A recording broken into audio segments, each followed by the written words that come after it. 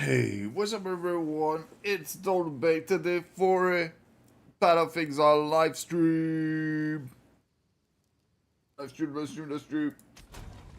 I might play Arc Raider if someone invite me, but for the moment it's Path of Exile because this game is great. I'm having fun playing it. The grind is infinite.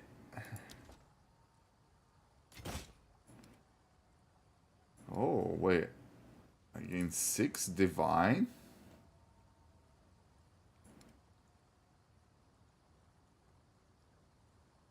I sold 2 things and I gained 6 Divine?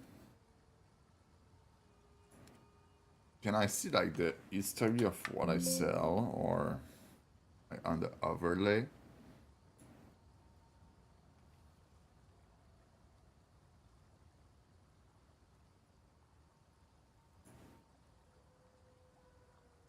Lodestone Emerald. Oh, it was a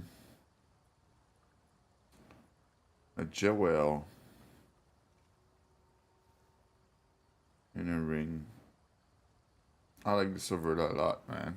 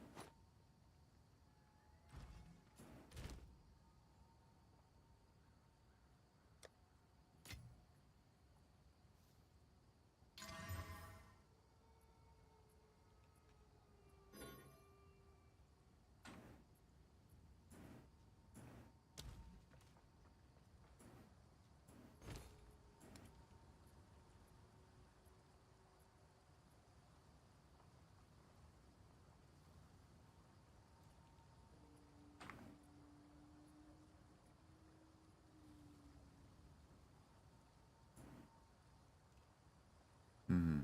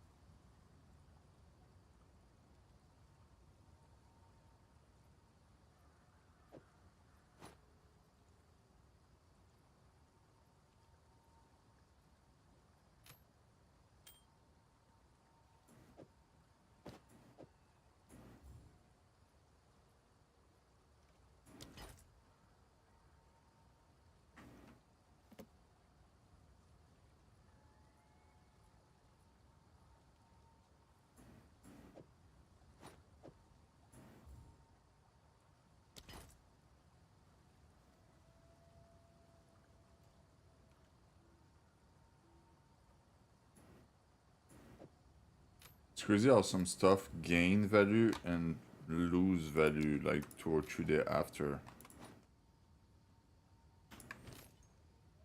I think there's a lot of people flipping the market in this game.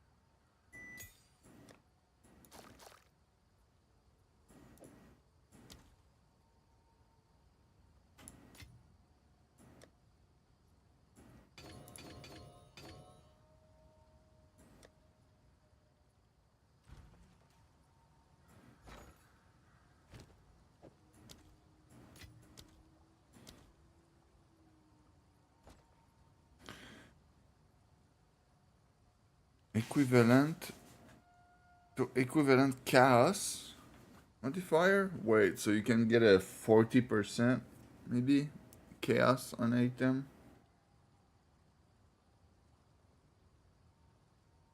That would be way too much.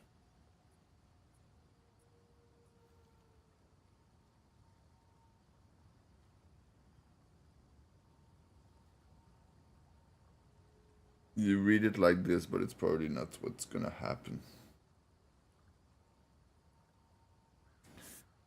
My dog just eaten food, now we want to go do his thing outside.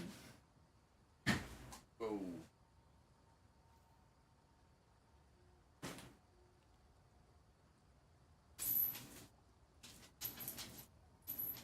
Yeah, you happy dog?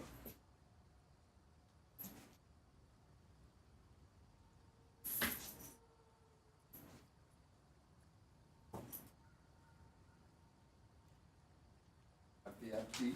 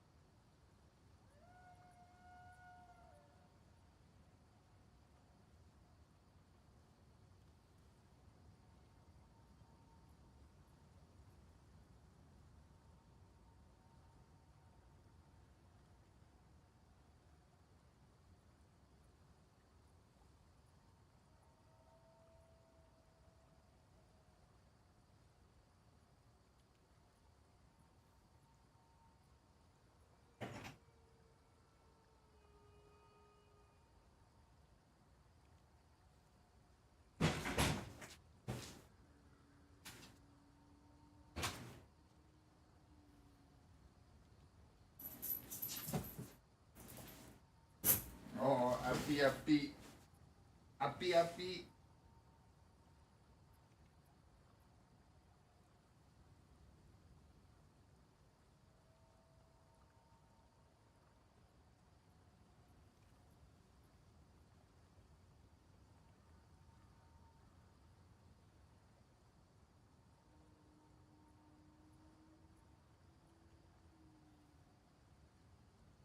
That's a happy dog.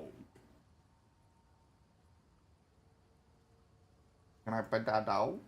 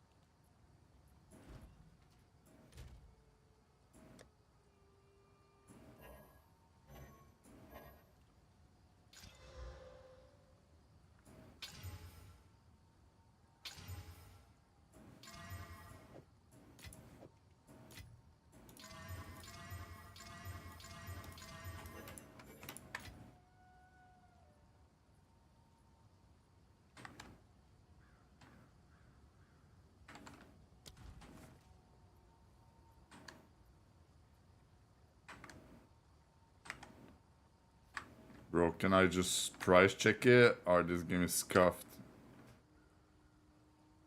This one is 19. This one is 1.5. 18. Price check not working. 16.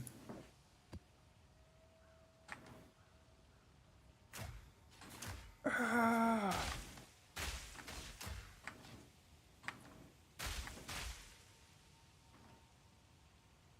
19.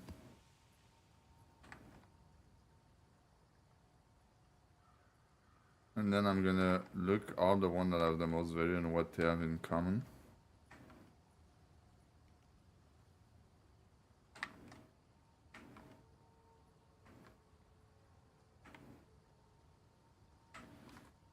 Okay.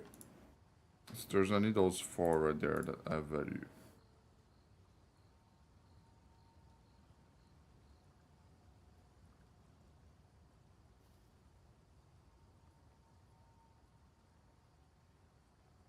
Why?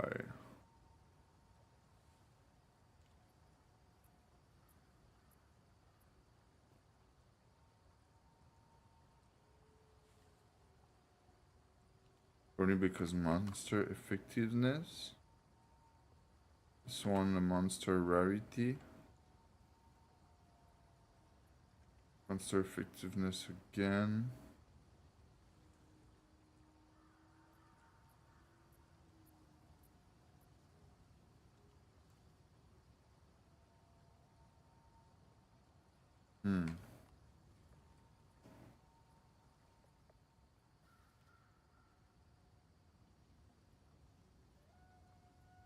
But look, this one good.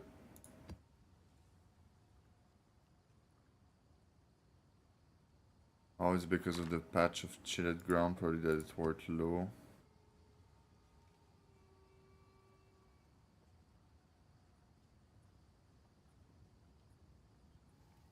Temporarity 37. Chilled ground again.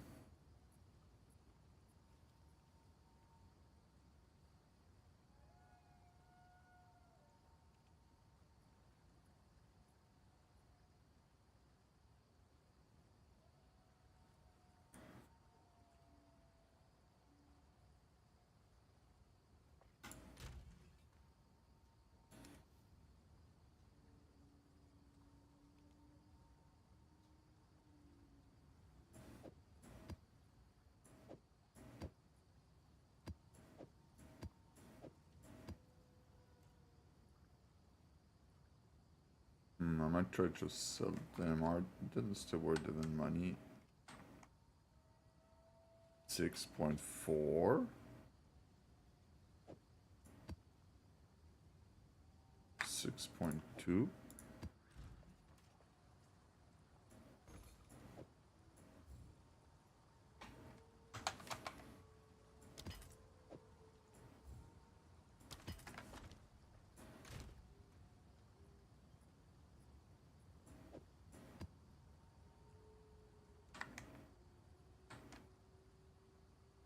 One.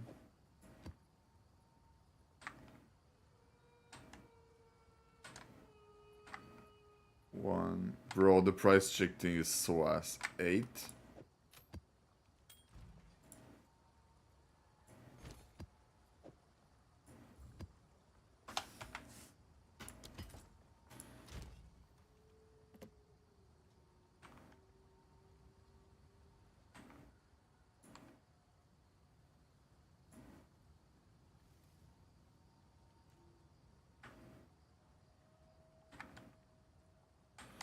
Hello?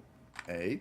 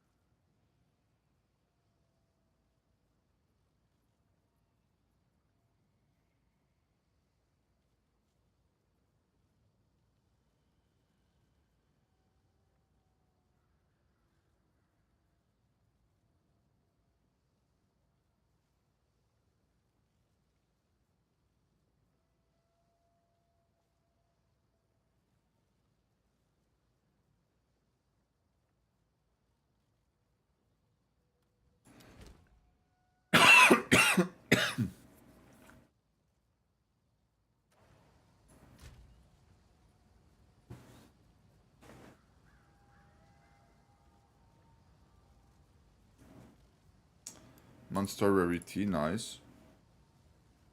What was the other two? Abyss, Irradiated.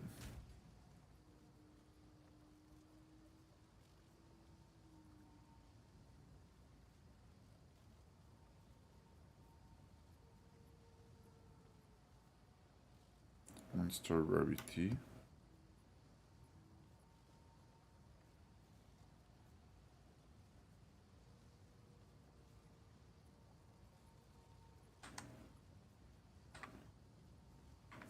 Okay, so I got those that I can try to upgrade.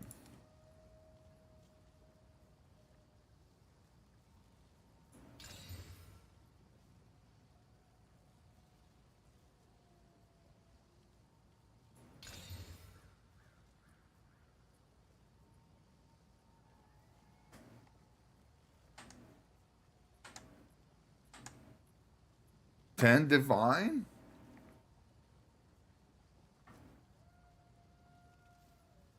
This map, bro, it worked. 10 Divine, bro?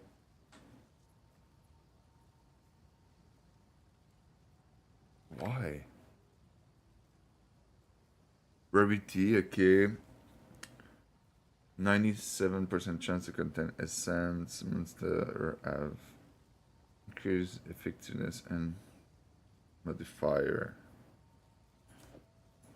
10 Divine, bro? Easy like that?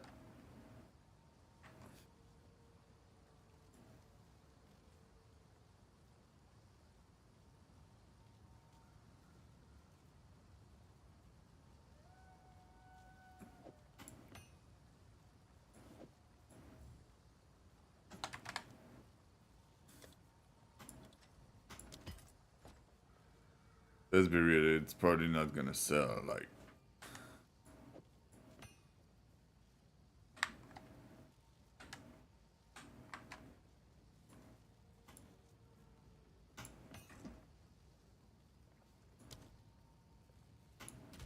Oh no, that Abyss tablet only have one.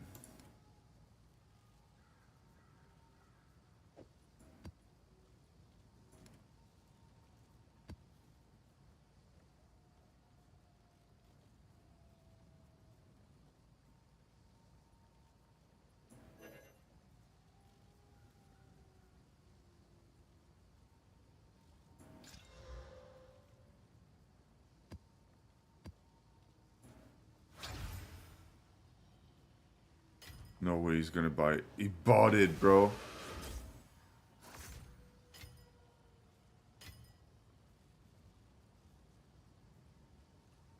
What? The stuff I put is selling, bro. No way.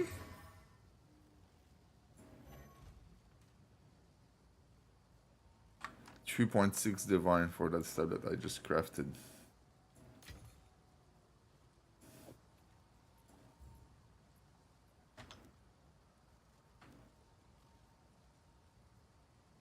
$3.6 divine.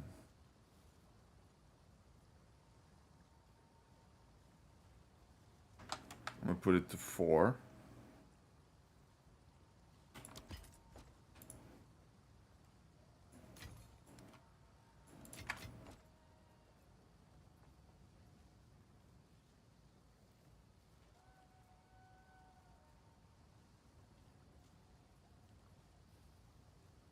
Almost want to just buy irradiated tablet and flip it. Like, what? Let me see if it's possible.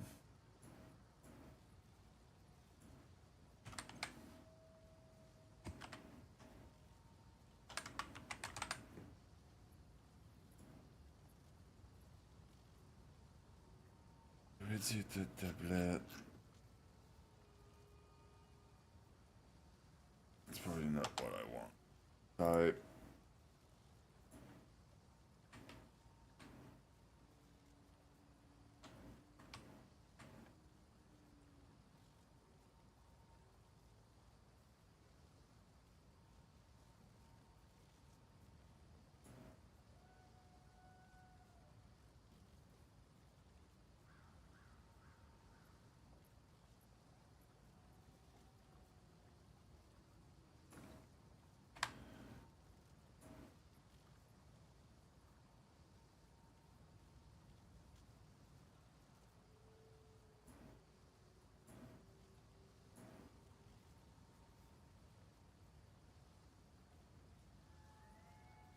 Okay, so those are 70.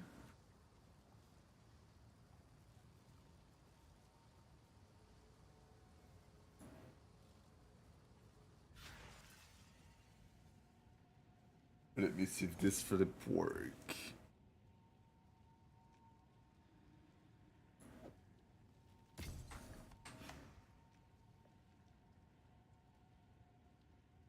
It could be not working.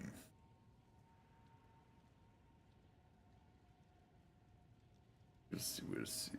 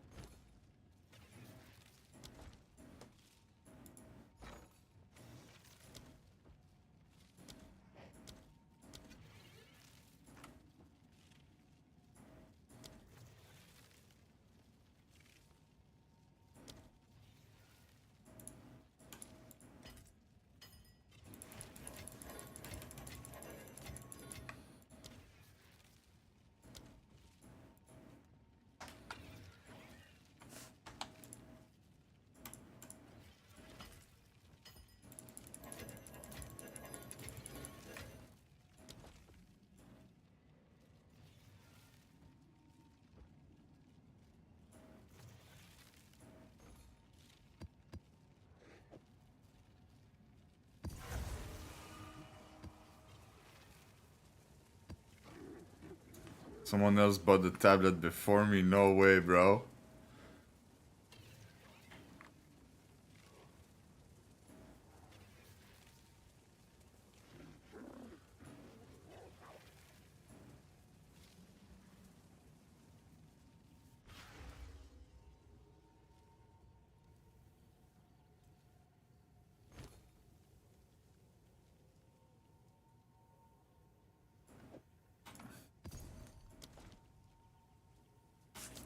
Okay, so I already did it properly.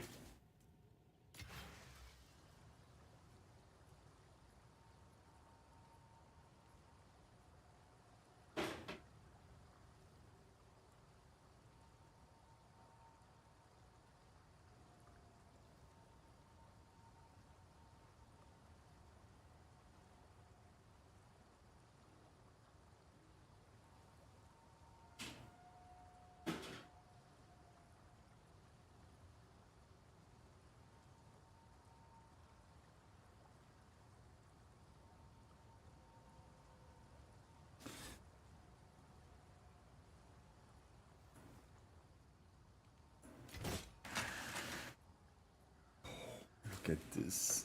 Oh, it's only 4 div, but still, I got 14 div just by 2 tablet, bro.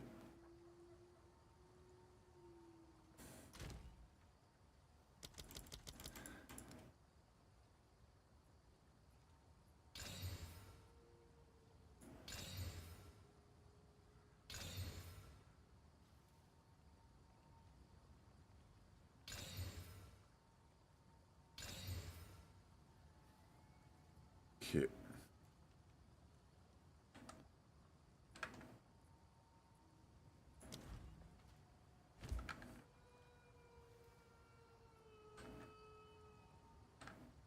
Bro, just let me price the fucking check. Okay, 38, 200.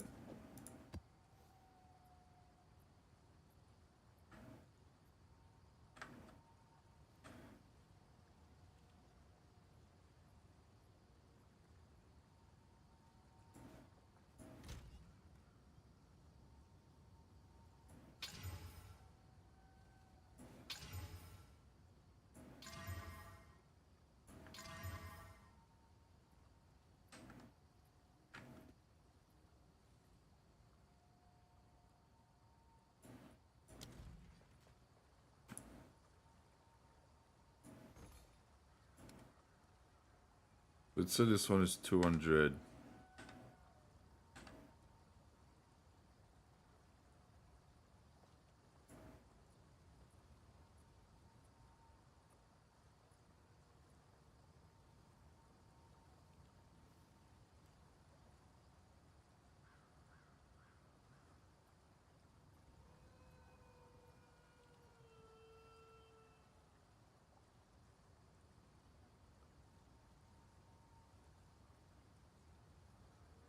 I put it 1 div. See if it's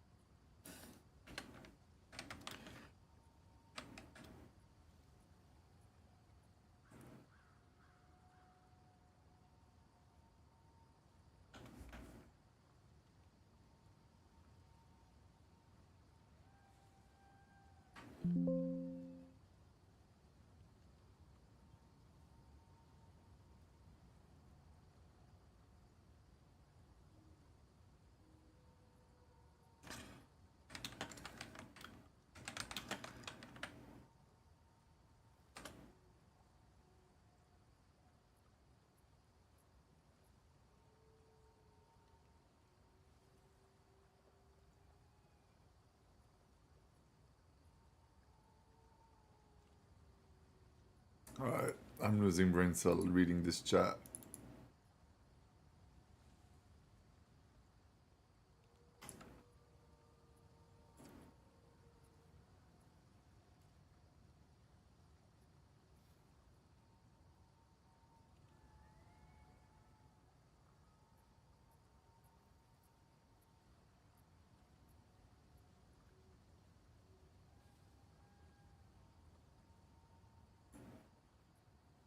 All right, Fox News alert. Sources telling Fox News that the United States military has begun carrying out airstrikes on Iranian targets. This comes following Iranian attacks on cargo ships. For the latest, let's bring in Chief National Security Correspondent Jennifer Griffin. Jennifer, what do you know?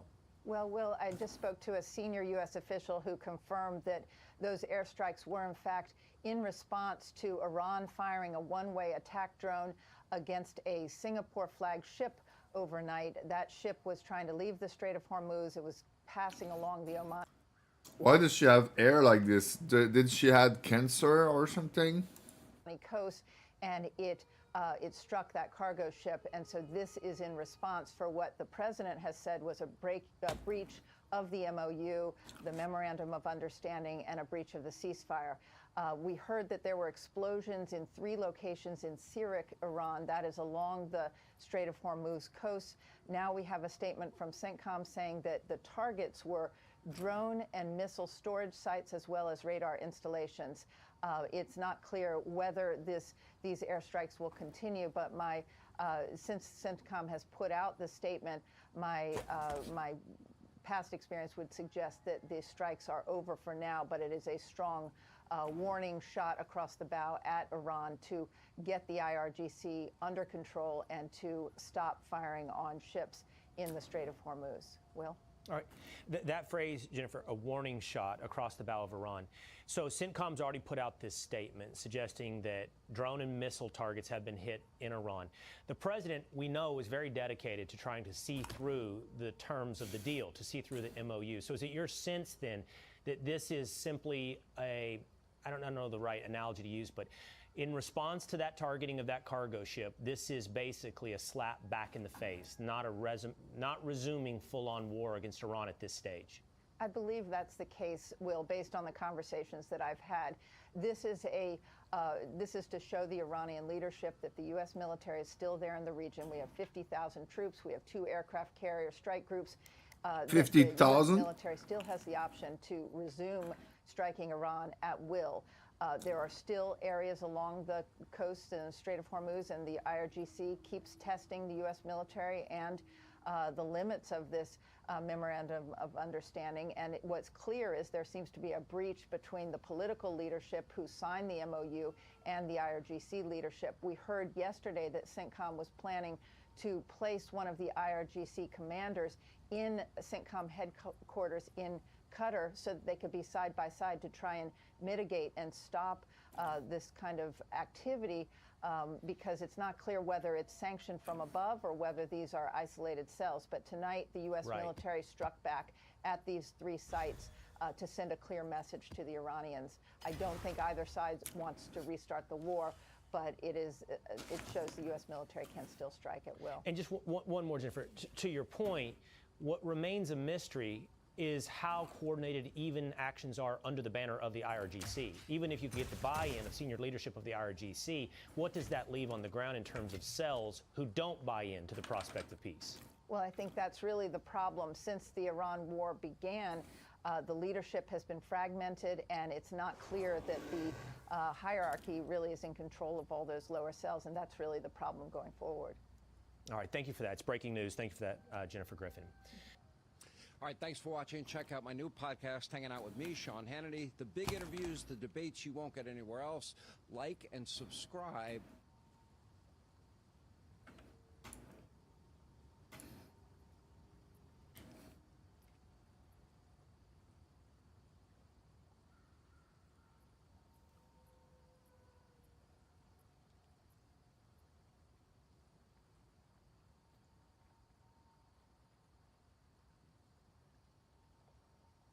Bikini barista?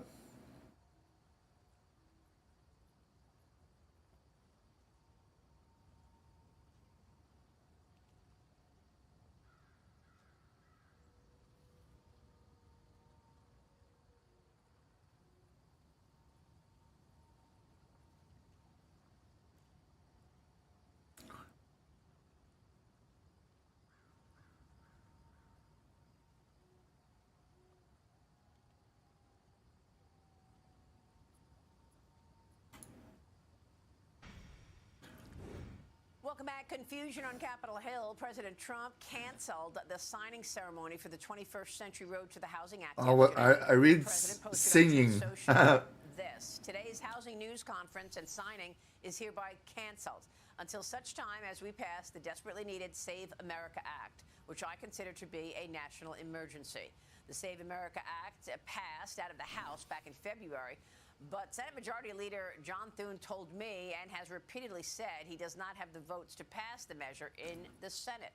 Wyoming Senator Cynthia Lummis, meanwhile, joined me yesterday, who voiced a different tone. Watch this. If the president wants to talk about the Save America Act, he's aware because of Senator Thune's remarks that we don't have the votes to pass the full spectrum of ideas that fall under the Save America Act. But we probably do have the votes to get certain portions of it passed. So we need to smartly break up Save America Act and get those components that we can get passed that will make a difference enacted. So what would make a big difference? I mean, would you expect that having ID to vote and proving your citizenship will fly going into the midterms? Do you think you could pass something like that? Yes, I think that we could pass something like that. Joining me now is Montana Congressman Troy Downing. He sits on the Financial Services Committee. Congressman, good to see you. Thank you so much for being good to see here. You. Good morning. So clearly, President Trump is digging in here on the Save America Act. Could it be passed in some other way, as you just heard from the senator? Well, I think we're all frustrated. The administration is frustrated. The American people are frustrated. I mean, this is an issue that has very broad support amongst constituents. You've seen, upward of 70% think that you should have to prove that you're a citizen to vote. We've got, or at least, I've seen as high as 85% that have this. So clearly this is, political theater here because the people want it. And we have passed this, over multiple times in the House. And it is a little frustrating. I understand the president's frustration. But I think, as you pointed out, Maria, I think the biggest thing here is folks want to make sure that anybody who is allowed to vote in American elections can, and anybody who's not allowed cannot, that we foreclose that. It's not rocket science. And for me personally, I'm hoping that we can get at least that main crux of that through. I know 100% we can get it through the House. We've done that over and over and over again. And again, I understand the president's frustration. We're all frustrated to try to get this through the Senate. And, they've got their own wrangling, and Leader Thune has his own wrangling to do in his chamber. And I hope that quickly he does what needs to be done to get this passed so that we can move on. Yeah, I mean, is he doing it, though? Is he doing the wrangling? I mean, the Speaker, Mike Johnson, in the House said that he will push parts of the Save America Act through a third reconciliation package. But the president said last night he's not open to a compromise measure on it, Congressman. I know that the House was passing this legislation as a standalone measure before, as you just mentioned. A reconciliation package is what Mike Johnson's talking about.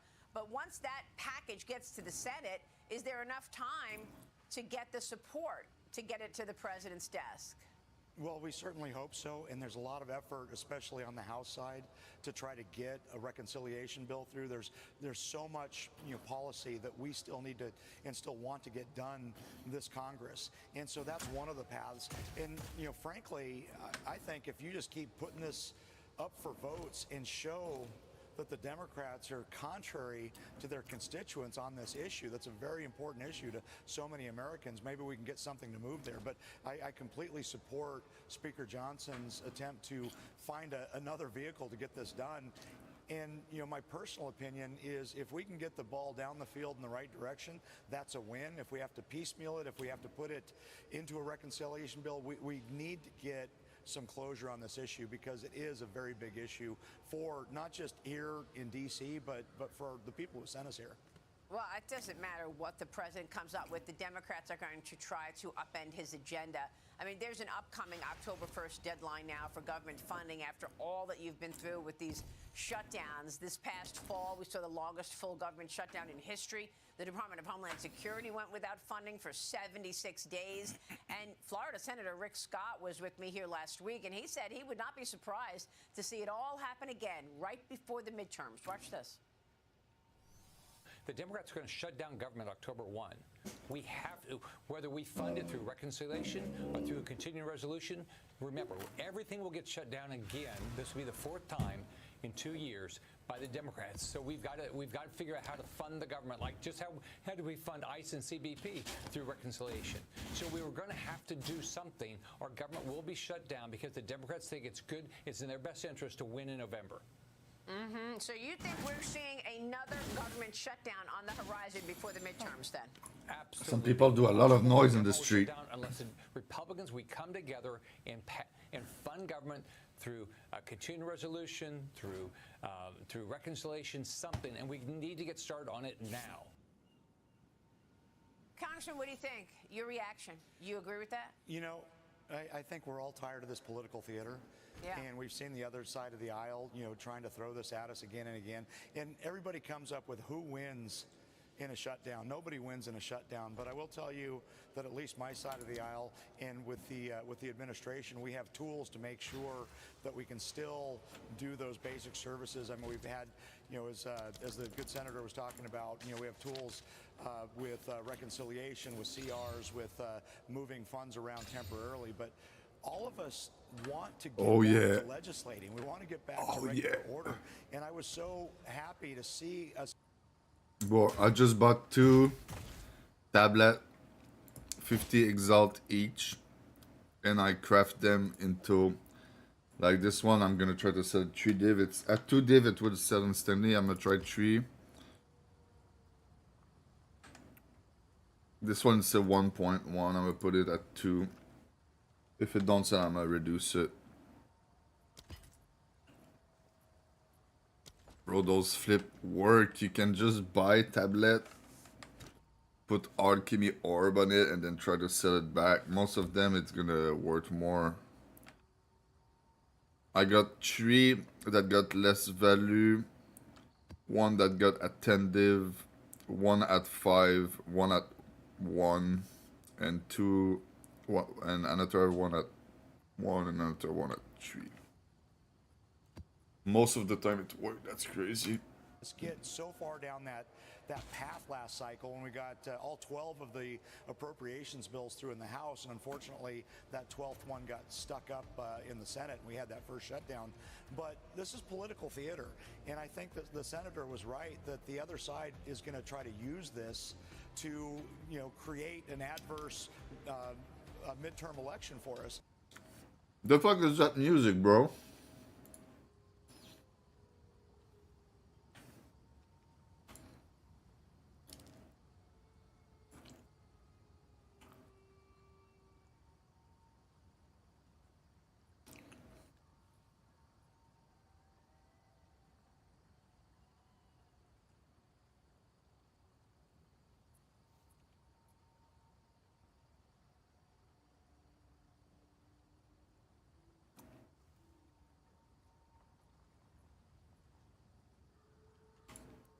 So today I want to talk about Dune Awakening. I'm sure you're familiar with the game. It launched last year to much applause and fandom, and just a couple of weeks ago they revealed that they are coming out on console as well this September. But there is so much more that they're doing here that they want to communicate, and so Funcom, the team behind the game, they reached out, offered to sponsor this video, and basically just asked me to share with you some of the stuff that they're doing. Including some of it, dude, is stuff that like I had on a bucket list for it one day when I tried it at launch. I was like, it'd be cool if they did this and that, and they're doing it. Like, it's crazy. So thank you to Funcom for sponsoring this video, but let me just tell you about all the stuff. Obviously, the headline is that it's launching on console on September 22nd, but they're also, as you can see, adding single player. What? This was something that was like on the bucket list for a lot of players, and they're just straight up doing it. They say, quote, single player is one of the most requested features since launch. We're also adding the final chapter of Dune Awakening's Book 1 story, so whether you want to play entirely by yourself, with your friends on a private server, or with strangers on a larger multiplayer server,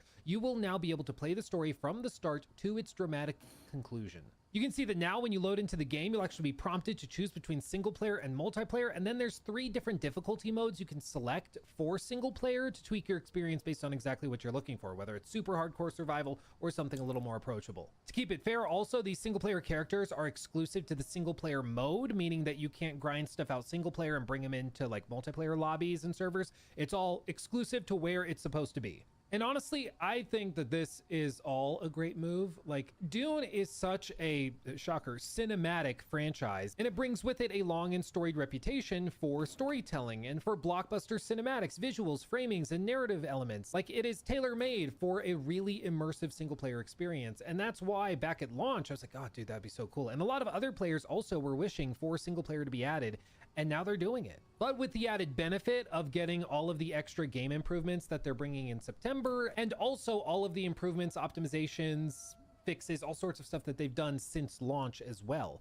Like, you just get to play single player, but in the best version of the game that there's ever been. And to be clear, this applies on both PC and console. So starting on September 22nd, everybody, whether on console or PC, will get to play single player if they want to. They're also adding a ton of different settings and modifiers that can be added to private and then like self-hosted servers as well. So whether you want to like change how sandworms spawn, or if you want to change like security zones or how sandstorms form, you can do all of that. They're really expanding the player control and customization on servers, and you can see even a screen grab of how some of these settings will work, where like you can either go with like broad difficulty selections, or you can get into the minutia and actually change individual settings based on what.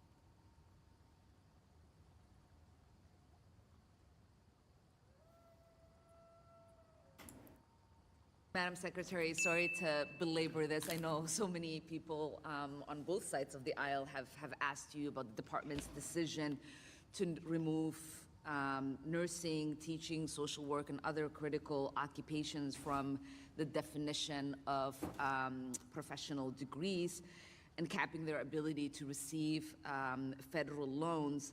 I know that in my home state of Minnesota, we're expecting to face a shortage of 30,000 nurses in the next 4 years. And I know that your home state of North Carolina, it is expected to see a shortage of 13,000.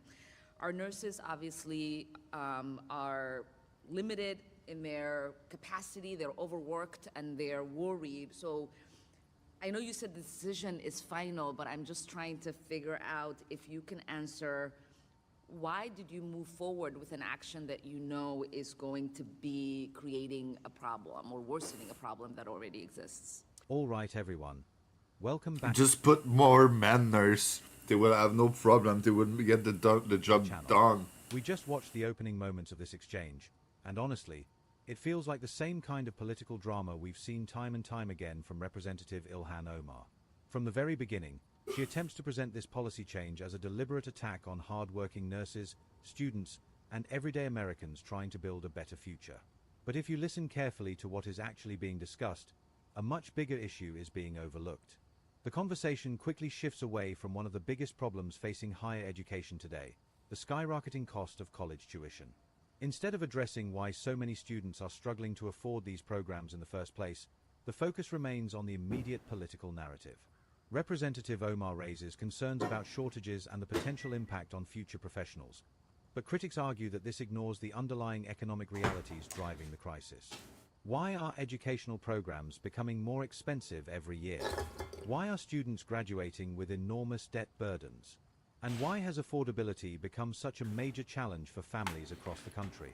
These are the questions that many people believe deserve real answers. Yet, throughout this exchange, the discussion appears to circle around political talking points rather than tackling the root causes of the problem. That's what makes this moment so interesting and so controversial. So let's continue watching this debate unfold, because the Secretary of Education is about to respond with a completely different perspective, one centered on economics, supply, and demand, and the realities of how markets operate in the real world. Whether you agree or disagree with either side, this exchange is about to take a dramatic turn.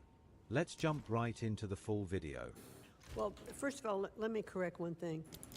We did not remove any of these professions from a professional category. They were never characterized in the law, in the statute, as a professional category.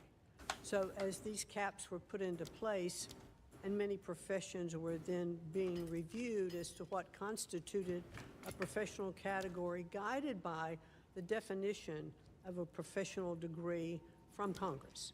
So that was the overview that we looked at as we were writing this new rulemaking. Bro, some people are listening to her every day. We're going to reduce the cost of college. How is that happening? Well, I have a couple of articles here already that there are colleges. What do they say? They are saying that they are looking at reducing the cost of their graduate program. I know, but looking is not addressing the problem that we're currently seeing. What I am asking you is that you've made a decision that is currently making the problem worse. That is not correct. Why the fuck her tone is so aggressive, bro? Nobody teach her a good manner and decency? Like, what? Let me push back on that. Are you saying the numbers in Minnesota that we're seeing or in North Carolina are not real? Well, what I'm saying to you is there are shortages in those states, primarily in the undergraduate nursing program, which is not affected by this new rule and this new cap.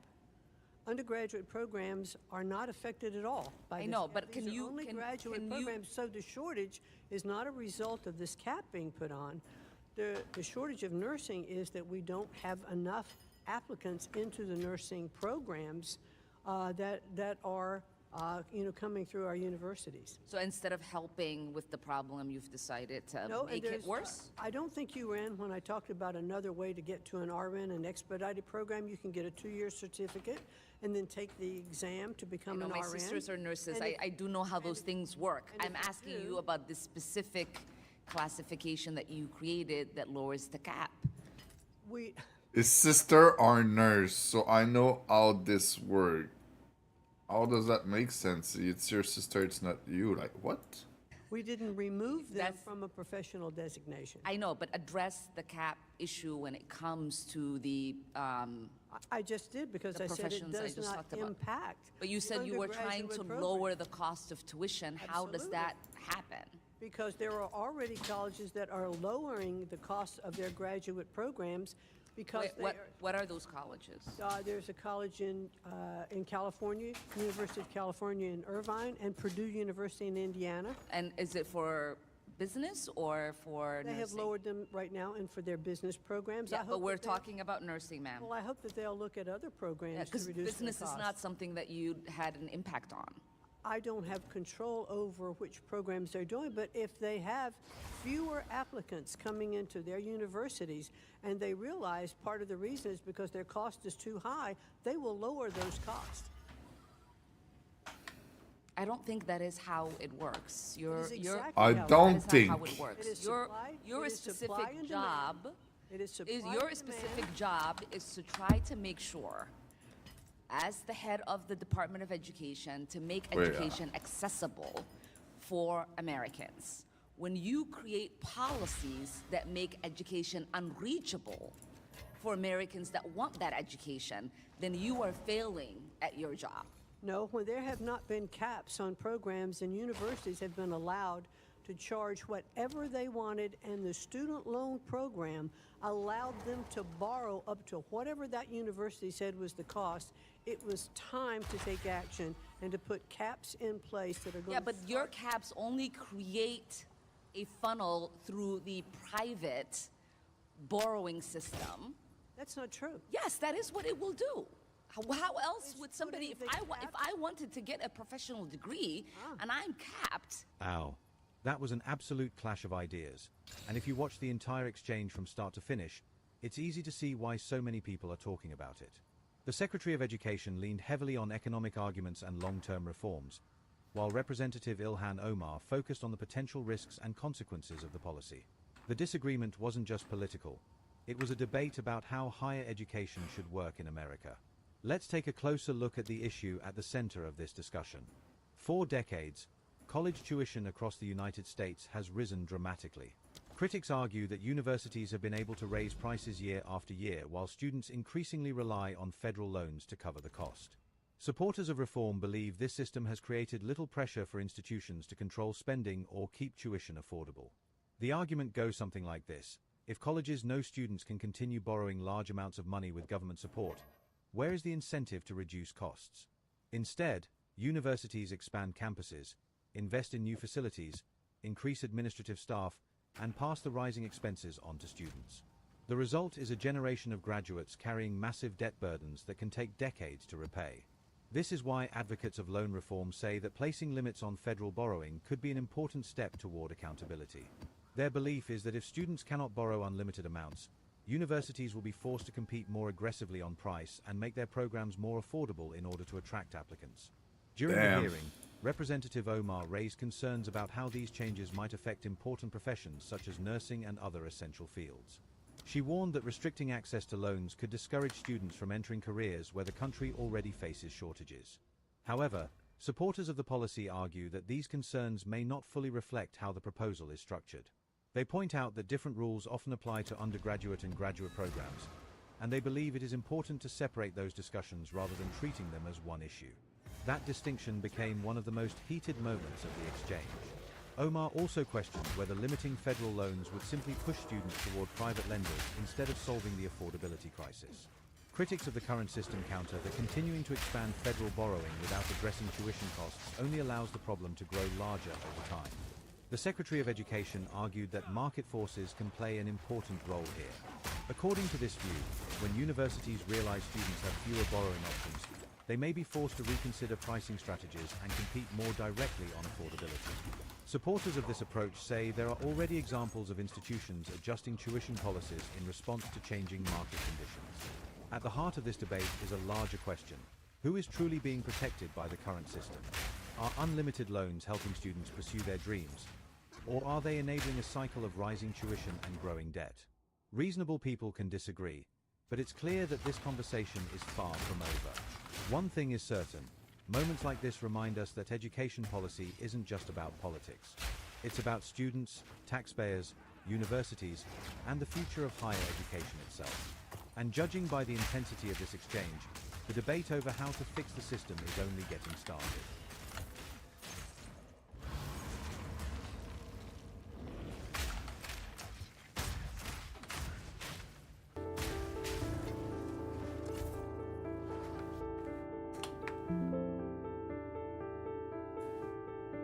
Judge Sparkle Suknanen to expand federal election oversight nationwide. Federal Judge Sparkle Suknanen has ordered that a revamped citizenship verification system can no longer be used in its current form. The ruling centers on the SAVE program, a federal database tool used by states to verify voter citizenship records. That judge, Sparkle Suknanen, faced tough questions during her Senate confirmation when Senators Josh Hawley and John Kennedy grilled her over judicial ethics. Let's take you back to that heated hearing. Counselor, tell me how to say your last name. Suknanen, Senator. Say it again, please, ma'am. Suknanen. Suknan? Suknanen. Suknanen, okay. Counselor, you used to practice law at Jones Day, is that right? That's correct, Senator. Okay. And there was an article in the New York Times. I don't know whether you leaked it to them or somebody from your law firm leaked it to them. Your firm, Jones Day, you were a partner then, and you were representing a party, your firm was, and you were, in a post-election challenge to Pennsylvania. The Pennsylvania Supreme Court. Pennsylvania Supreme Court, of course, extended the filing deadline for absentee ballots in the president's election, and that was challenged as being unconstitutional and above the state and the federal constitution. Am I right? Yes, Senator. And Jones Day was handling that case, right? That's correct. and you were a partner at Jones Day. Is that right? That's correct, Senator. Okay. And who was your client in that case? The firm's client was the Pennsylvania GOP, Senator. Well, it's your client too, right? Correct, Senator. I was not the lawyer in that case, but yes, Senator. But you were going to share in the profits made from the bills paid by the Pennsylvania GOP, right? Senator, it was a firm client. I was a partner at the firm. And you were going to share in the money, right? Correct, Senator. Okay. And in a call where you and some of your partners were talking about the case, this is what you said about your client who's paying you. You said, this is according to an August 25, 2022 article. You said, quote, "This lawsuit was brought for no other reason than to deprive poor people of the right to vote," close quote. You said that, didn't you? Senator, those were not my words. I do not know who provided that quote to the reporter. I never gave it to the reporter, didn't you? Senator, I never spoke to the reporter or anyone in the media about the meeting in question, and I'll tell you why. As a partner at Jones Day, all partners are bound by a confidentiality obligation to the firm. And that meeting was an internal, confidential partners meeting. Yeah, I never spoke to the media about it, and those were not my words, Senator. This is Oh, it was a confidential meeting, but I was not there. 7 provisions of the Code of Ethics, isn't it? Senator, that's why I never spoke to that reporter, and those were not my words. I do not know who provided that quote to the What reporter. did it mean? Who was trying to deprive poor people of the right to vote? Who were you referring to when you said that? Senator, as I said, those were not my words.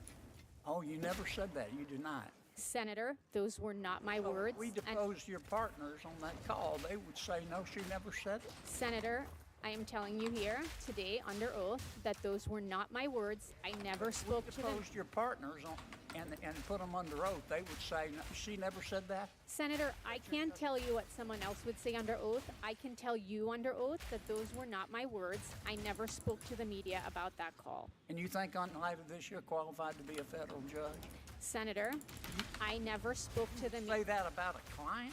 Senator, as I said, those were not my words, and I never spoke to the media about the meeting in question. I take my obligations, ethical and otherwise, incredibly seriously. You said that, didn't you? Senator, I did not say those words. So the New York Times got it wrong? Thank you, Mr. Chairman. Damn. Congratulations to the nominees. Thank you for being here. Congratulations to your families. Ms. Suknan, if I could start with you. I think we've established from the recent lines of questioning that you worked at Jones Day. You were a partner at Jones Day, is that right? That's correct, Senator. And you had, how long were you at Jones Day, out of curiosity? I was at the firm for 6 years, Senator. Okay. You had a series of clients in that time, I imagine. Is that fair to say? That's correct. That included a series of hedge funds, global hedge funds, is that right? Yes, Senator. Funds like Altair Global, Claren Road Asset Management, Glendon Capital Management, Nakota Capital. This dude is funny, like moving his head like, every time we speak. Oak Tree Capital Management, Ochre Rose, and Centerbridge Partners. Does that sound right? That sounds right. And you represented these hedge funds in particular during a debt crisis that Puerto Rico had in 2017. Do you remember that? Yes, Senator. So Puerto Rico had a debt crisis in 2017. Your clients had bought a series of bonds and held quite a lot of money in bonds, if I'm correct. And it's $1.4 billion. Does that sound right? Yes, Senator. Of course, other people had bought bonds too. Normal people, everyday people had bought bonds. And when the debt crisis kicked off, the courts froze all of the assets, all of Puerto Rico's assets, to make sure that everybody got their fair share and was paid out in accordance with the law, and that normal people who bought bonds would get their fair share, right? I mean, I've got it right so far? Yes, Senator. So you, however, you, on behalf of your clients, you invented a novel claim. You filed a lawsuit under the takings clause. Is that right? That's correct, Senator. So you argued that the government was stealing from the hedge funds by freezing all of the funds, and if they pursued that course of action and didn't give your clients all of their money first, then they would have violated the U.S. Constitution. Is that right? That's not quite correct, Senator. Why was it a good idea? why represent all of these hedge funds trying to get billions of dollars out of Puerto Rico when other everyday bondholders are left to pick up the slack? You dragged this thing out for years. I mean, you went back and forth to the circuit court. Other hedge funds then followed your lead. They thought that that was terrific. Terrific arguments, super inventive. So then they did the same thing. So then other hedge funds piled in. The bankruptcy went on and on.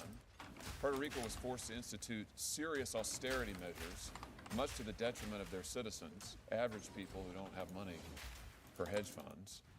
Why is it a good idea to go to Puerto Rico and to try to get your rich clients prioritized over normal people in a way that seriously impoverished, if I might say, the citizens of the island? Senator, the legal profession is bound by a code of ethics that I think is incredibly important and that I am proud to adhere to in every case. My clients in that case... Take from the rich or take from the poor to give to the rich? Is that the code of ethics? Senator Jones Day was retained in that case to represent a group of clients. Along with my colleagues, I made the best possible arguments. Well, wait. Are you saying it wasn't voluntary? You represented it, right? You were lead counsel, I thought. Were you lead counsel? Senator, I was not lead counsel. I was one of many lawyers who handled that litigation. And it was involuntary? You were assigned, or you chose to do it? You did it voluntarily, didn't you? Senator, those hedge funds were a client of the firm. I was asked to join the team and work on that matter. Yes, you did. Okay. My question is why? Why is that? Why is it a good idea? I mean, you can say no. Senator, my colleagues and I at Jones Day in that case made the best possible argument. Well, I know, and I listen. I don't. I'm not questioning your talent. I understand why they wanted to hire you. Your talent's considerable. I'm just wondering why you thought it was important to deploy it on behalf of these hedge funds, to the detriment of everyday citizens who were bearing the cost. And you invented it was very novel. Listen, I give you credit. And everybody else thought so too. That's why all the other rich players got in and said, we want to do that, and drug it out for years. I'm just wondering why you thought that was a good idea. Senator, Jones Day was retained to represent I heard that those the first clients. time. I'm just wondering why you thought it was a good idea. You could use your considerable talents in any number of cases, ways, means, and methods. You could have said no to representing these clients. You didn't, obviously. In fact, you vigorously defended them to the point of inventing this novel theory, which was quite successful for your very lucrative clients. I'm just wondering why. Senator, I have represented a number of clients over the course of my career. I have represented the government. I have represented clients. You don't have any problem with this? You think this is a good idea? You stand by it? Senator, my job in that representation was to vigorously represent my clients, which I did. Sure, but we'd established, I think, a second ago, I thought you told Senator Kennedy that you resigned from Jones Day over a client that the firm was representing who you didn't like. Senator, that is not at all what I said. You didn't resign from Jones Day? Senator, I did not resign from Jones Day because of any particular representation. Oh, so it wasn't a moral, you had no moral quandaries? Absolutely not, Senator. I left. You had no moral quandaries with any of the cases at Jones Day? That's your testimony? Senator, I left the firm in January of 2021 because I was offered an opportunity to return to public service. It's an opportunity the firm supported and that I took. You had no quandaries with them representing in the Trump litigation? You had Senator, no problem with that. That's your testimony. Senator, I did not leave my firm because of that representation. You had no moral problem. Senator, I left the firm months later because I received an opportunity to return. You had no problem to with that, and you had no problem representing the bondholders. So your testimony is you're happy to represent anybody who comes your way. Donald Trump, you bet. The bondholders, you bet. Hedge funds, you bet. Whoever. That's your testimony? I just want to make sure I got it right. Senator, throughout my career, I have adhered to the code of ethics that all lawyers are bound by. Well, sure, but the code of ethics allow you to make money from anybody.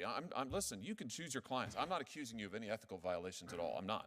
I'm just trying to figure out why you thought it was important to have these hedge funds as your clients, and if you had any moral quandaries. And your testimony is you didn't have any moral quandaries, which is fine, but I just wonder if that's the best judgment. Senator, throughout my career, I have represented corporate clients. I have represented criminal defendants. I have represented the government.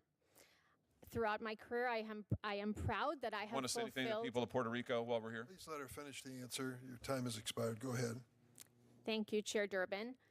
Throughout my career, I have represented many different clients. I am proud that in every representation, I have made the best possible arguments for all of my clients.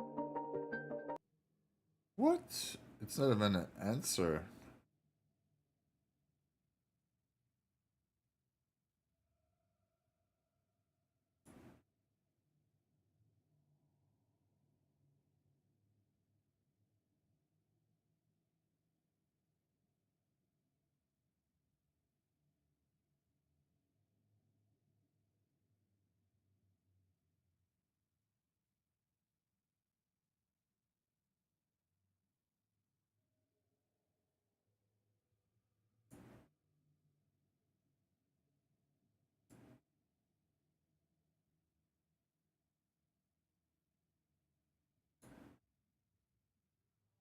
We've been able to arrest over 1,900 known terrorists that were given status underneath the Biden administration inside the United States. These aren't suspected terrorists. These aren't terrorist watch lists. These were terrorists.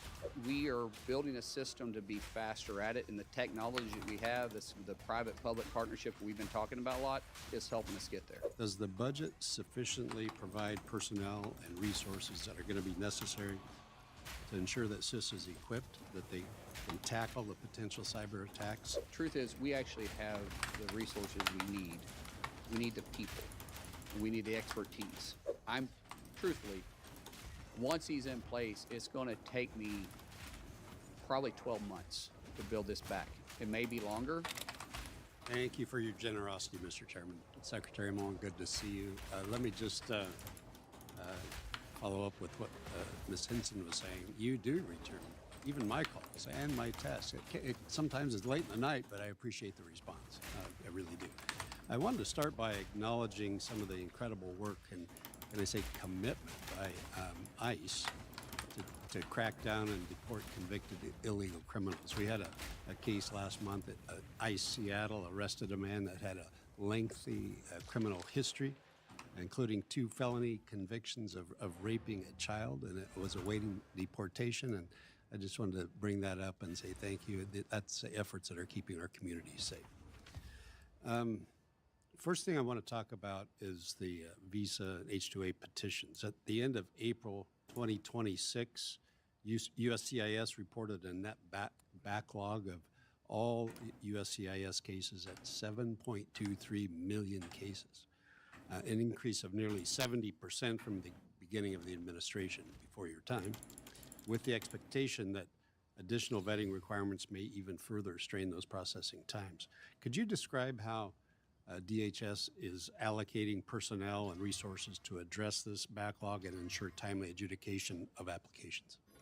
Yeah, unfortunately, we're having to go back through and re-vet a lot of people that was given asylum or given visas underneath the previous administration because they didn't do any checks.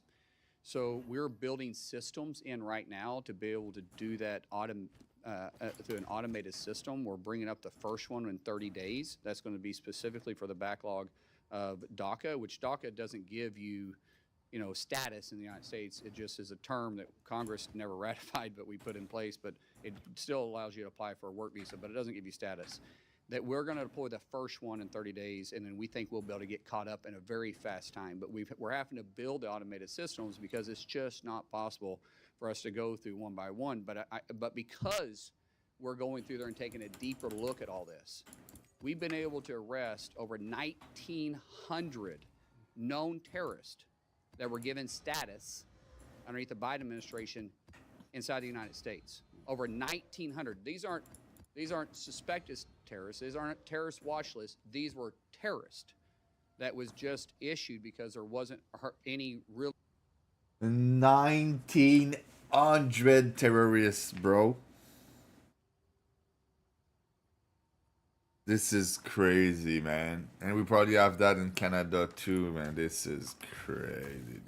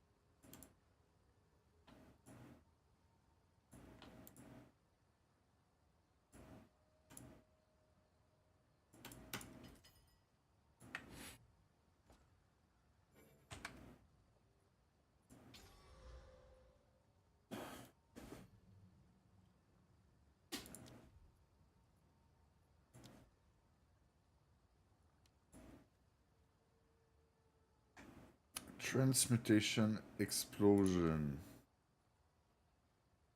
Physical damage.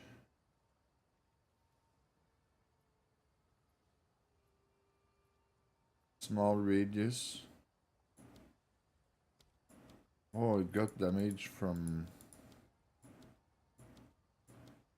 a bunch of different things.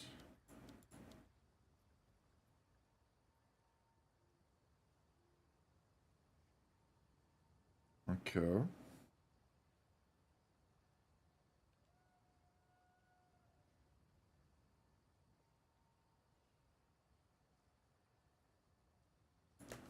I want to see it work.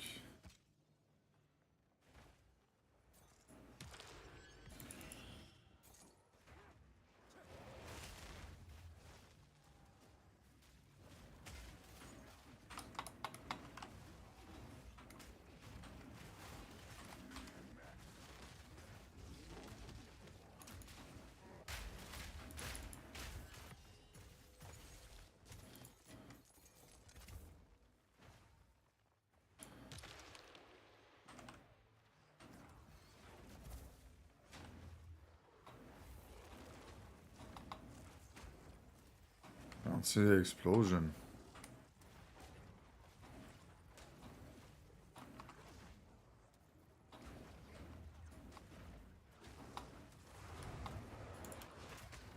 Is it even working with my build?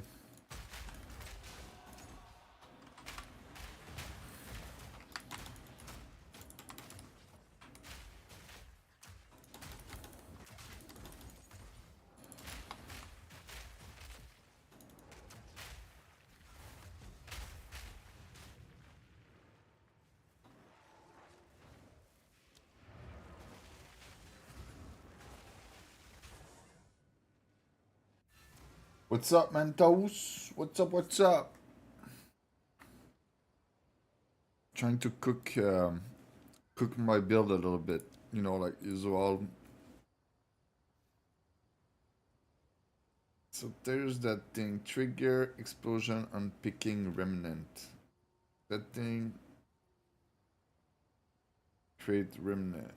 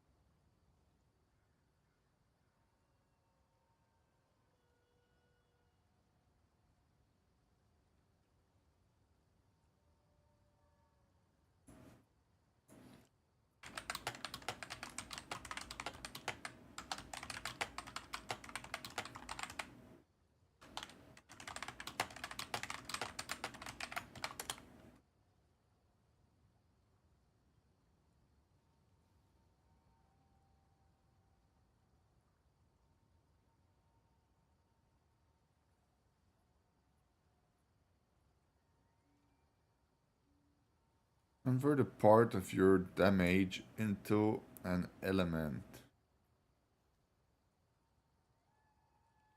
while a remnant exit. What? No explosion, animation, AoE, or hit. The stats modifier that turns some of your damage into cold lightning.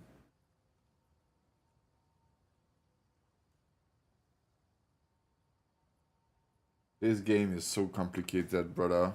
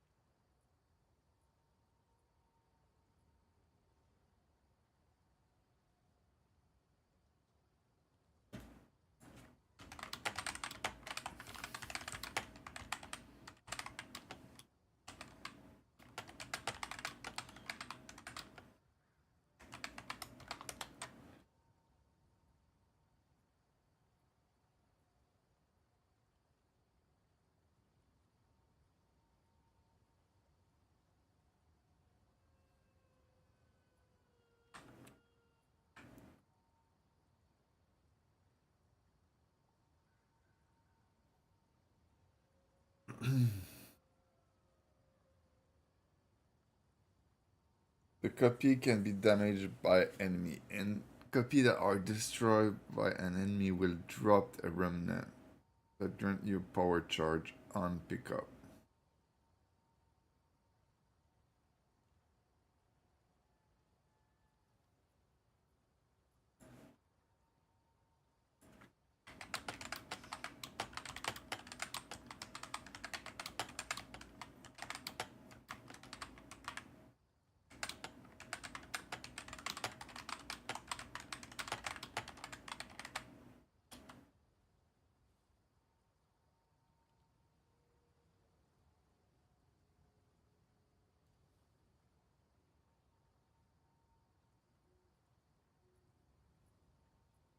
Bro, okay, they say arcs, remnant.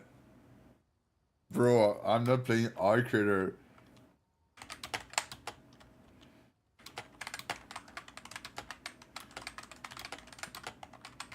Bro, this AI, bro.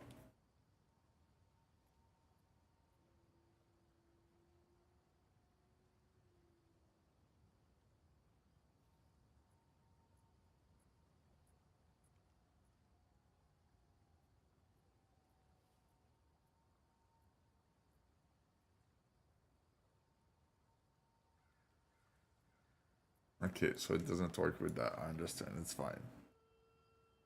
I tried.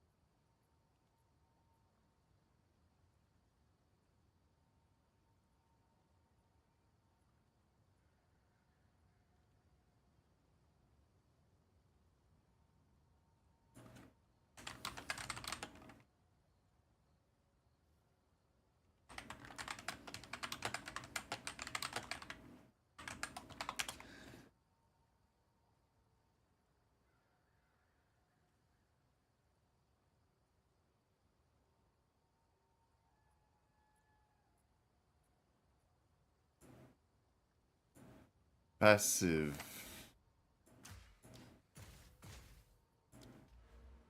So I have something like that near my thing.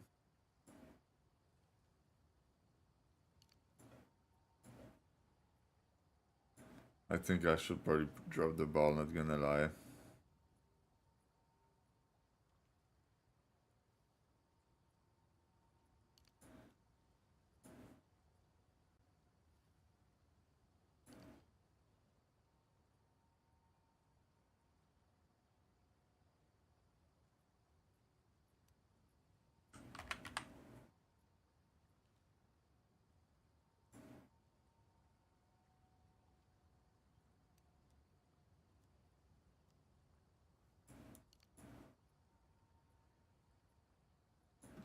The remnant are all on the same side of the tree. I don't have some on my side.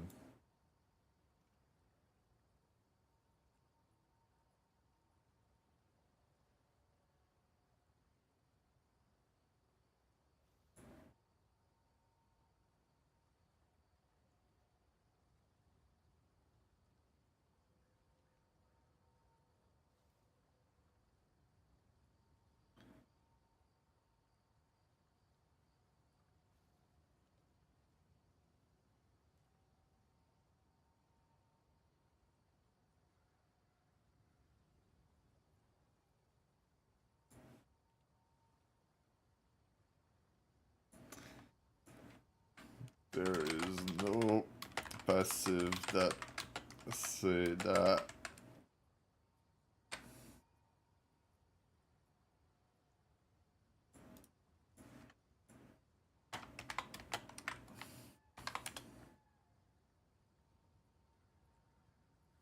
This is the moment where I fix all the confusion. Oh yeah, I believe in you.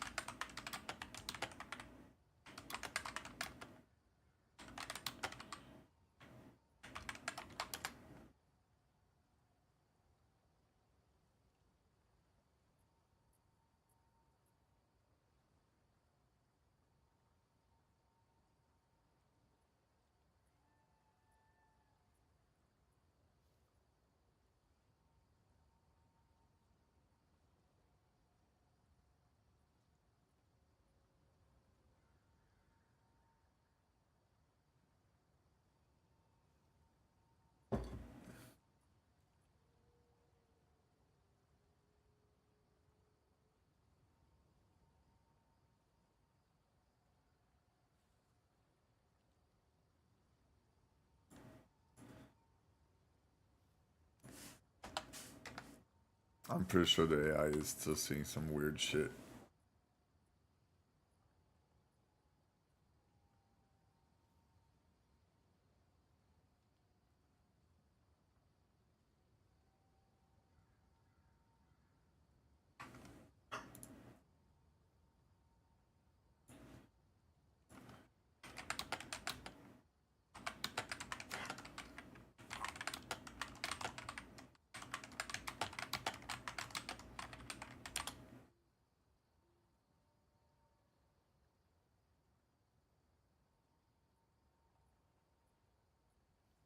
Oh, not now. It's bro.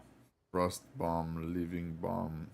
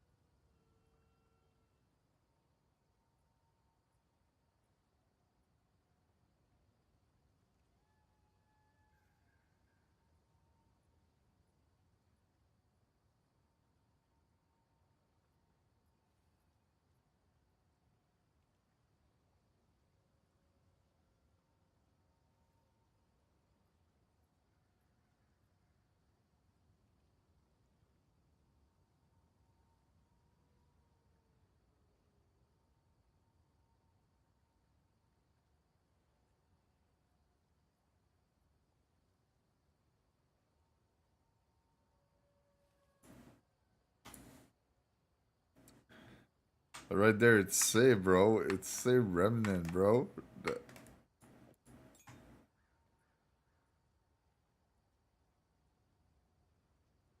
Created by player skills.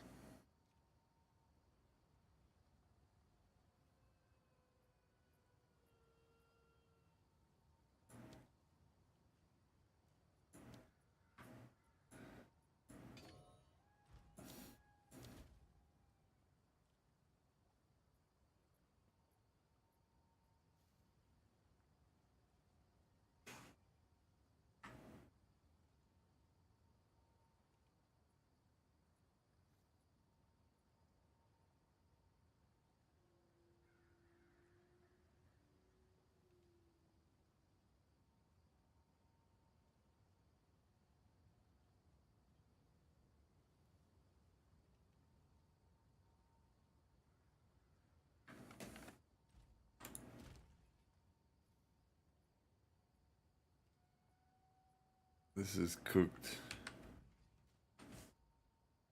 Oh, I know maybe why it did not work. I had to activate it. Aha. Let me test it again.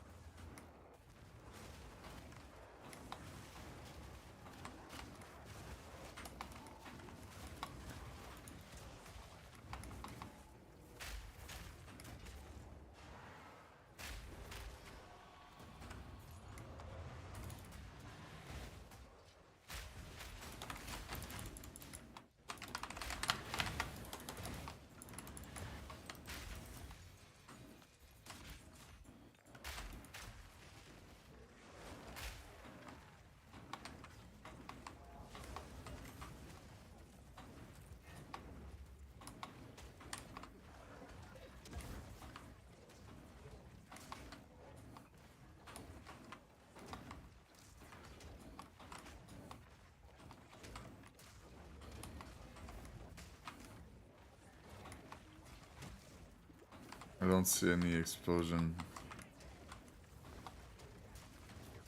Oh, was it an explosion right there, or it's created by the mob? Probably by the mob, not gonna lie there. Electricity.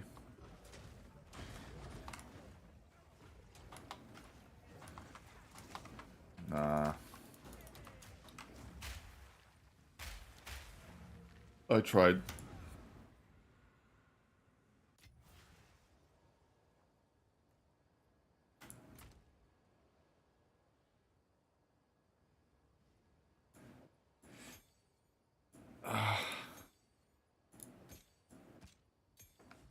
This game sometimes, you know, just don't make sense too much.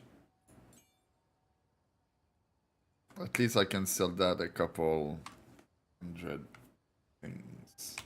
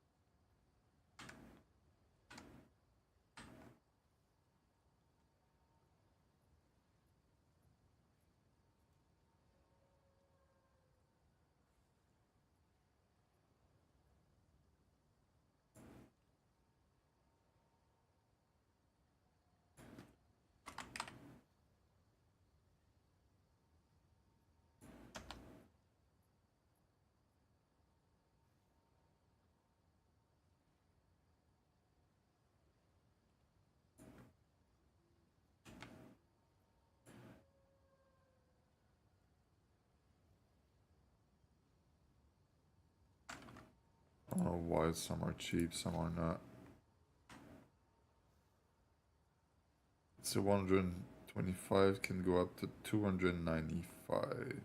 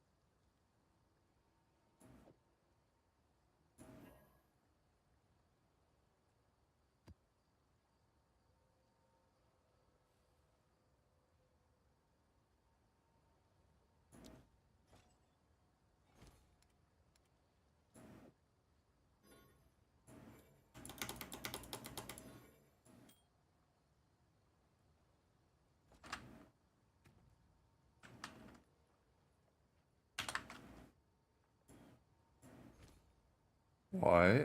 I can't put the stuff. Okay, I'ma just log in screen and then come back. Bro, I lagged everything.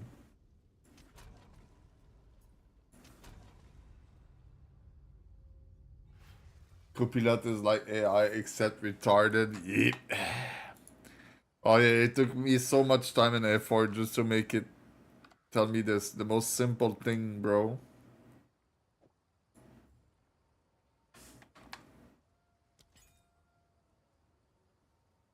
This is cooked.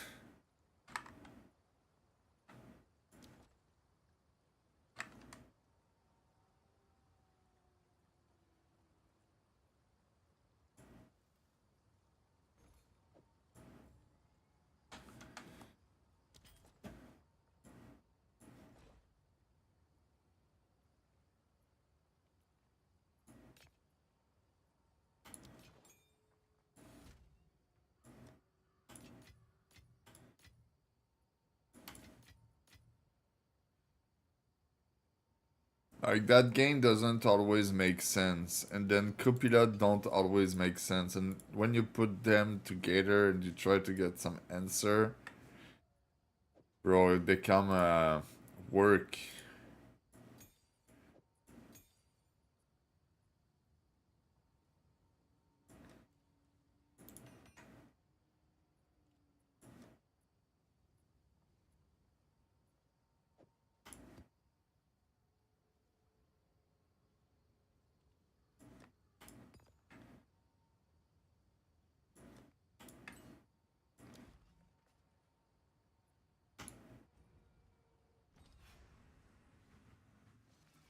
Oh yeah, but I still have 69 spirit ready to go for ability or something.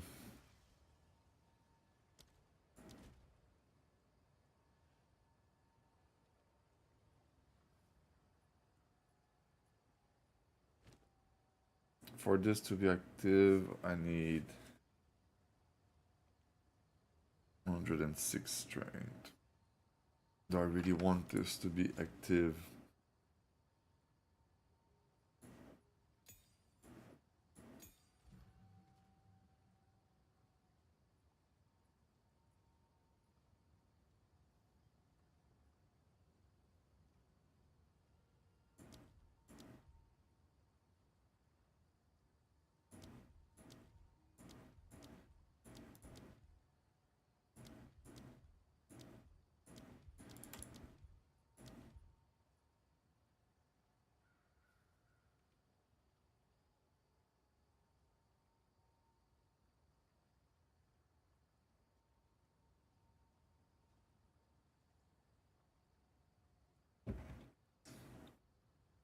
Okay, so I just need more strength.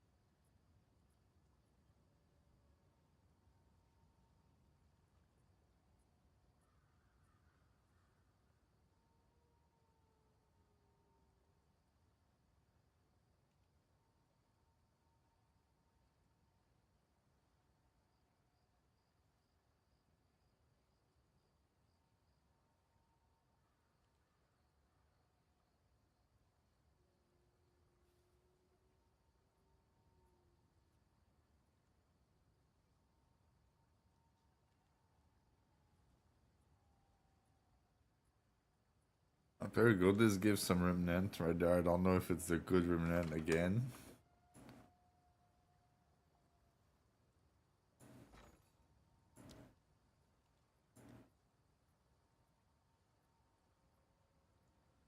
What level is the spirit gem?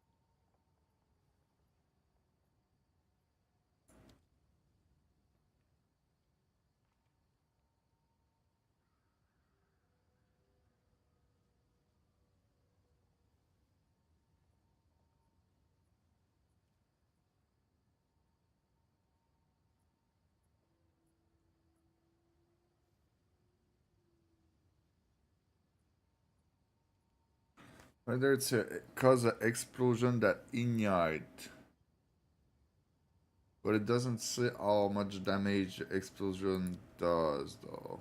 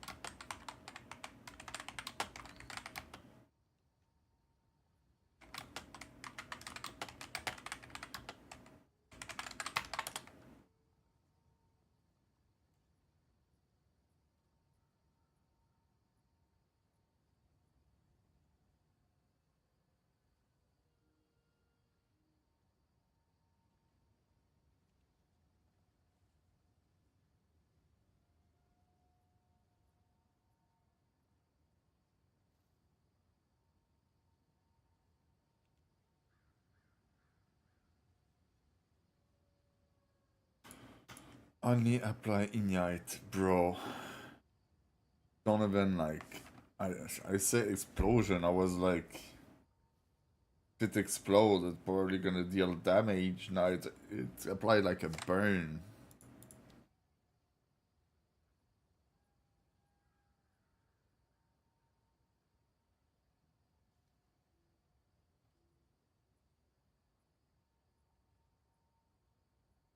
It lasts 4 seconds by default.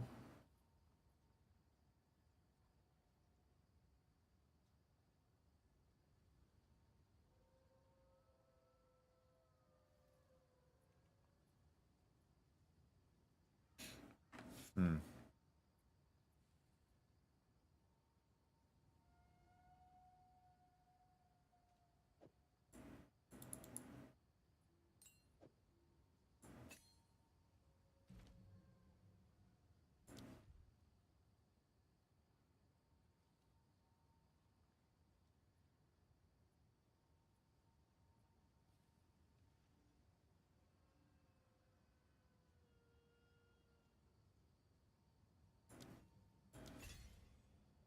Let's just see what it does real quick.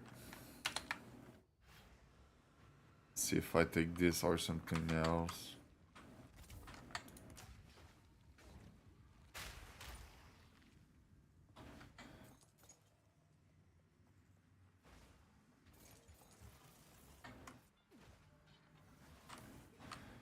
I guess I'm gonna probably see while doing this.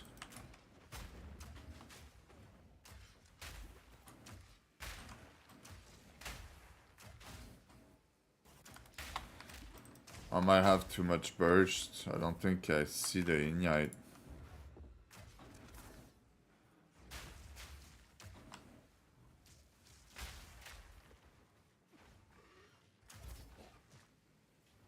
Oh, I know why.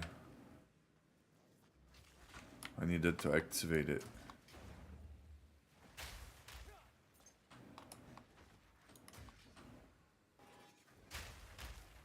Oh, there you go.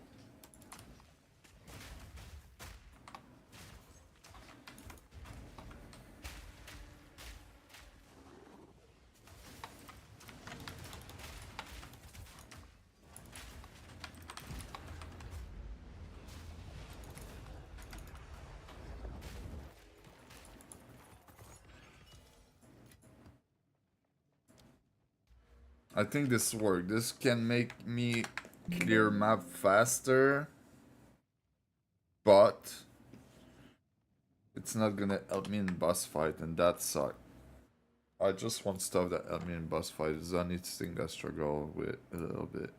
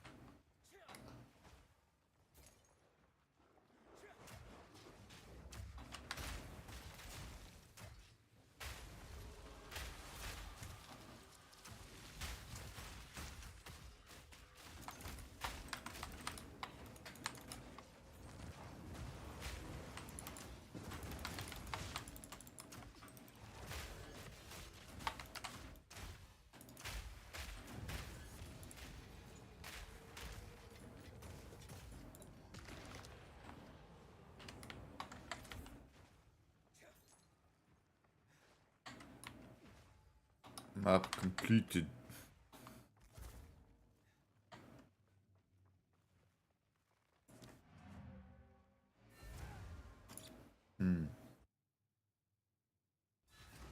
I'm pretty sure there's something that could help me more with the bus.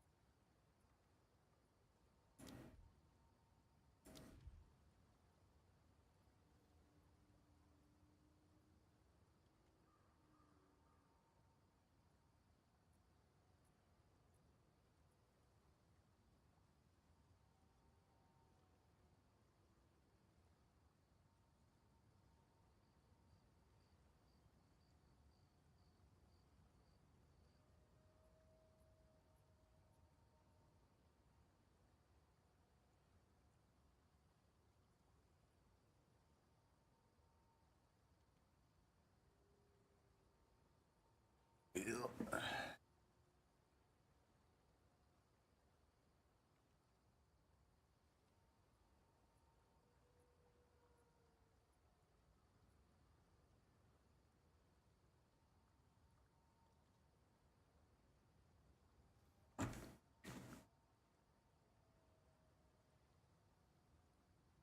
3% more elemental damage per affinity.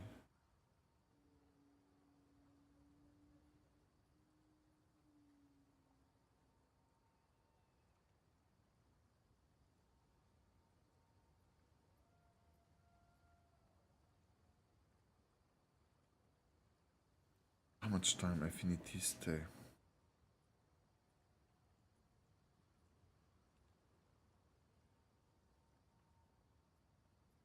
Eight seconds.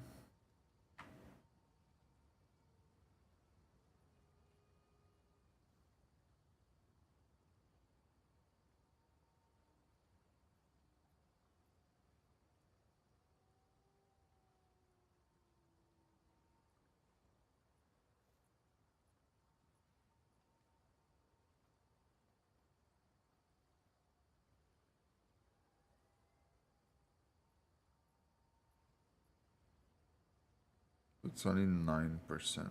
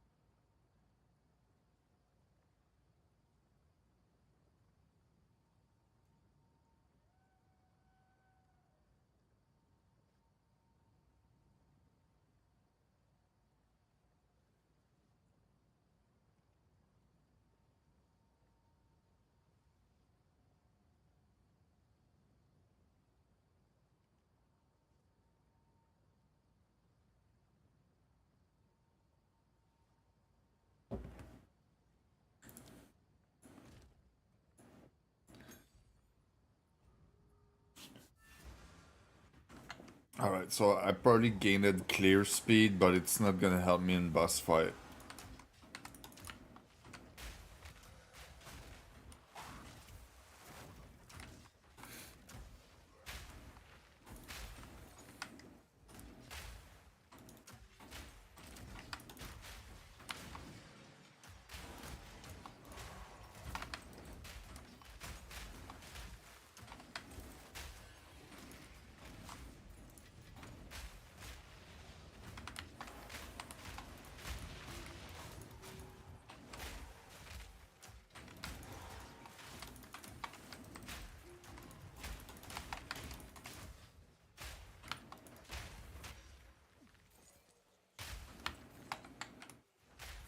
Oops, I skipped the ball. This ball right there. It's nuts.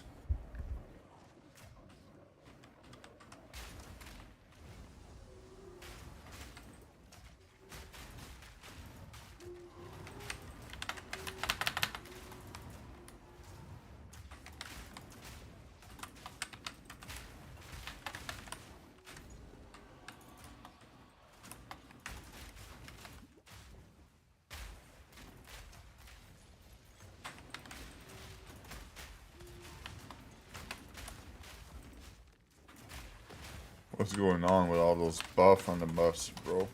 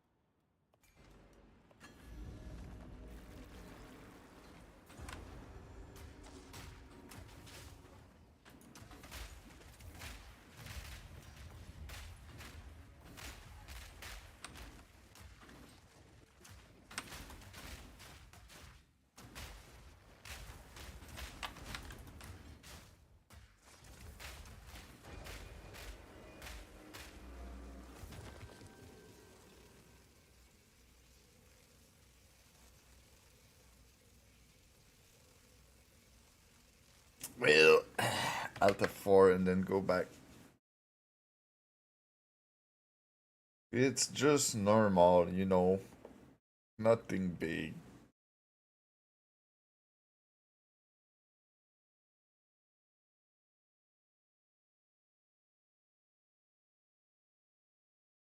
They did close faster than that. I don't know, man. Hello? Well, I had this video right there I wanted to see. Orang cyber intrusion. Cyber threat from China, Iran at house hearing. Known terrorists that were given status underneath the Biden administration inside the United States. These aren't. Oh yeah, 1,900 terrorists, known terrorists that got in during the Biden administration. 1,900, bro. Suspect is. Imagine we have this in Canada too. They could blow a bomb into a dam at any time, dude. And we have so many dams. It's like the target. There's target everywhere for them. Terrorists. These aren't terrorist watch lists. These were terrorists. We are building a system to be faster at it, and the technology that we have, the private-public partnership we've been talking about a lot, is helping us get there. Does the budget sufficiently provide personnel and resources that are going to be necessary to ensure that CIS is equipped, that they can tackle the potential cyber attacks? Truth is, we actually have the resources we need. We need the people, and we need the expertise.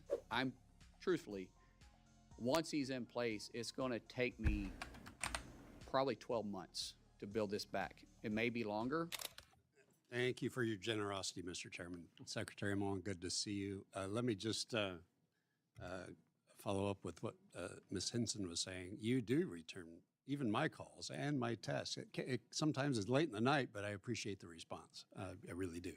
I wanted to start by acknowledging some of the incredible work and, can I say, commitment by ICE to crack down and deport convicted illegal criminals. We had a case last month at ICE Seattle arrested a man that had a lengthy criminal history, including 2 felony convictions of raping a child, and it was awaiting deportation. And I just wanted to bring that up and say thank you. That's the efforts that are keeping our communities safe. First thing I want to talk about is the visa and H-2A petitions. At the end of April 2026, USCIS reported a net backlog of all USCIS cases at 7.23 million cases, an increase of nearly 70% from the beginning of the administration before your time, with the expectation that additional vetting requirements may even further strain those processing times. Could you describe how DHS is allocating personnel and resources to address this backlog and ensure timely adjudication of applications? Yeah, unfortunately, we're having to go back through and re-vet a lot of people that was. I cannot even force shut down the game. The game is not closing, bro. Asylum or given visas underneath the previous administration because they didn't do any checks. So we're building systems in right now to be able to do that through an automated system. We're bringing up the first one in 30 days. That's going to be specifically for the backlog of DACA, which DACA doesn't give you, status in the United States. It just is a term that Congress ratified, but we put in place. But it still allows you to apply for a work visa, but it doesn't give you status. That we're going to deploy the first one in 30 days, and then we think we'll be able to get caught up in a very fast time. But we're having to build the automated systems because it's just not possible for us to go through one by one. But because we're going through there and taking a deeper look at all this, we've been able to arrest over 1,900 known terrorists that were given status underneath the Biden administration inside the United States. Over 1,900. These aren't suspected terrorists. These aren't terrorist watch lists. These were terrorists that was just issued because there wasn't any really checks and balances put in place. And so it's real work that they're doing, but we are building a system to be faster at it, and the technology that we have, the private-public partnership we've been talking about a lot, is helping us get there. Good. So on a related note, I appreciate the agency's follow-up to a question that I actually submitted, if you remember, Mr. Chairman, when Director Edlow testified regarding the adjudication and processing time specifically for H-2A petitions. The response indicated that there was no backlog for H-2A petitions, which, thank you, that's a welcome update. However, it's a 15-day turnaround. Once it gets cleared, it's 15 days. Well, what I was going to ask, the response also indicated that the processing times in 2026 so far are notably longer compared to previous years. So just looking for your commitment that you'll continue to support the agency's efforts to expedite these petitions. As you know, timing is critical for agriculture. And will your budget ensure that sufficient resources are dedicated in order to carry out those responsibilities? So I had a briefing on this 2 days ago. and our turnaround on those visas are 2 days or 15 days, especially if they're known. A lot of these agriculture workers are known. They come back and forth. We see them every time. We can repeat them, and the largest percentage of those are. We're also looking at the dairy issue, and because it's not seasonal.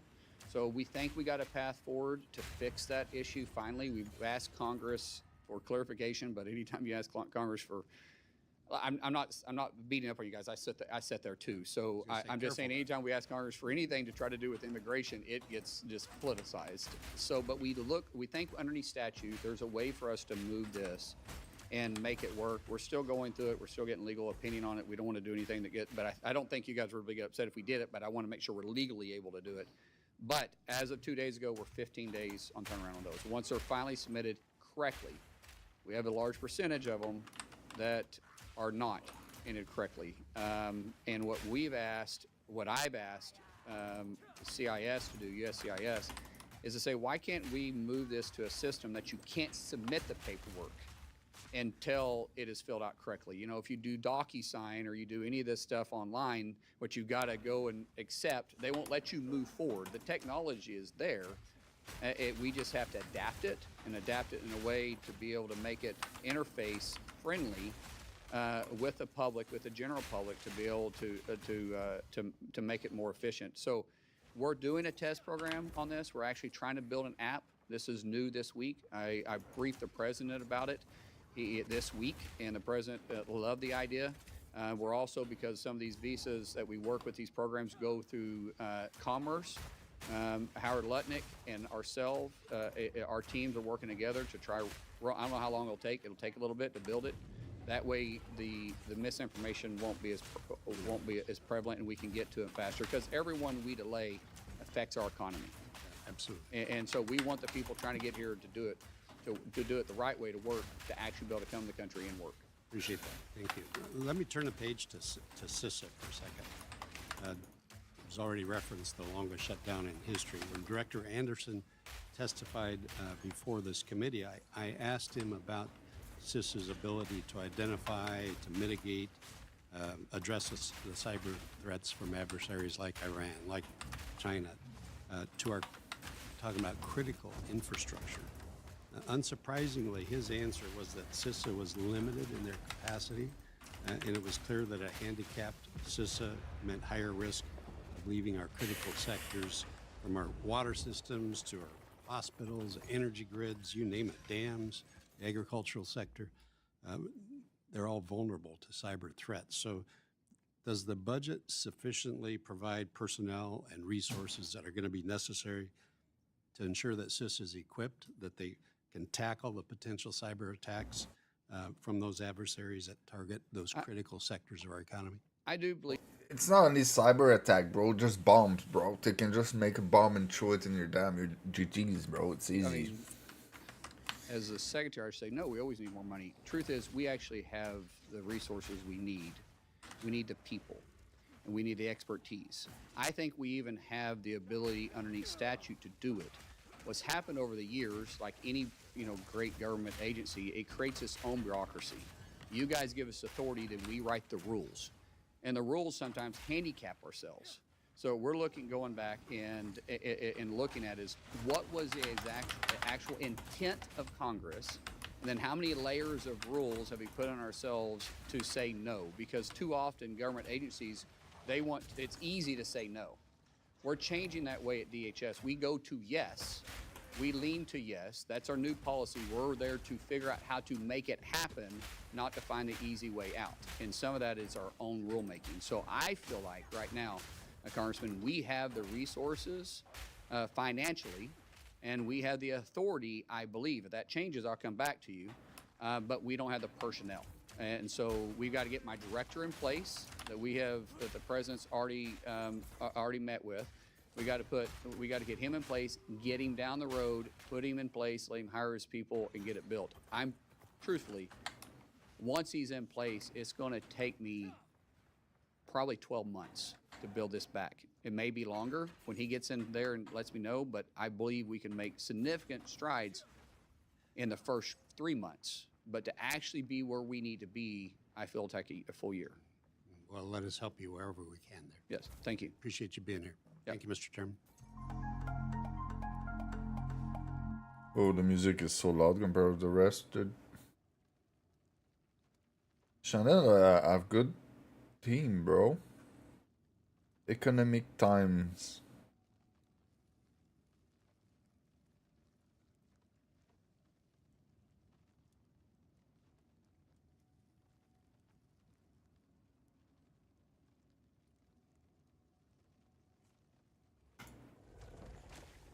As you saw with the communists elected in New York City recently, they're communists, they're not social democrats. Communism is very easy to sell. It destroys everything, but it's very easy. The Democrat Party is in big trouble because this isn't stopping with New York. This is going all. These are not social democrats. These are hardcore, godless communists. They're godless communists. All communists are godless. They don't believe in God. And as this spreads throughout the country, very much like an uncontrollable form of cancer, the country itself will be taken down. It will be third world, strictly third world. The Democrats, they are horrible. They want to resume the transgender mutilization of our children. They want to restart the war on Christians and churches. And as you saw with the communists elected in New York City recently, they're communists, they're not social democrats. They want to completely destroy the traditional American way of life. Communism is very easy to sell. It destroys everything, but it's very easy. I'll be honest, I think I'd be the greatest communist in history.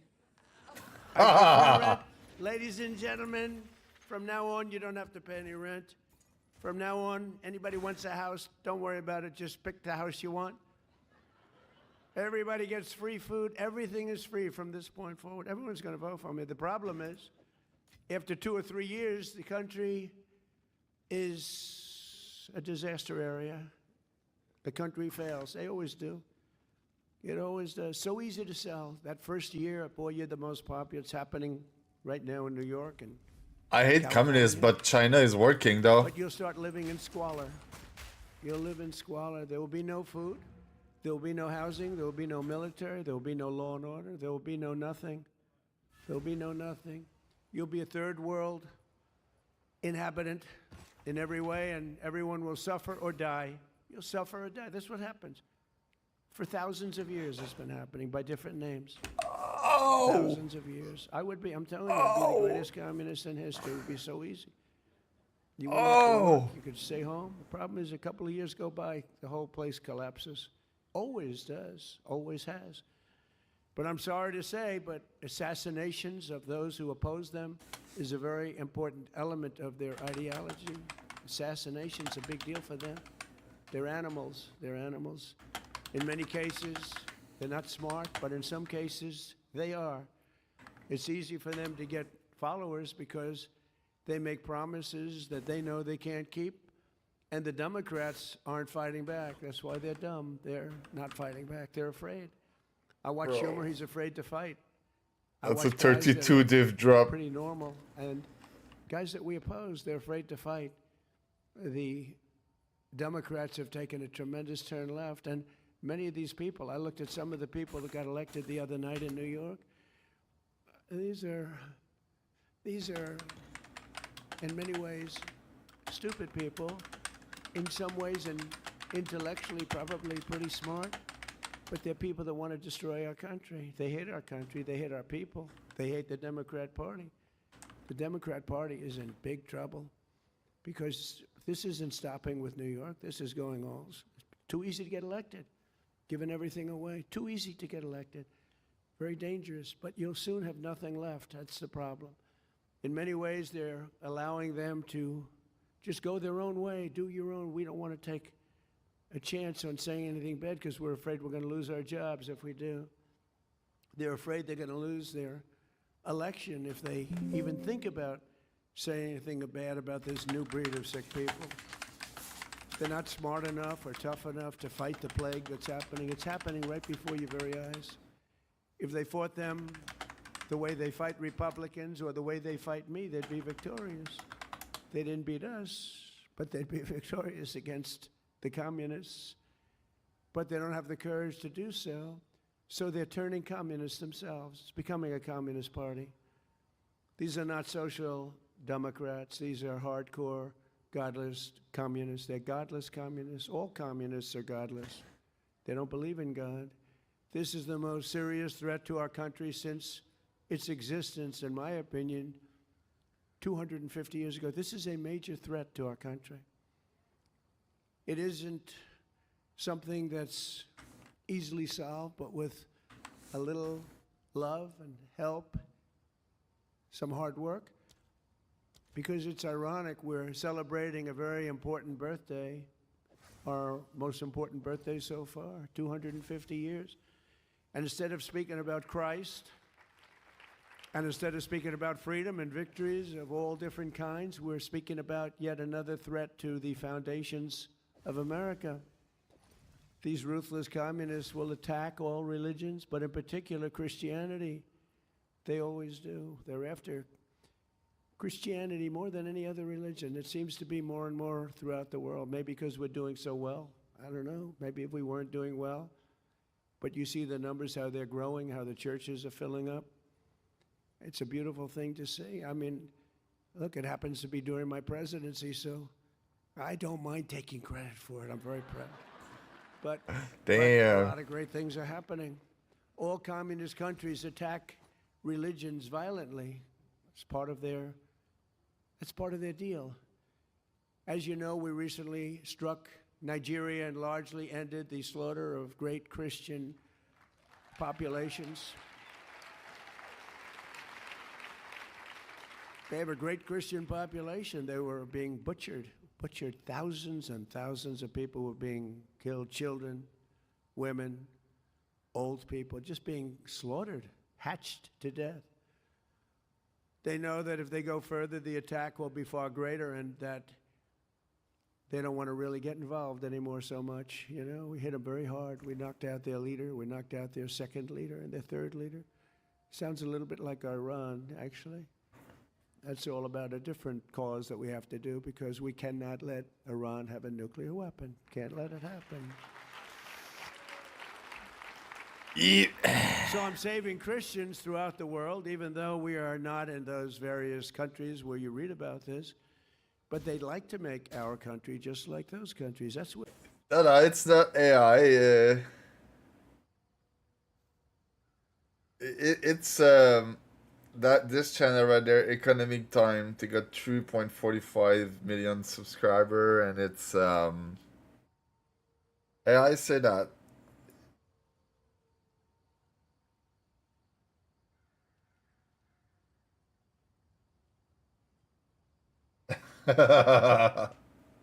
He's going hard, bro. Every time, bro, I understand why people hate him. Like, there's at least one dude who rise up and say shit, bro. He's going hard at it every time, dude.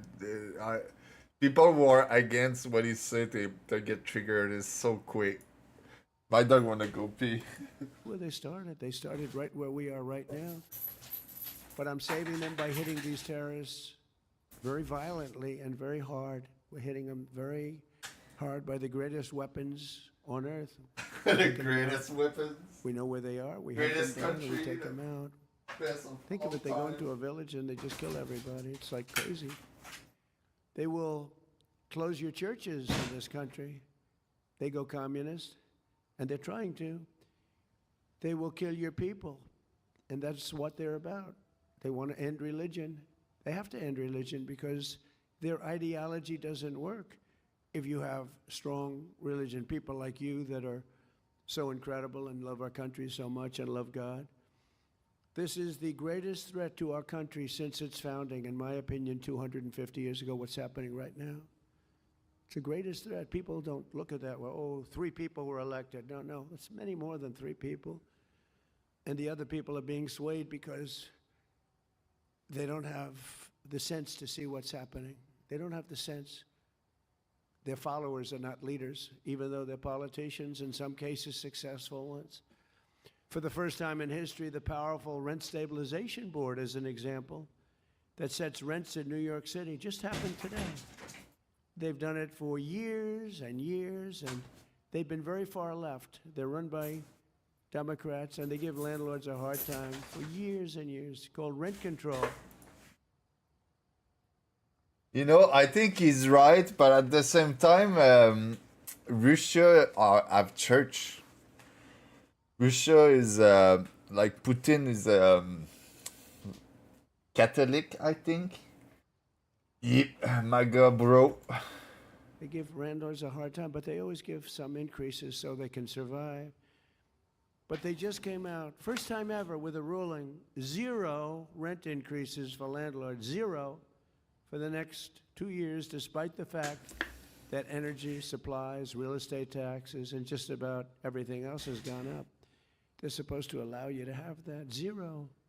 They're giving them that. They're basically confiscating their property. And the one representative for the landlords who's on the board, I think they have 8 or 9 people on the board, and you had one who was representing one out of like 8.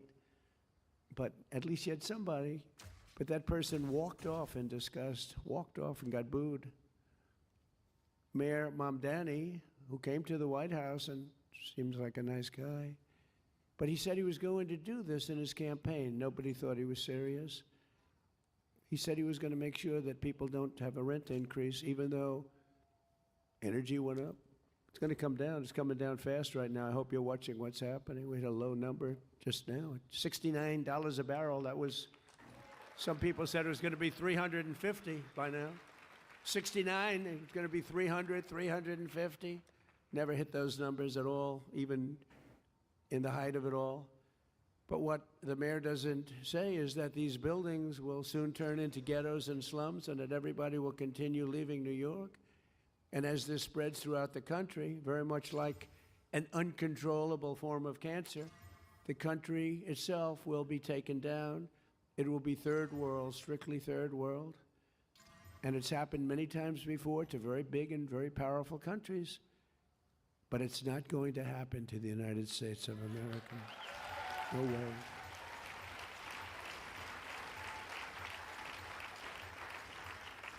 Because communism really is the past and freedom is the future. That's what we are. All we want is freedom. Freedom is going to be, freedom gets you everything. Everyone needs to get out and vote in the midterms. We have to win this election. This election is very vital. If we don't, everything that we've gotten so much. I mean, religious liberty, but we've gotten so much. Our military is the strongest in the world. I built it during my first term, strongest in the world. And people respect us again. They respect us maybe like never before. We were laughed at a year and a half ago. We were laughed at. Like never before. The most respected nation anywhere in the world. It's funny, everything for him like never before, bro. I really like Trump.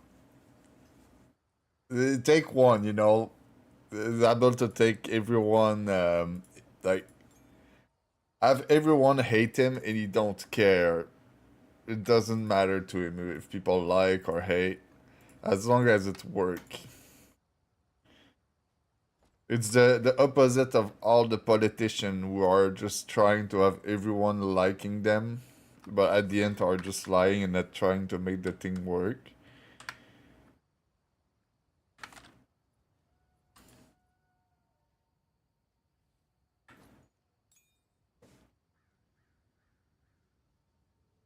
Building burned down and business destroyed, and those were Americans. Yep, yep. Yeah. The way he delivered the things, I think, is amazing, bro.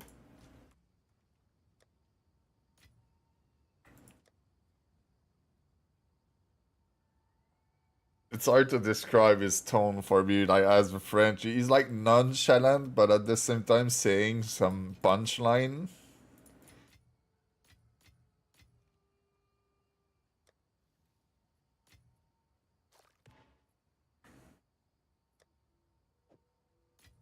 He say more punchline than a rapper, bro.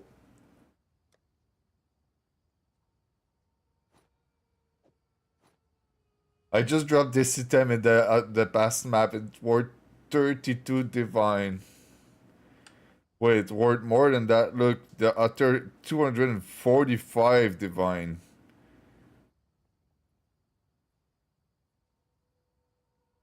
Wait.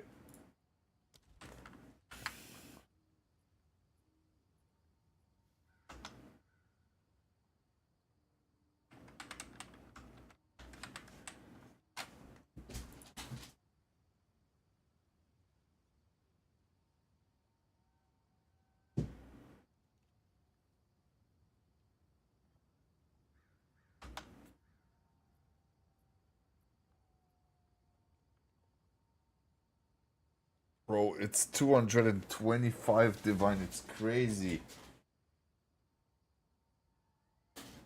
I thought it was 30 div. It's, bro, I don't even have that. I never had 225 divine in this game. People hate truth and common sense. That's why they hate him, because he has the ball to stand on it. Yep. You know, my father once told me that he hates Trump, and the reason he say Trump say that African people eat rats. So he was eating Trump because he say that. But my father made a wife that is an African woman, and her himself tell me into another conversation that they raise dogs to hunt rat, and then they eat the rats. Like, they raise their dog to fucking hunt the rats, and then they eat it. So hating Trump for saying that, bro, he's just saying fact. It's straight up like you say. You say fat and people hate it, bro.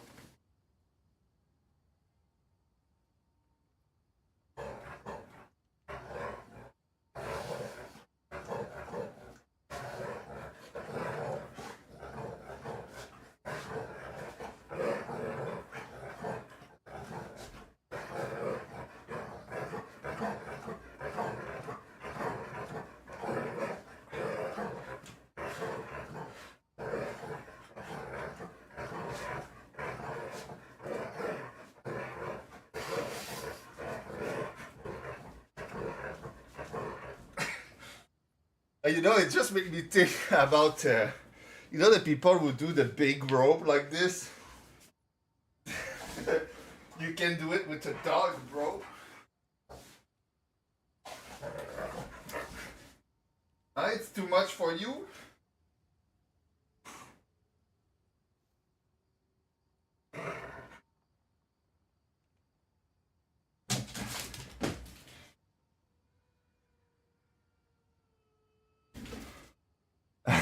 Yeah. Yeah, I play with my dog. I like it. I like dogs, man.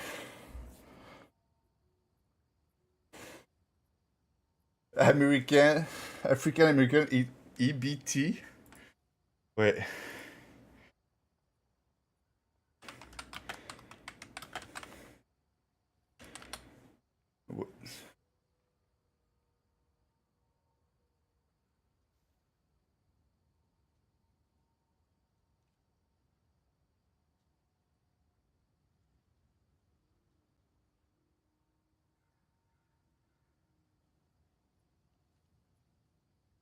Did the AI party tell me a bunch of weird shit?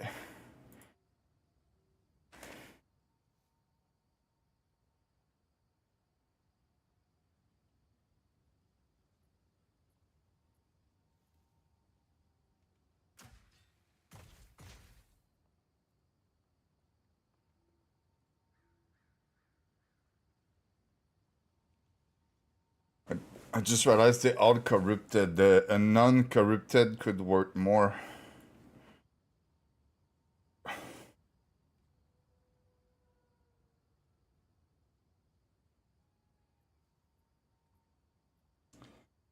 Okay, yeah. Government assistance, free money, yep. I see what you mean. There's a lot of single mom where I am that are on that. Okay, this one is not corrupted. It's 230.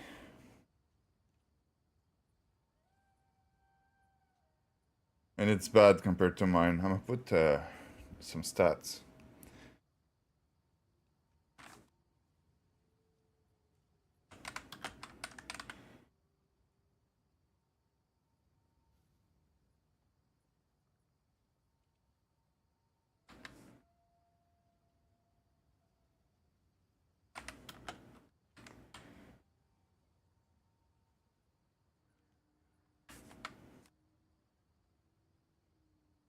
No result.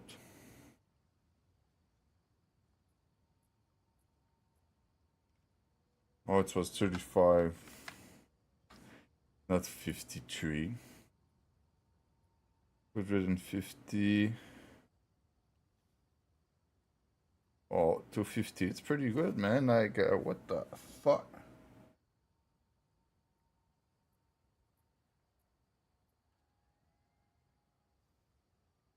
Oh, I'm gonna put another video like this. It's that channel right there, Economic Time. I just watched like 3 of their video, and it's easy to watch while gaming or doing whatever on like a second screen. There's a lot of video, like I feel like I need to stay there and look at it, but that I can play and let it play in the background, and at least I get some decent information. We have similar program in Canada, but I don't think they are as good as USA has. Yep. I just remember when I got out of the, you know, foster family at 16 years old, I managed to get out of foster family. I proven that I was able to live by myself. Since I was 16 years old in an apartment, I did use some program like this during a couple year. It helped.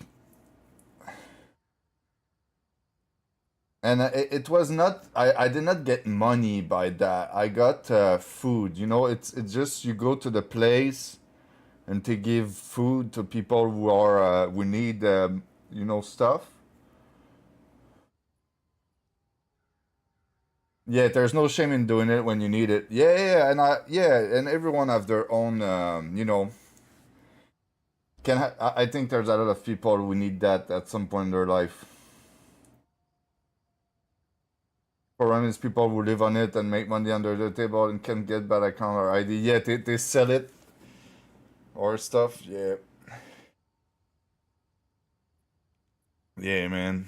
You're right. You're right.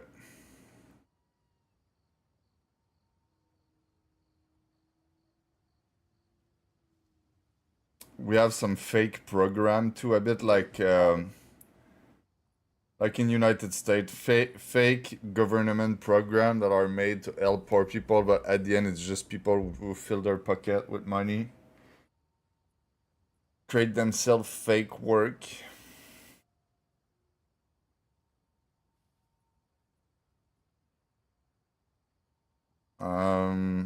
Is there one that look good?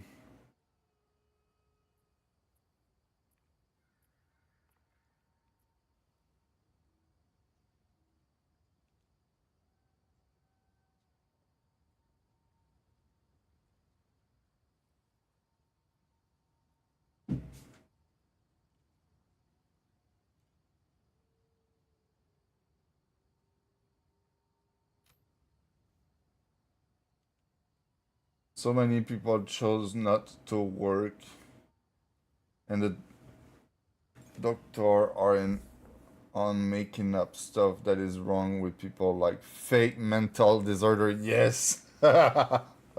You're right, you're right. So many people take medics and they don't need it. It's crazy, dude.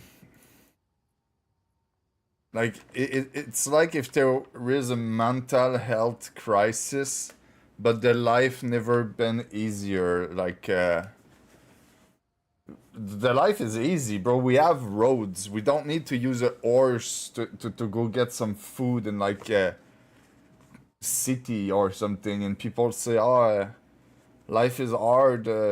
I need like this and this. Bro, life is easy. Even if it costs a lot of money, like, it was way more difficult.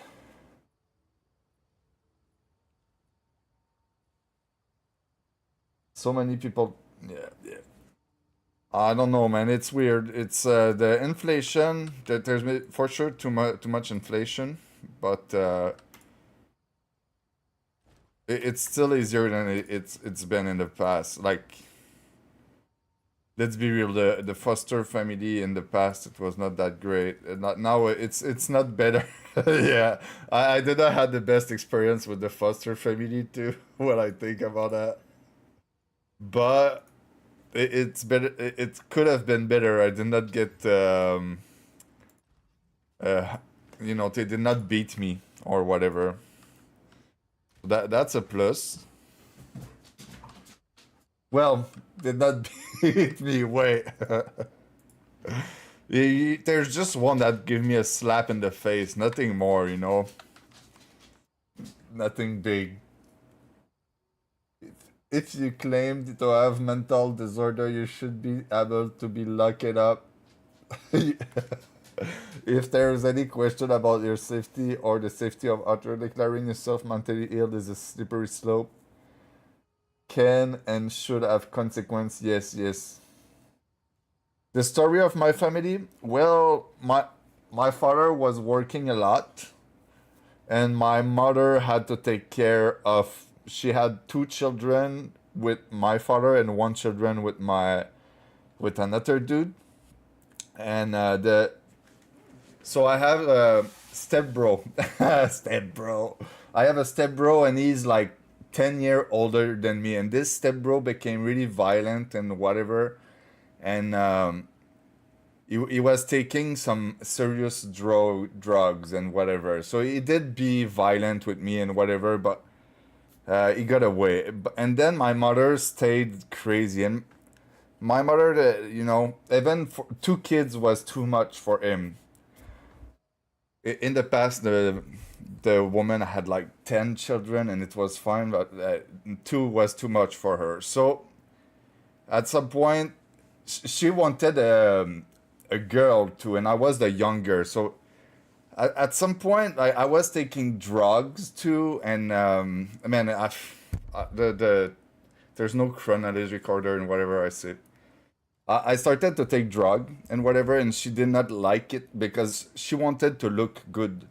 She wanted everyone around to think that she was a good woman and whatever, and because it was making her look bad that I was taking drugs. I was not saying fuck you to my mother. I was always respectful, but she did not like the fact that I was taking drug at like 13 years old. So at some point, she was calling me cross-eyed too, because sometime when I was taking drug, I had the cross-eye. Well, all that. What was the word? She was comparing me to there's some bird that are cross-eyed, and she was saying the name of the bird. And at some point, she said that she wanted to have a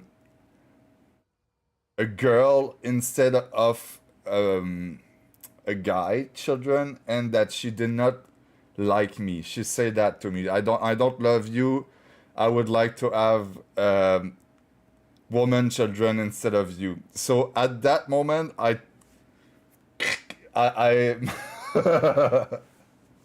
I was young, so I just took it was the day before Christmas. I took the Christmas tree, I threw it outside, I destroy it with a bat, the baseball, and then I run in my room and I throw myself in the wall. Pack. And then after that, the government took me, and she said that she don't want me at home or whatever. So the government took me and put me in foster family. And then at that moment, foster family during 2 years, and then there was no more space in foster family during 2 years. After the 2 years, so they put me in kid jail for 9 months because there was no place in foster family for young men. So during those 9 months, I managed to prove that I had no problem. Like the people that was taking care of it, it was like, this kid have no problem. Why is he there? Whatever. And then after 9 months of kid jail, I managed to go in apartment and live in an apartment at 16 years old by myself. And yeah, after that, I started selling drugs. It was all I knew. Like in foster family, I was with other kid that was taking and selling drugs, and I just live in the street life. So when I got out at 16 years old and live in an apartment, I started to sell drugs. And around 18 years old, I got arrested because someone was selling drug for me. And he got arrested in my house. I was not only selling weed, I was selling pills. I was selling a lot of pills. I was selling weed, hashish, and speed, and how do you call it? Ecstasy. But mostly the speed, like the methamphetamine, I was buying it in pack of 800, and I was selling it to other people who was selling it. Like I was selling it to some people here and here, but I was mostly selling to other people who was selling it. And one of those dude who was selling for me got arrested in my house at 18 years old, and because of him, I did another 9 months in jail, but for adult. So I got 18 months in jail overall. And then I got out of the jail around 19 years old to 20, and I never sold drug again after that. I realized that there was other stuff that I could do with my life, you know, after thinking and whatever. And there was a lot of people who was owing me money. You know, when you sell drugs, people owe you money. So I was hating all this. I did not wanted to go back in that because of that. And some of those people who got arrested in my house, they all talk against me. Like they say what I do and whatever. I did not talk about against anyone, but everyone was stealing me, man. So I never wanted to go back in that thing. But yeah, so it was pills, you know, I think this is bad. Selling pills is a really bad thing and nobody should do that. I took a lot of it when I was young and stuff like this. I think it destroys people. It's, they don't eat, they don't sleep. If there's two things you need in your life, it's eating and sleeping, you know? But yeah, so it's, I explained it the simple way. There was for sure some stuff before and after and everything, but it's so long to tell a life story, you know? But the fact that my father was working a lot and he was not there, it created, let's say, daddy issues. And then the mother was just not stable enough. I don't know how to say that. Mentally stable or having enough patience to deal with that. You work at back shift and used to buy old school amphetamine? Yes, I see what you mean. Yeah, this is what I was selling, like old school amphetamine from the trucker. Thanks for telling us the story. You are a great person after going. Yeah, thank you, bro. I did work a lot of myself. I'm lucky that I did not lose too much brain cells by doing that. And I'm lucky that I did not hurt people too by doing that. I could have, like, you know, for me, I still see like selling, when you buy and sell at one pack of 800 pills, it's already like, you're not a good human anymore. You should not be doing that. Nobody should do that. Like, it's inhuman. I think it's a really, it's so wrong.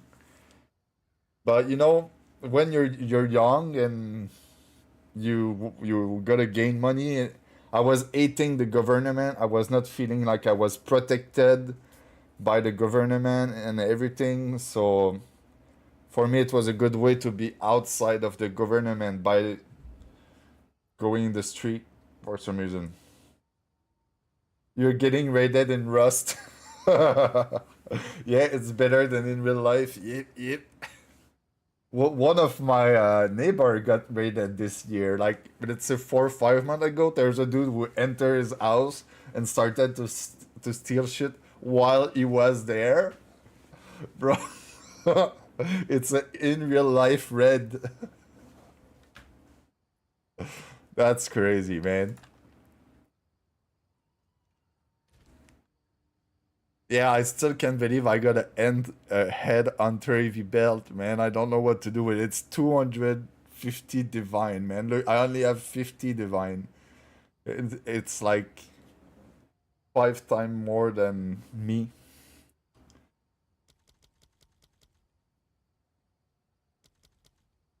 And it's gain value every day, so I should probably just keep it and sell it later.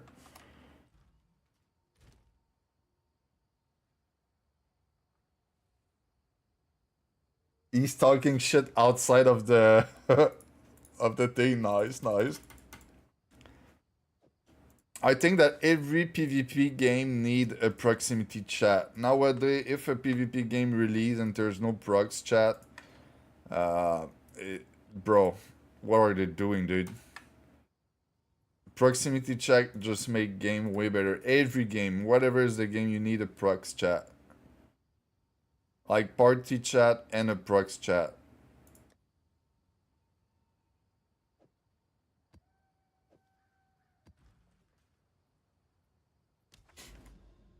If I want to use that belt, I'm gonna need to change my wool build, so I'm not gonna use it now, but I think I'm gonna try to find a way to include it.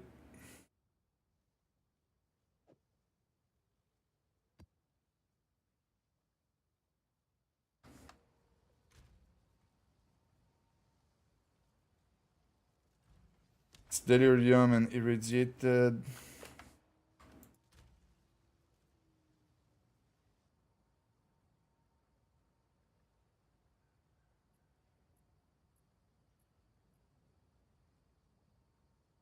You like the way the day you just typed the chat? Yep.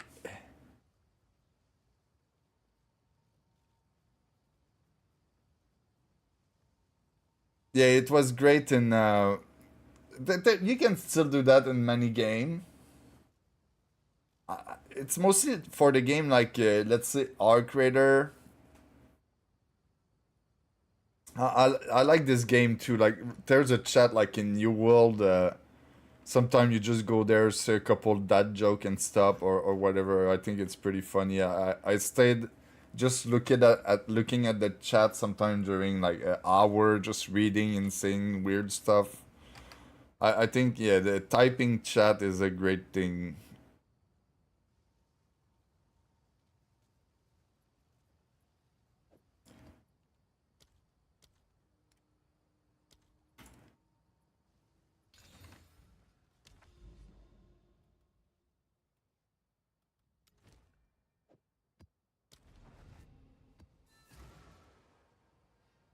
Benzadrine is what you use to get in front of the trucker. To get to get front from the trucker. Wait, no, sorry, man, my reading is so bad. Benzadrine is what I use to get front the trucker from. Okay, when I was a back shift baker at Tim Horton. Oh yeah. Damn, bro. I never took Benzadrine. I think the only weird thing that I took was maybe ketamine once, but there was another one like made for the people who go sleep. You know, after taking pills, a lot of like speed or whatever, you take that and it helps you to go sleep. Because you can't really sleep after taking pills.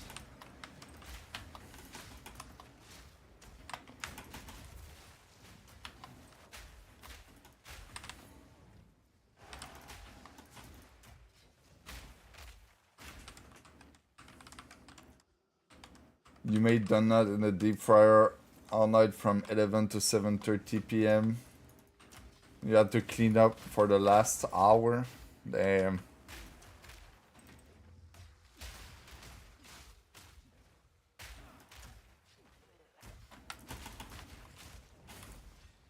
Yeah, it's surprising the amount of people who just work on drugs. When I was selling drugs, I realized that even some lawyer, they just are looking for coke and pills all the time. Like, you think they are normal, you know, but they are not.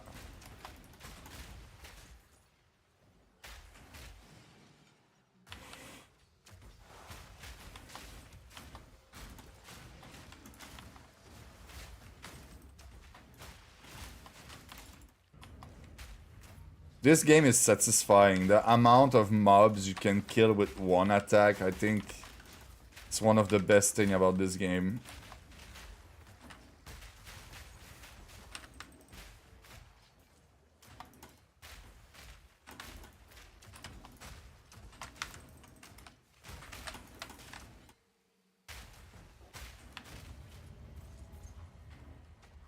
You know, that remind me about the...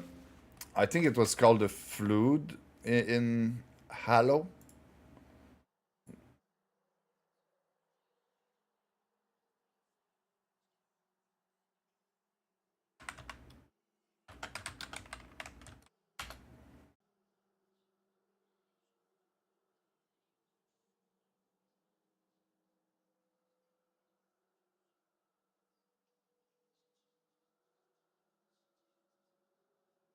Oh yeah, I think it's this. Why is there loads of dead bodies? Wait a second, where's the Flood?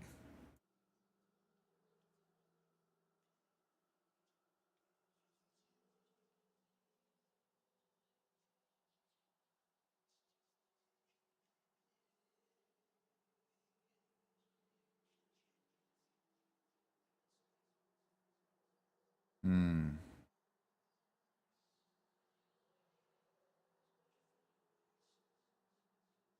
Am I tripping? It's a meet the Flood for the first time. It's a long ass video, man.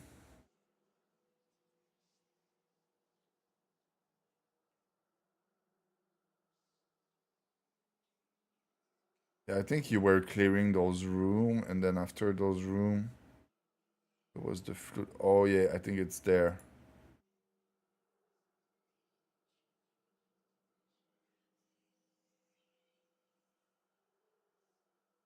This game, like, for me, Halo 1 and 2 was some of the best game of all time, man. The only banned ephedrine as a supplement in 2024, yeah? Game very quickly, and I don't like it. Okay. Oh, I love this. Look, you see all those small mobs? Oh, that sounds so satisfying. Damn, man, no shotguns on Legendary, Bungie? What's wrong with you?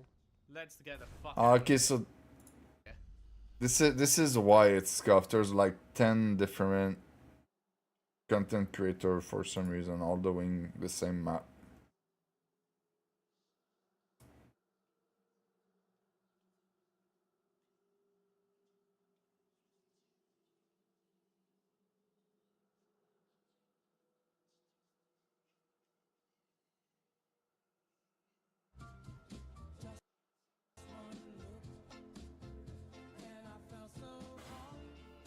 Every cell. Is that to be able to buy a bottle of 8 milligram tablets up?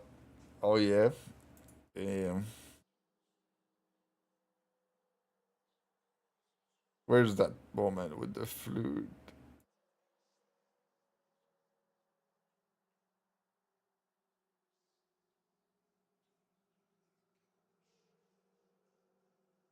I think at some point I'm gonna just go back and play this game.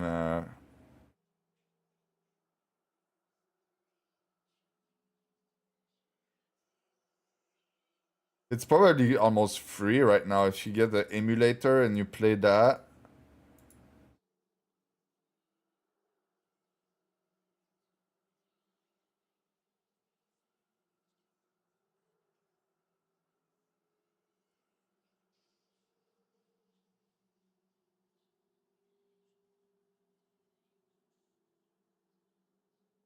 Yeah, in that moment it's like the whole game turned into like a horror movie. Providing you with a shotgun, but they're not above making you suffer either. Heading back to the lift which brought you into the facility, you press the button to call it, at which point it comes crashing down in front of you. If you thought there was any chance of an easy escape, here your hopes are very quickly dashed. Thankfully, however, there is another elevator for you to make use of, but once you're on it, instead of it taking you out of the facility, it takes you even deeper inside, and there's plenty of Covenant blood splashed across the shaft, just in case you aren't already demoralized enough. Upon reaching the bottom, it's time for the third part of the encounter escalation I talked about earlier. First you faced infection forms, then things got a bit trickier with the introduction of combat forms, and finally you're now tasked with taking on combat forms with weapons. Not only is this fantastic encounter design in that Bungie gives you more time to adjust by using a gradual difficulty curve, but it also adds a layer of uncertainty. To begin with, you were just fighting relatively weak infection forms, and now the Flood are shooting at you. It makes you extremely uncertain as to what might be coming next. Unfortunately, however, what comes next is probably the weakest part of 343 Guilty Spark, as you race through a number of very similar looking rooms and corridors as you try to find a way to escape the unfolding nightmare. At first, the environment does sort of work. It is grey and for a tiny little too long in the depths of the facility, and it's that there's more. God, you're here. We've been lost out here for hours. After we lost. They did not even show the moment with the flute the first time you see it, bro. Why is it so hard to find, bro? Well, the flute was a bunch of small mobs just all attacking you. I think more game need that. Usually you just fight like a few enemy out at the same time. You are scared of making you lag or something.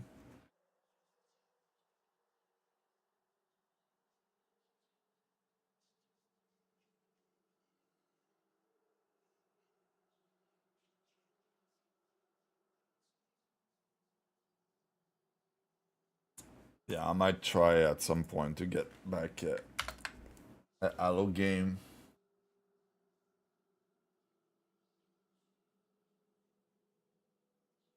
$24 mg tablet, 3 stuff setting. The 8 mg ephedrine pills were about equal to 1 benzedrine at the time, and the ephedrine were over the counter. Oh yeah.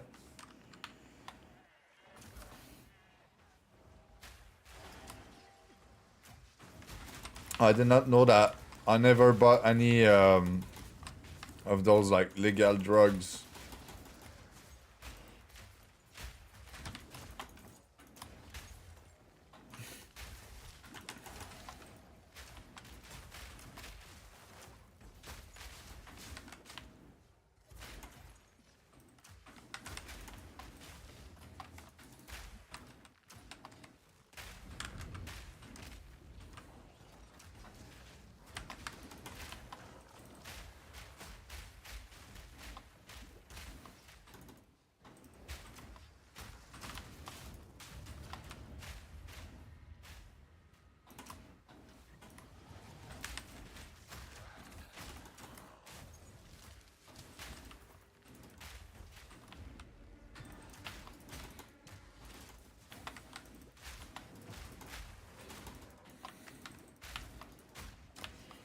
So now that I got a bunch of divine and all that thing, I think tomorrow it's gonna be the time for me to make the build guide.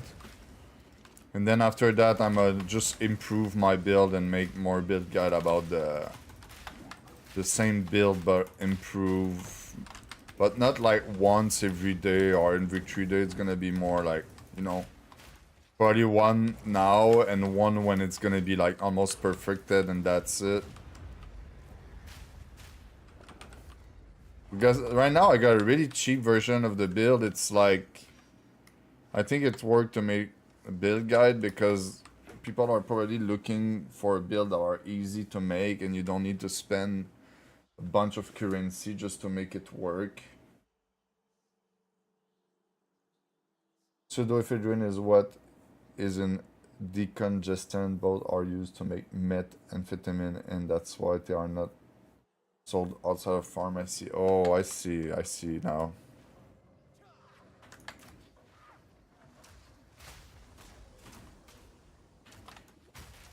I waited too long, I lost my delirium.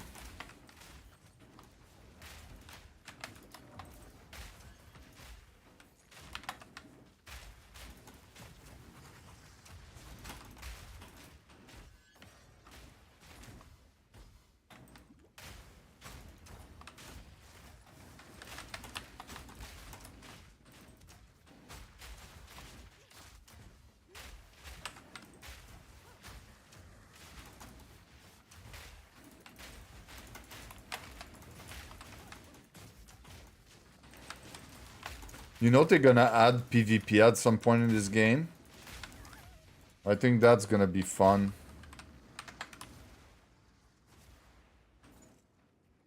I wonder how they're gonna balance it. I don't think people care about it being balanced or not. I think people just want to fight each other. And if it's scuffed a little bit, it's even better than if everything is balanced and boring.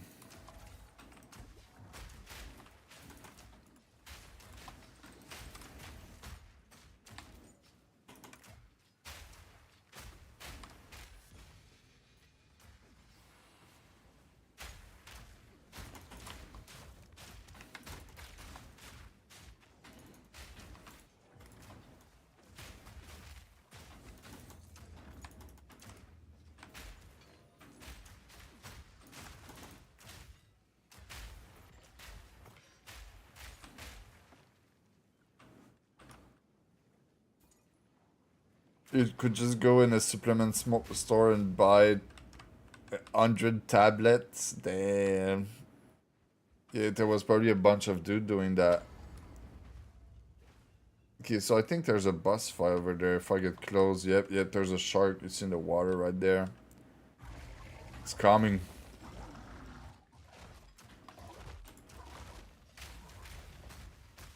I don't know if it can one-tap me. Probably.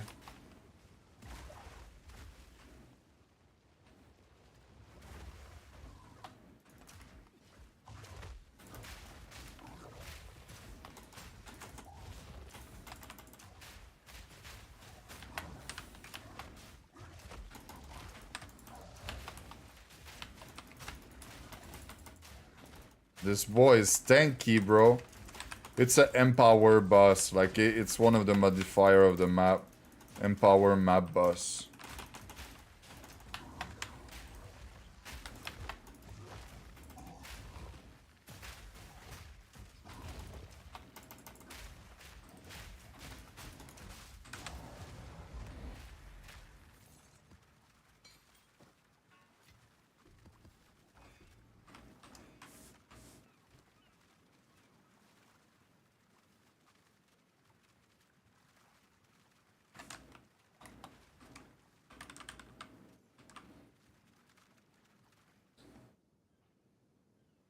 You're surprised it took that long to regulate it.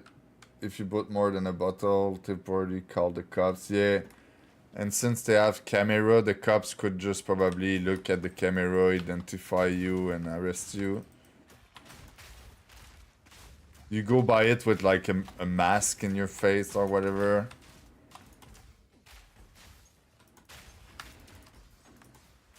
I guess the people who was selling drugs, they was probably asking someone else to go buy it for them.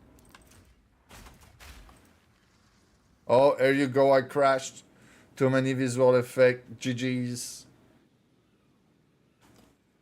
The name of the gaming studio is GGG. Oh yeah, GGG, bro. Sometimes I wait and it fixes itself, but most of the time I just reset. I think this one's gonna be a reset and go.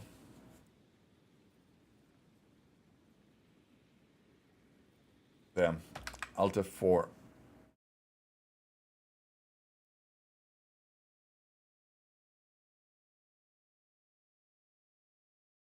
I'm gonna look at video during that time. This channel is doing great. I think the problem for them is probably the thumbnail. They have a lot of subscribers, like 3.45 million. They could probably like make way more views. Look, this one have 200 views, and when you have 3.45 million sub and you're only making 200 views, there's a problem.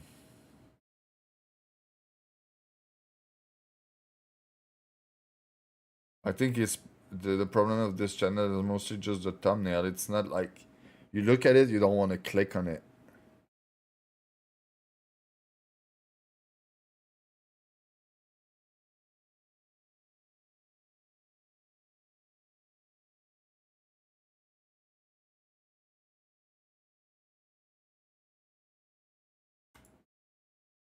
Mr. Secretary, how will the Verify Act help ensure that states can quickly timely identify illegal aliens before licenses are issued or renewed? We're doing road enforcement. We work hand in hand with the Department of Transportation.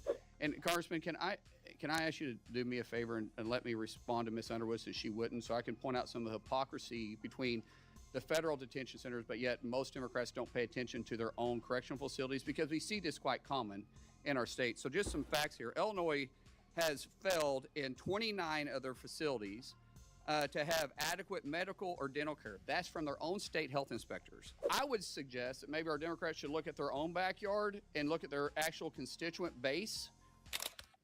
Mr. Shreve, you were here first. Are you having a good time so far?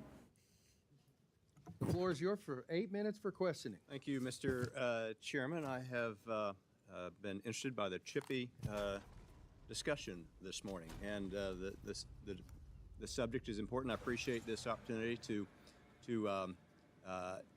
put some questions to our Secretary. Mr. Secretary, thank you for being with us. Saw you in Indianapolis not too terribly long ago when you came in with Senator Young. So congratulations on the new work. I want to use my time to focus on some practical issues that matter to my home state. The subjects are roadway safety, trade processing, and counter drone readiness. And so if I could start with roadway safety, Sheriff Rutherford spoke in this lane to some degree, but Indiana, like Texas and other states, specifically suffered 2 crashes recently involving individuals that were unlawfully present in the U.S. operating commercial vehicles. 5 Hoosiers were killed. These tragedies expose a immigrant with no license, and they are like illegal immigrant with no license driving company vehicle. Like, what? What is going on, bro? Our federal verification system. In both cases, the drivers were able to obtain or to maintain CDLs, commercial driving privileges, because the DHS SAVE system did not accurately reflect their immigration status. That's why I introduced the Verify Act. The purpose is pretty straightforward. It modernizes SAVE to make sure states have accurate, timely immigration information before issuing or renewing licenses to people that can plow an 80,000-pound rig up and down our highways. Hoosier families, like families across our country, deserve confidence that this federal system is working, that the information is timely, and that ineligible drivers are not allowed to get behind the wheel of these big rigs. Mr. Secretary, how will the Verify Act help ensure that states can quickly timely identify illegal aliens before licenses are issued or renewed? And if I may append to that, what additional steps is DHS taking to ensure that CDLs meet all federal requirements that are already in place, sir? Well, Congressman, we work closely with Secretary Duffy with the Department of Transportation to do this. That obviously falls underneath his committee. And but we do find them on the road when we're enforcing 287G, and when we do, report it to him. So when we're doing road enforcement, we work hand in hand with the Department of Transportation. When it actually comes to the license being sent out, we can investigate them if they're being done illegally. The standards that is set for federal, not state CDLs, but federal. So if you're crossing state lines, or interstate versus intrastate. When that happens, we are constantly in communication with other agencies as well. So some of this stuff, especially if it's negligent, we can work closely with the FBI if we feel like it's organized crime, to which the sheriff referred to a while ago. When we're talking about unlawful CDLs that are... My question is, why does those people all look, they all have suit, they have a fucking desk that worth thousands and thousands of dollars, they have like nice room, you see the floor and everything, but why their mic? Why are they buying $30 mic for I don't know, $300,000 room? Like, it doesn't make any sense to me. Like, the audio quality, it don't matter to them for some reason. Maybe it's because they don't want the people to hear the clip. Like, they just want the people, oh, this audio is ass, I'm skipping, you know? I don't know, man. Like they should make it more quality for the people who want to look at it, man. Like what? That are issued for international or for intrastate, not just interstate, then we also work closely with the Department of Transportation. We go after the illegals that shouldn't ever have the documentations to begin with. So when we find the documentations, we work with that. And Congressman, can I ask you to do me a favor and let me respond to Ms. Underwood since she wouldn't, so I can point out some of the hypocrisy between the federal detention centers, but yet most Democrats don't pay attention to their own correctional facilities because we see this quite common in our state. So just some facts here. Illinois has failed in 29 of their facilities to have adequate medical or dental care. That's from their own state health inspectors. Illinois employs 16 full-time physicians for 29 facilities across the state. We're 1 for 1. Every detention center has a doctor put on staff. Illinois has a quarter of their facilities that don't have a medical director. 60% of their nursing positions are vacant right now. By the way, this isn't the state of Illinois. They have one doctor per 18. Bro, this mic is ass. Detainees. We have one per 1,000. Plus, we have nurse anesthetists that offset much of it. Illinois' state correction facility doesn't. So I would suggest.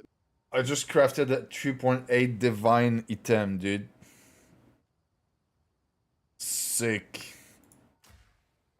Maybe our Democrats should look at their own backyard and look at their actual constituent base. We have people in our detention centers that enter this country illegally, and we're trying to get them off our streets because one death at the hand of an illegal is 100% preventable. And they shouldn't be in this country if they didn't come here legally. All right. Well, I was glad to offer you that time to respond to my colleague from Illinois and then back to Indiana. We have very good. You have 3 minutes on the Indiana project. Thank you, sir. Mr. Secretary, Indianapolis is not only my home, but it's home to the second largest FedEx air hub.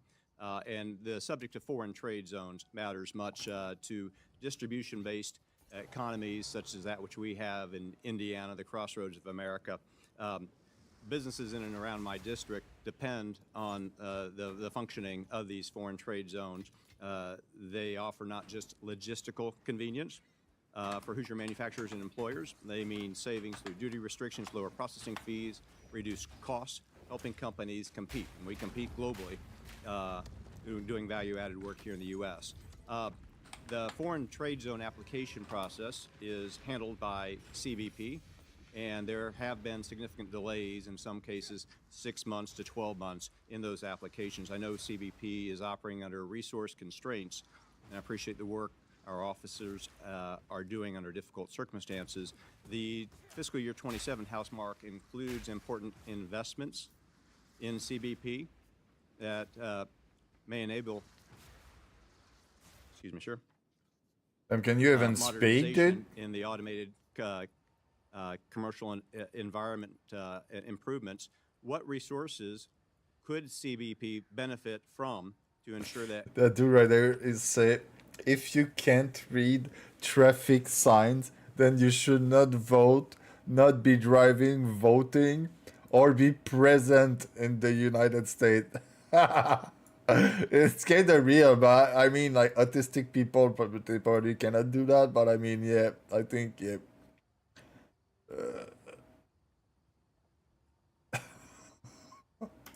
Companies in Indiana and beyond can take full advantage of these foreign trade zone programs quickly and efficiently. Consistent funding is the most important thing we can have, which is what Reconciliation 2.0 does. It gives us 3 years of full funding, so we can't allow some of the radical that serves in our chambers to play games with our custom border protection. When we talk about having funding that's been shut down 4 times over the last fiscal year, the last time was 115 days, it makes it very difficult for us to deploy new technology, more techniques, and it's very hard to hire when you're shut down and no one's getting paid. It's very, very difficult. Having consistent funding, we have the men and women inside all DHS, but especially through CBP, that can do their job, and they're experts at it. We have new technology that we're constantly wanting to deploy. I will say, because of the Republicans in both chambers passing Reconciliation 2.0, which President Trump's initiative, we're going to be able to have new technology to keep these trade zones operate and keep our economy moving forward, which right now, because of President Trump, he constantly says it. We were a dead country. Now we're a thriving country. We're the hottest country in the world because people want to do business inside the United States, and we need to be effective and efficient on bringing products in and out of this country. I appreciate the Secretary's commitment. Much of this shouldn't be ideological. We just got to take care of the It creates jobs. That's right. Mr. Secretary, I appreciate your testimony and the time today. Mr. Chairman. She have nice knees. They should have put her more closer so we can see. I yield back. I'm kidding. I'm kidding. All right.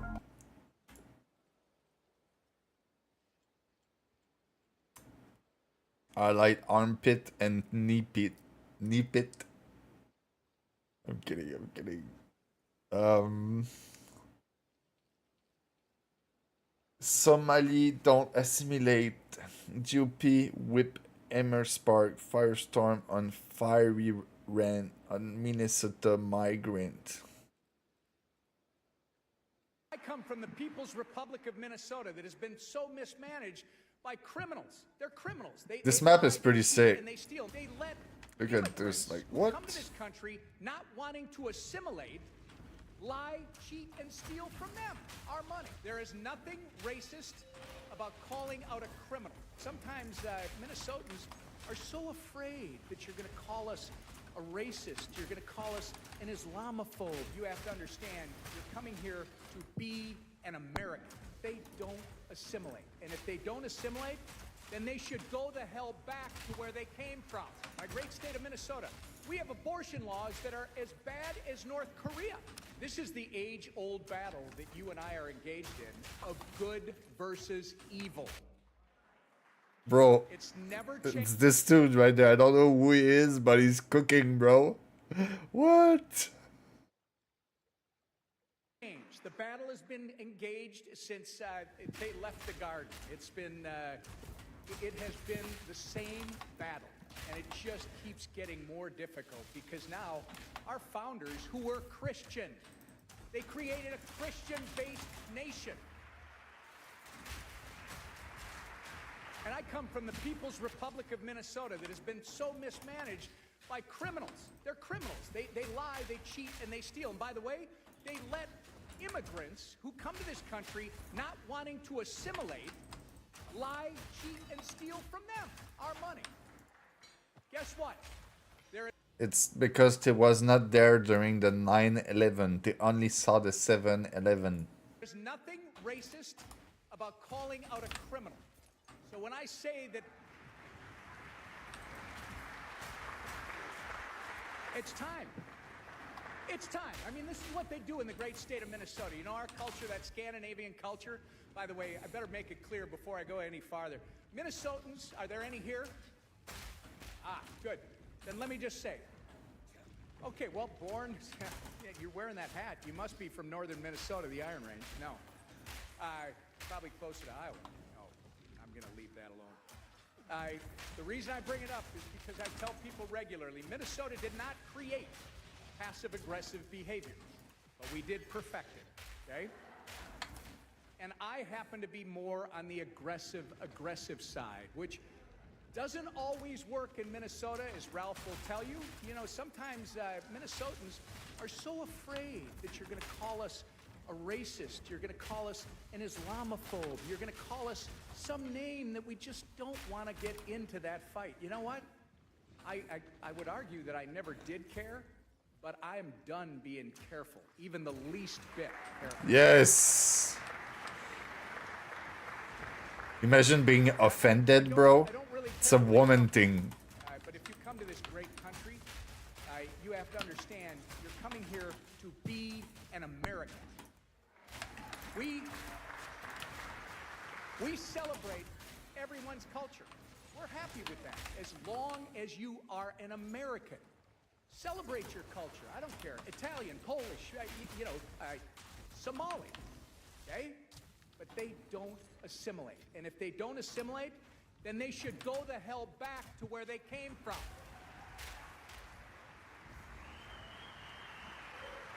Sorry, Ralph. I know this is a family show. I can't help myself today. Yeah. It's a... You gotta fight. I mean, look at what's happened in my state, my great state of Minnesota. We have abortion laws that are as bad as North Korea. By the way, there's an... Yeah, fighting can be family show too, like the WWE, you know, the wrestling. It's for family. Like, fighting is not something bad, man. You tried to play Mass Effect 2 last night and you got like 30 minutes and you uninstalled too much dialogue BS and not enough actual gameplay. Oh yeah? I did not try Mass Effect. I never played it. I don't even know, like... I should probably educate myself. Wait. YouTube...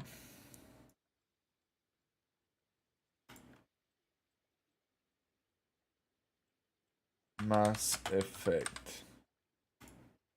I'm gonna look at the one.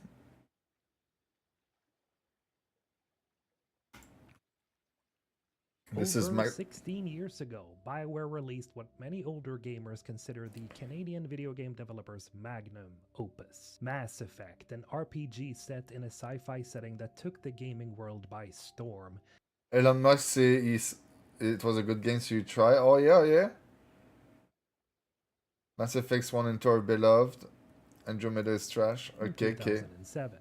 Due to the success of the first Mass Effect, BioWare immediately got to work on the sequel in Mass Effect 2, which turned out to be an even bigger success than the first game. Mass Effect 3 was then rushed out relatively quickly, and, well, the third entry in the franchise had a few issues, mostly surrounding the endings, but the game was generally accepted as an amazing final chapter to an incredible series. 5 years later, BioWare released the next anticipated title in the franchise, Mass Effect Andromeda. But in an unfortunate turn of events, it turned out to be what is now considered the worst entry. Yeah, I realize that there's some game that is more like a movie that you're like watching it than a game that you're like playing. You're not experiencing the I don't know, the story in real time. There's too many like you say dialogue and cinematic. You're not like into the cinematic. I don't know how to say that. You read dialogue for hours straight and shows dialogue option terminate. Maybe shoot some shit for 2 minutes. Yeah, it sounds pretty bad. I would not like that too, man. I'm more like the dude who play.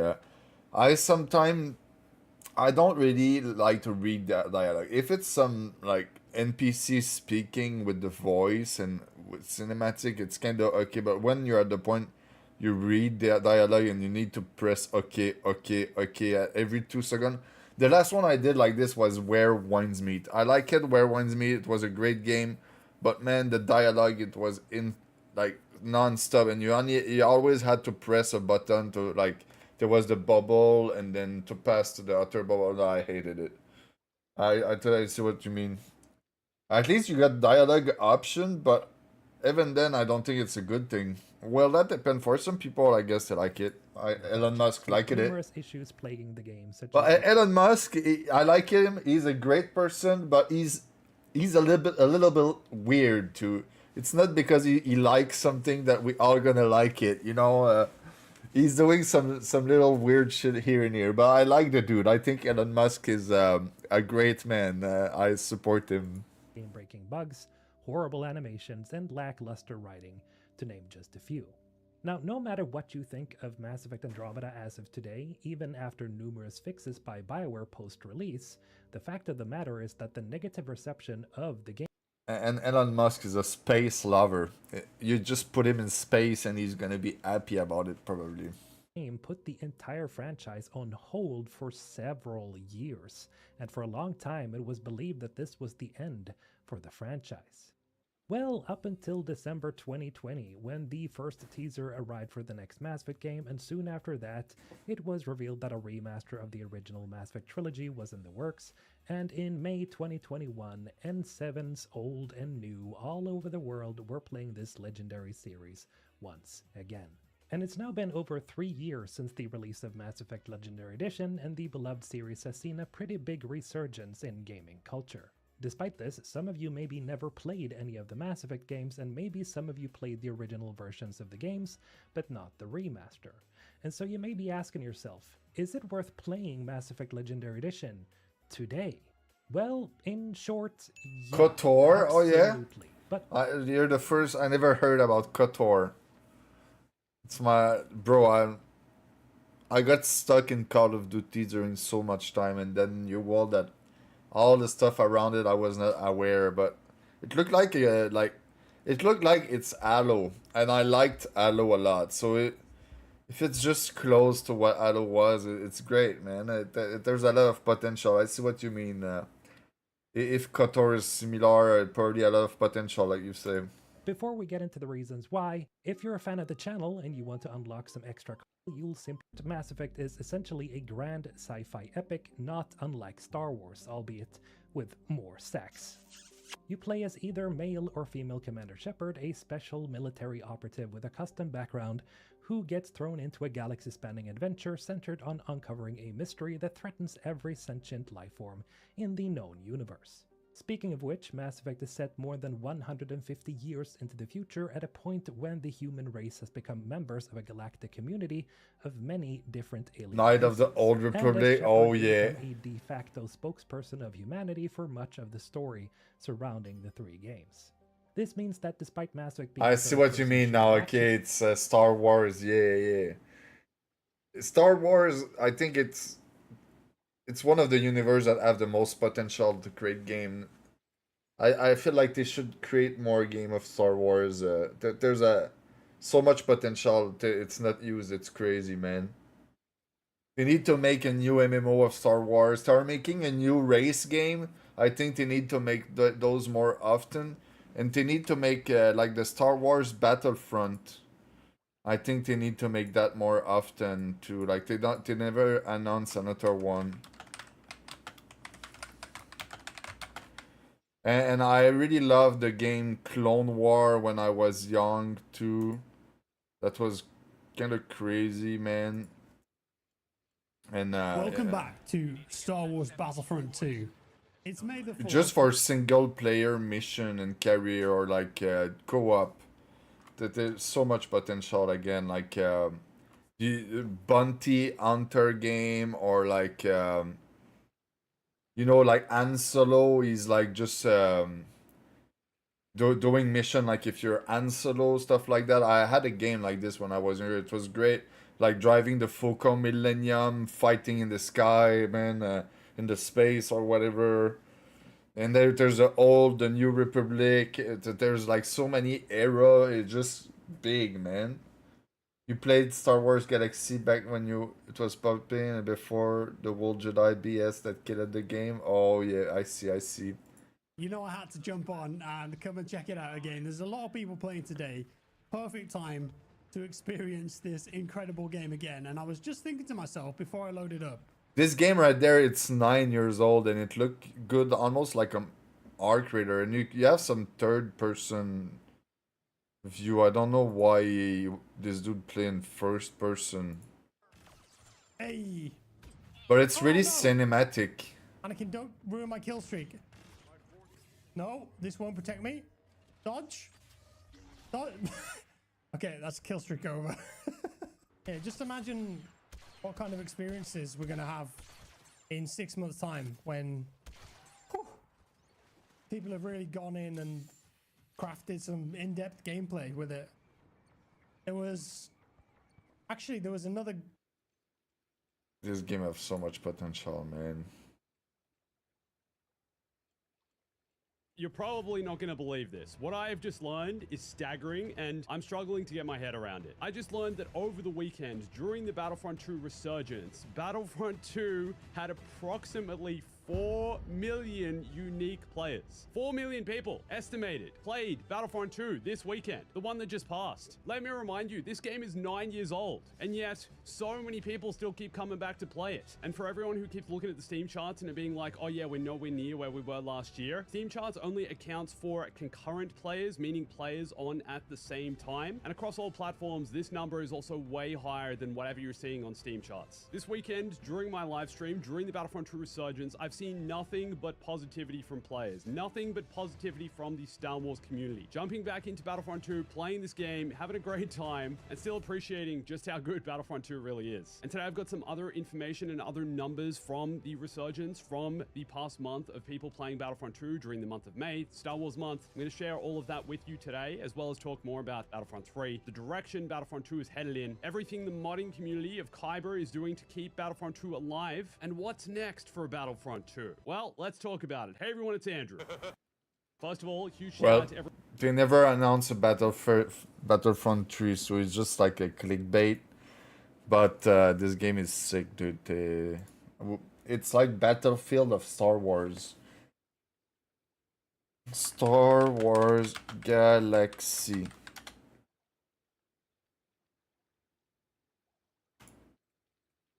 Star Wars Galaxies was the first proper MMORPG set in the incredibly popular franchise of Star Wars. Released all the way back in 2003, Galaxies took the design structure of EverQuest and put a Star Wars theme to it. But see, that's a gross oversimplification of what Galaxies ultimately was. For anyone who played Galaxies during its years, it was more than just a game that tried to mimic EverQuest's success. It was an actual online world with a die-hard community that could go on adventures, trade items, lounge in cantinas, pilot spaceships. It was a game that you could actually roleplay within as if you lived within its virtual world, at least in the game's earlier versions. Galaxies is quite an interesting study in MMO history, as the game underwent quite a lot of structural changes over its lifespan. It had several expansions and updates that were either positive. Bro, I never heard about this game. It's crazy, man. I missed out.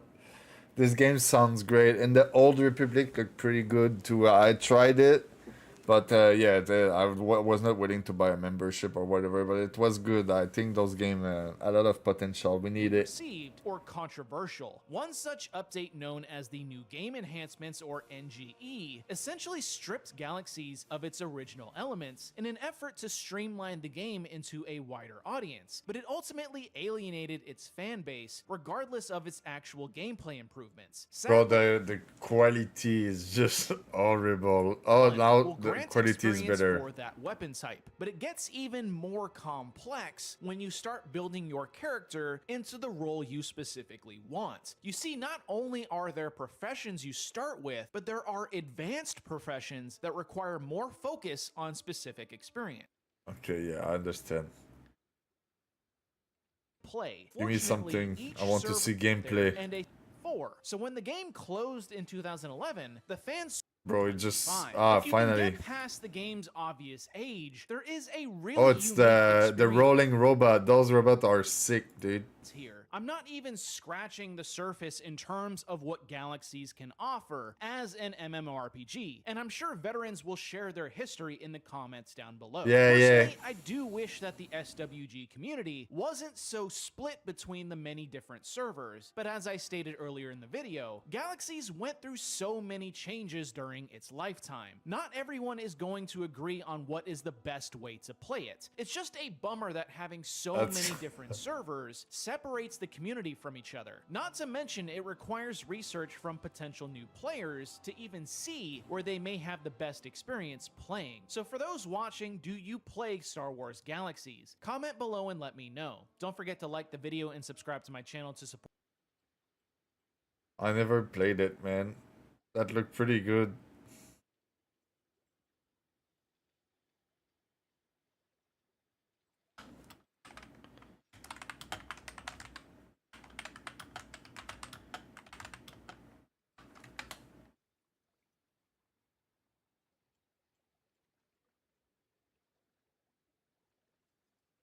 Yeah, I had this on the Nintendo 64. And as I finished the Battle of Hoth, I took a break. Bro, this game was sick. You had the look. This game, look. You had the part like in the movie. You put the cord on the leg of the thing and you just spin around it. Influential and important stages in my entire gaming life. When I first played the Hoth levels on Star Wars on the Super Nintendo, I'd often been left wanting more. Finally, this was the Battle of Hoth I imagined for all of those years. It was a fully 3D open battleground where I was in control of a snowspeeder, tasked with destroying probe droids and blasting walkers to pieces. Then I had to use my tow cable Yeah, you to play land that attacks and drop them to their knees. then I 64, could yeah. choose multiple camera angles, enter the cockpit to feel like I really was in the thick of battle. Lasers flew past me, explosions were everywhere, other rebel fighters were flying alongside me. This was Star Wars. Not the Star Wars games I had to use my imagination with in the past, this was me in the Star Wars universe. No other Star Wars game had sucked me in and made me feel like a rebel as much as this. Sure, I loved the Rebel Assault game on my 3DO, and I can't even remember just how many hours I put into the X-Wing games on my PC, but this was finally it. The new generation of gaming had arrived. And as I finished the Battle of Hoth, I took a breath and I could This game was sick. I loved it. Oh yeah, I remember those fight, man. I beat this game like probably more than 10 times. Like, weapons, and the coolest features using the jetpack, which oh, I becomes hated this mission, really bro. useful for the difficult platforming sections in the game. I was so young that it was some part was hard to understand, man. In contrast to the super long goal I love it, this some of mission. the game's 10 stages are ridiculously short and easy. Take for example the asteroid chase, which in theory could and maybe should have been one of the game's highlights, as you take the Outriders' gun turrets and destroy TIE fighters and asteroids. The problem is that this level is extremely easy, and adding insult to injury, the level's also over in a matter of minutes before This racing one to was the end of sick the too, tunnel. bro. My friend had always sworn that at the time Extreme G was the fastest game he had played on the N64, but this level feels far quicker, and the frame rate is fantastic. You get a real sense of speed, and it will take a few times to get used to controlling the machine, and you will need quick reflexes in order to complete the mission. With the very first N64 games, readers of the comics There are was not- Clone Wars on GameCube.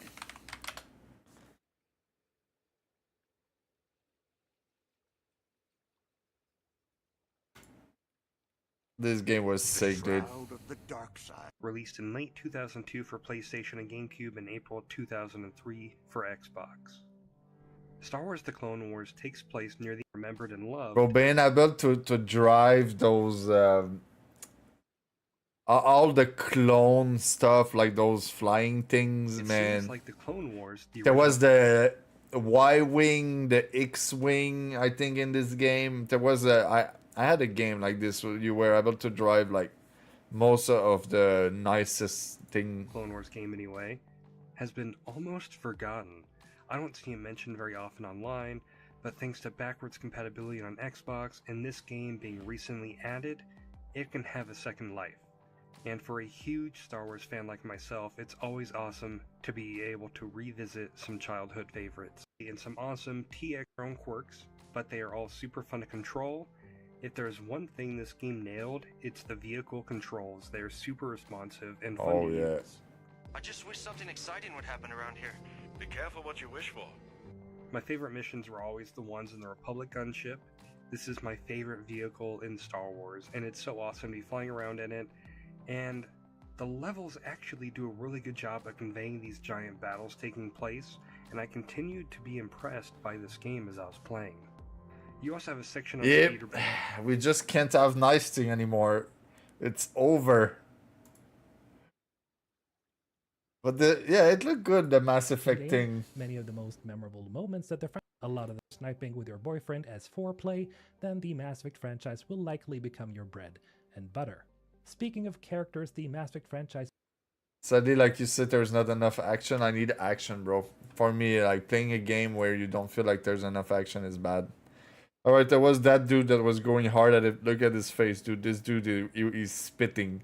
This dude, bro, he could be a Sith Emperor and he would do the roll 100% properly, but right now he's on the good side. Damn, dude. Today, yeah. You gotta fight. I mean, look at what's happened in my state, my great state of Minnesota. We have abortion laws that are as bad as North Korea. By the way, there's an article in our worthless media, because that's the other thing that Clay didn't talk about. We're not just fighting the fight here. We got to fight it out there every day because they have taken over the media. There's so few outlets that we have that actually speak the truth. These guys are constantly trying to inculcate. They're constantly trying to convince people that the truth isn't really the truth. that girls aren't really girls and boys aren't really boys, and that it's okay to do whatever in God's name you want to do. It ain't okay. There is right and Oh, you got no. You gotta remember, you're just playing a role when you're a man. You're not a man. You're playing the role of a man. It's just an image that you try to show to people. It's all acting.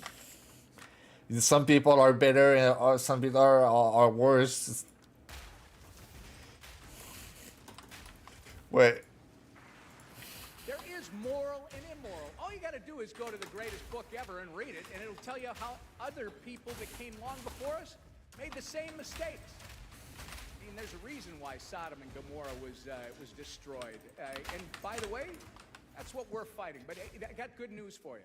The good news is Americans are much smarter than these elite radical lefties understand.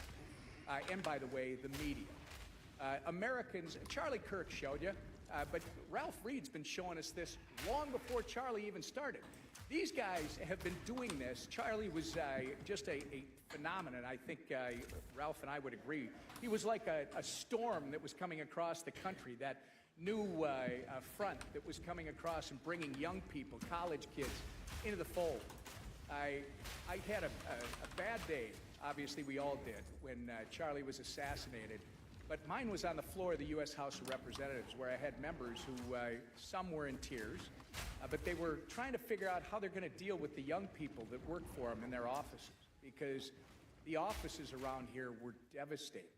These kids were uncontrollably upset. They were crying. They needed leadership. And I remember telling a group of our more right-sided members, if that's the way you measure members, they're all the same to me, but they like to call themselves different things. But I was talking to them because they were trying to figure out, what am I supposed to say to these kids? And I said, you got to talk about something called God's will, right? There's a reason why Donald Trump is still here. God's will is that his work... Mortal Online 2 is on sale for $16. Can you give it to me? Wait, Mortal Online. Man, I heard that not long ago, bro. My memory is so ass. Mortal Online. I'm pretty sure you're the one that told me about it. Oh yeah, it's that fighting game. Yeah.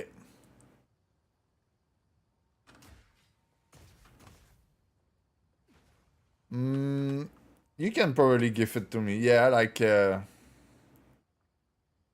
I could try it. Wait a second. How do we even give people on Steam? I don't promise that I'm gonna play it a lot, but I mean, this is a part of being streamer, getting gift, you know. I just gotta get used to it. Wait a second.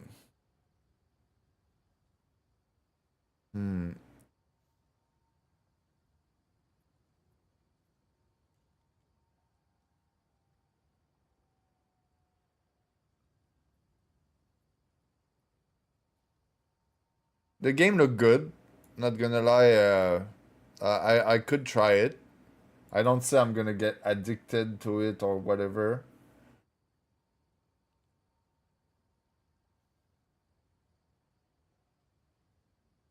I don't even know how to receive a game.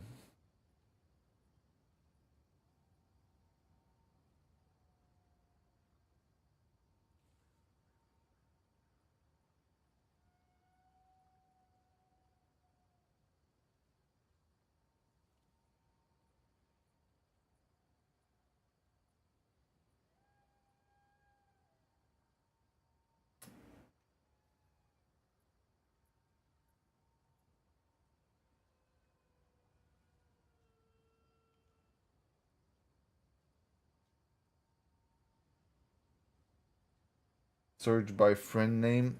Oh, okay. If I'm not in your friend, we'll add the Dolbeck YT like this with a space in between.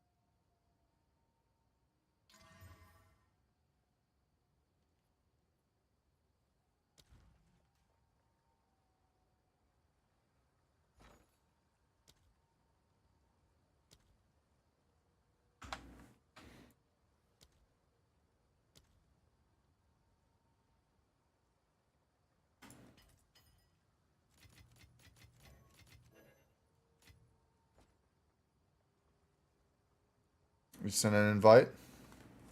A friend invite? Wait, how do I accept friend invite?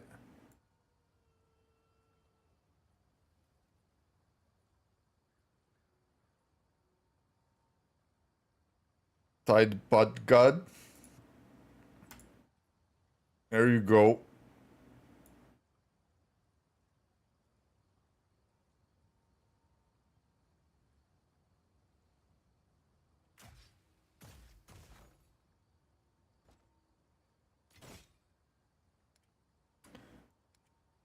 Oh, I went for div. I sold the item that I made not long ago. Oh, I'm getting rich in this game. It's happening.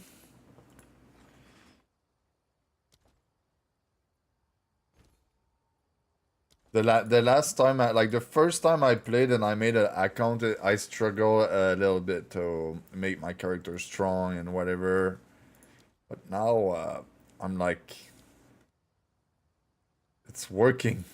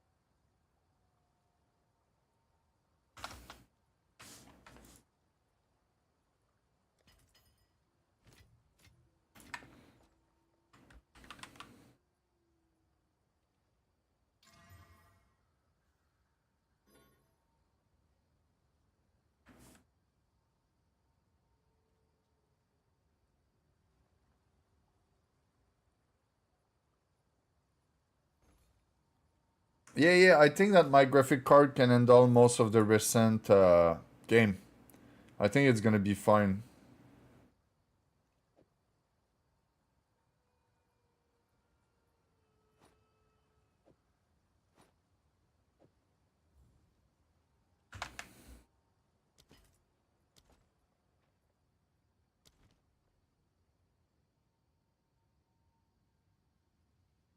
Should be in my library.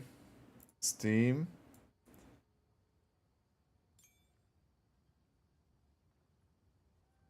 But can I look at my library while being online?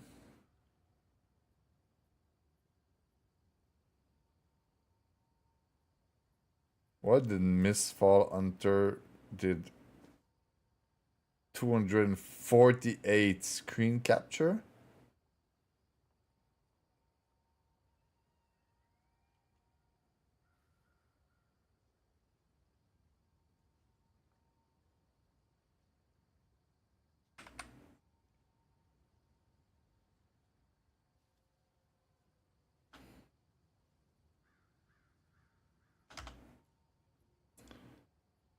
Maybe I need to reset Steam. I can probably do that while playing a game.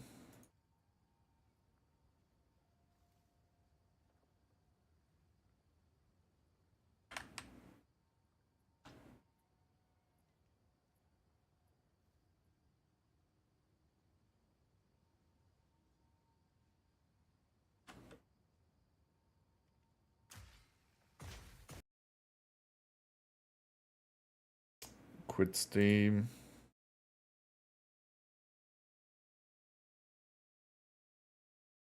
Wait a little bit.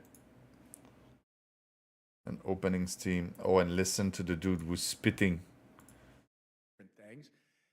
But I was talking to them because they were trying to figure out, what am I supposed to say to these kids? And I said, you got to talk about something called God's will, right? There's a reason why Donald Trump is still here. God's will is that his work is not done. By the way, our president knows that. It worked. Our president, who likes my wife much better than me, and he makes He makes that clear every time, and then I'm reminded by my staff that everybody likes your wife a lot more than you. I get that. But he told her he knows that he should not be here. He knows the reason he is here is because God has a job for him to finish. I mean, Good, I'm gonna install that tonight, in between the streams, so I don't crash the stream or something while downloading it. For the moment, I never had that type of problem, but I think it could happen. Like if I start the download and start lagging and everything, but I'm gonna have it downloaded tomorrow, and I'm gonna try it tomorrow just for fun. Why not?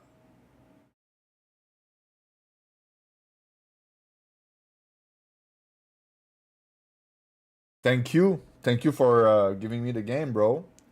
I'm gonna for sure try it and have fun probably, because I was looking at this game and I was like, oh, it looked fun, man, but I was just not you know, willing to spend too much for it. Alright, that dude was spitting. Really important. He said that the people like his wife more than him. Even Trump is saying him. Oh, I like your wife more than you. That sounds like something Trump said to people. He's that type, but I like, you know, it's a good joke. It's fine.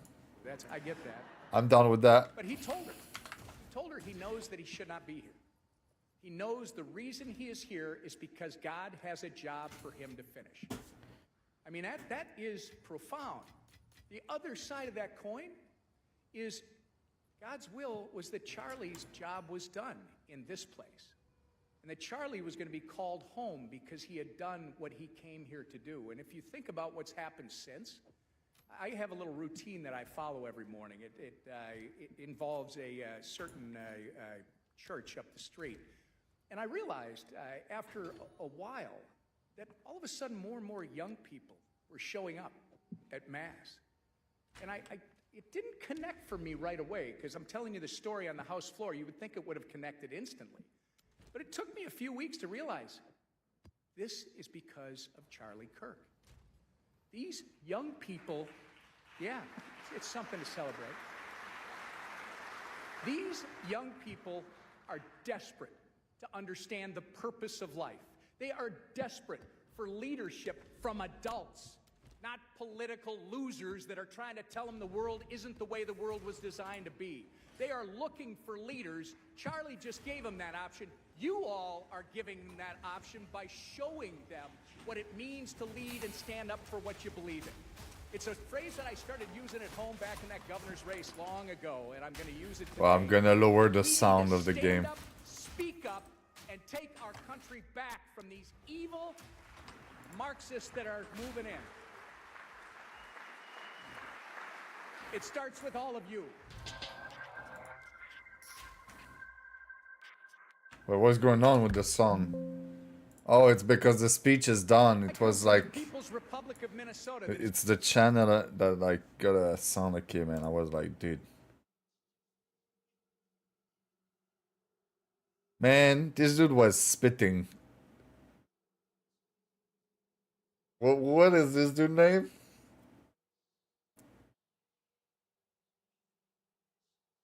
Whip Hammer sparked firestorm with fiery rant. Whip Hammer.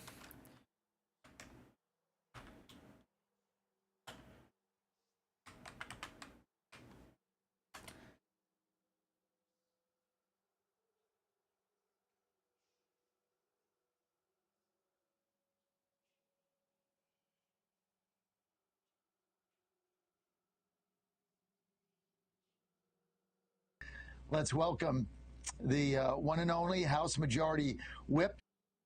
Ah, the sounds suck.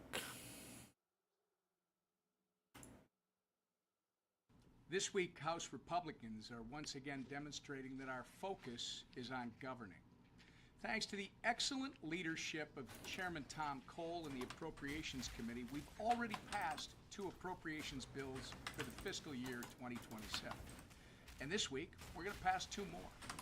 Since 1990, Congress has only passed all appropriations bills on time twice. In 1995 and in 1997 when Republicans controlled both the House and the Senate. I don't know when it became an anomaly for Congress to get its job done on time, but House Republicans are going to do what we were sent here to do.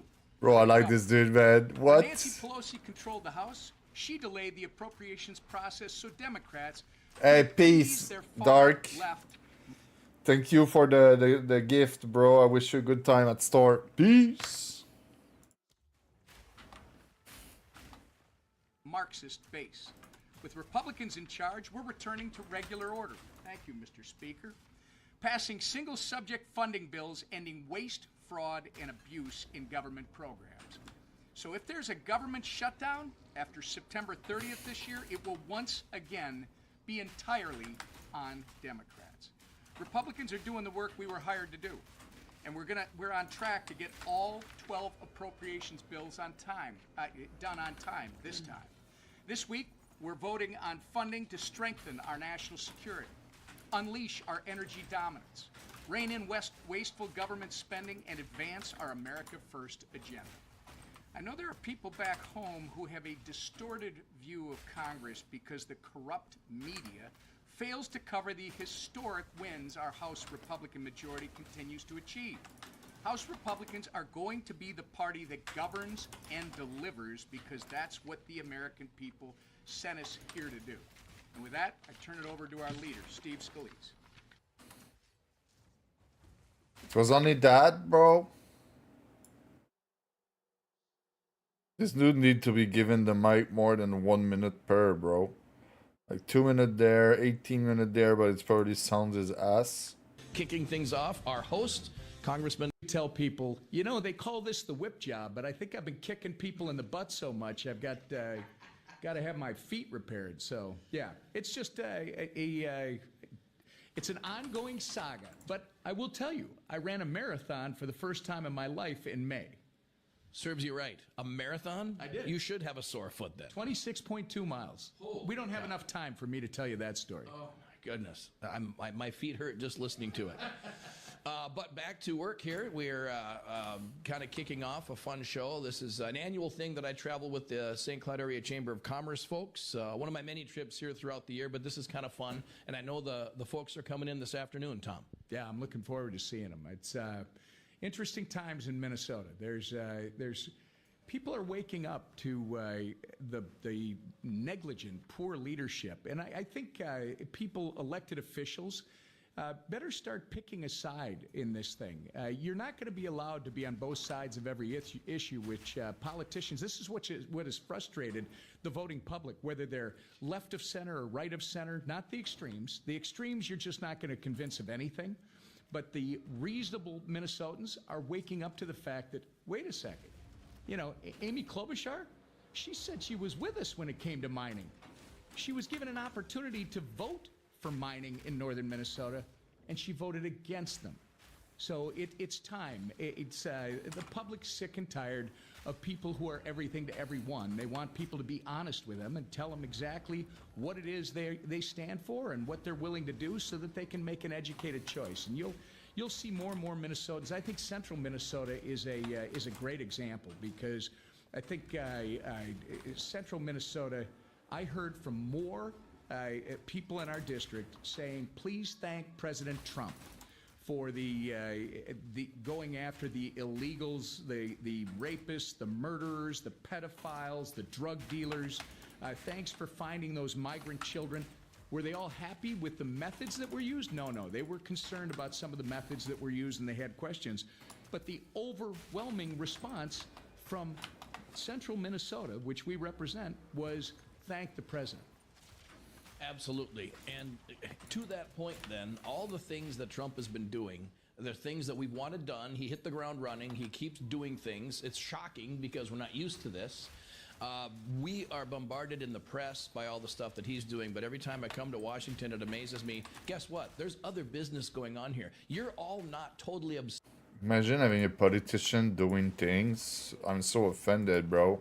He's trying to change something. Whoa. Obsessed with every word out of Donald Trump's mouth like the rest of us are.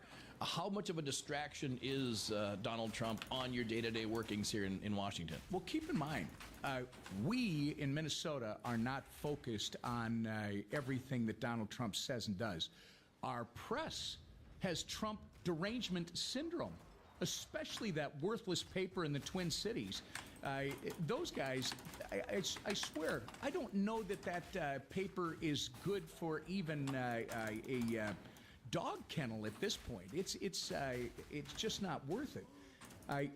There is so much going on. If people would just get over their hatred, if people would just get past their derangement when it comes to this president, they would recognize if you strip the name away, amazing tax reform has been done. They would recognize that, was it all perfect? No, but the waste, fraud, and abuse that they've rooted out in a little over a year is nothing short of miraculous. The changes that are going on here in Washington, D.C., just with the representatives, the senators, I mean, you've got a major change going on in this country. I think much like we probably saw when you and I would be very young back in the late 60s, much as people would have seen back in the 30s. You pick your time in history where there was a major upheaval and change. I think we're in one of those great periods, it's very divisive. But the good news is, what a country to have this, because you know what happens? When we come out of it, Ox, we're better than we were before. Exactly. Yeah, this is an investment in the future, no question. And then to that point, I was talking to the cab driver on the way over, right? It's like, when Trump got elected, I thought things were going to get cheaper. I thought gas was going to go down. I thought it was going to, and it's like, so far it's gotten more expensive. It's like, yeah, but we're a year into this whole thing. It hasn't gotten more expensive. We still haven't reached the high that Joe Biden and Kamala Harris created. We're still a buck or two away from that, depending on where you are. But yes, has it gone up since Donald Trump made because they let the Iran people flourish and make some nuke and everything, and now we have to solve it's way longer than it should be, man. If they had deal with that a while ago, that would be way different. Go down? Yeah, it's gone up, and that's because of the reliance, the world reliance on this world market for energy, which I would argue in some cases has been detrimental to the American energy industry. Look. Wait. If we were smart over there in Canada and United States, we would just sell more oil, more resource. Bro, you should be happy that they don't have oil anymore, so you can sell it yourself. I saying that the Canada lost money because of that, and we have inflation into the fuel and shit is just stupid. We should just make more fuel, man. We should sell fuel to all the world. This is the moment where we should be doing the most money, bro. Man, we are so cooked. In some cases has been detrimental to the American energy industry. Look, if Western Europe has a 60-70% reliance on energy coming through the Hormuz Strait, that's a problem, Ox. That's a problem. President Trump has made it clear, buy U.S. We've got plenty. We're ready to sell it to you. Let's keep this thing going. And the Iranian conflict, I commend the president. And I'm not a every wars guy by any means, but this president is using the military appropriately. At some point, he's going to resolve this Iranian conflict. I mean, basically, what we have right now is... let's be real. The military, we would pay them anyway. They are there working for us every day. If they are working into another country or working in the United States, we still pay the same wage, I think. Just send them, bro. The mullahs want a deal, and the Royal Guard does not. So they've eliminated so many of the strong men that ran Iran. Now you don't know who the leader is, right? At this point, it's the people in Iran that matter. It's the safety and security of not just that region, but the world. Remember, 2 weeks before this mission started, Ox, the Iranian regime was telling the world they didn't have long-range capability. And literally, During this conflict, they rolled out 2 ballistic missiles that can travel 2,500 miles in an attempt to hit an American airbase a long ways away. Those. Damn, this is some good fact, and no leftist gonna hear them because they just don't want to hear it. So, I got a boss to fight there. This boss is for me, it could be the hardest boss in the game. Always had a hard time. Oh, and I started it with the delirium fog too. This is cooked. I think I'm cooked.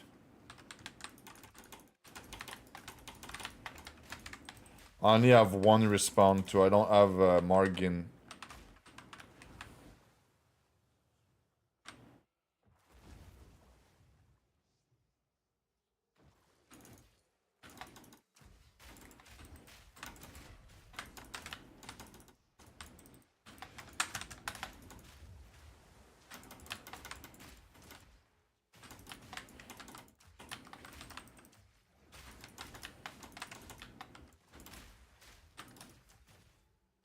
Okay, yeah, so I realized, at least I remember why I was failing before.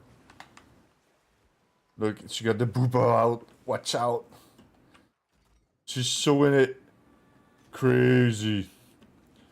So, in the past, one of the reasons why I had a hard time with this boss is because if you stay at range, it's gonna do some range attack. And the range attack are fucking deadly.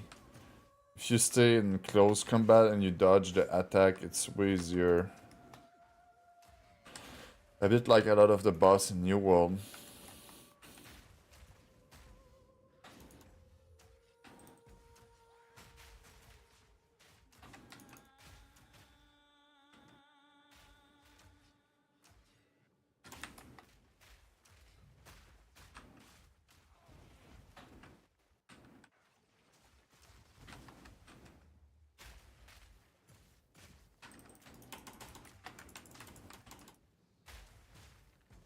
I think I'm gonna beat it. No way I beat it like that, bro. I really thought this boss was hard in the past. Like it was the hardest one. I'm so good, daddy. Alright. Now let's go back to the dude who's spitting. Those missiles, by the way, can hit all of Western Europe. They could hit London from where they were. So this is a serious thing, and I don't believe our president will stop, which is why prices will probably stay right about where they are. Might fluctuate a little bit until this gets resolved, and it will get resolved when the U.S. takes that enriched uranium that the Iranians possess right now. They are never going to have a nuclear weapon. That is the red line. Amen to that. Congressman Tom Emmer hosting us here at the U.S. Capitol for Hot Talk with the Ox. Going back home, we're here.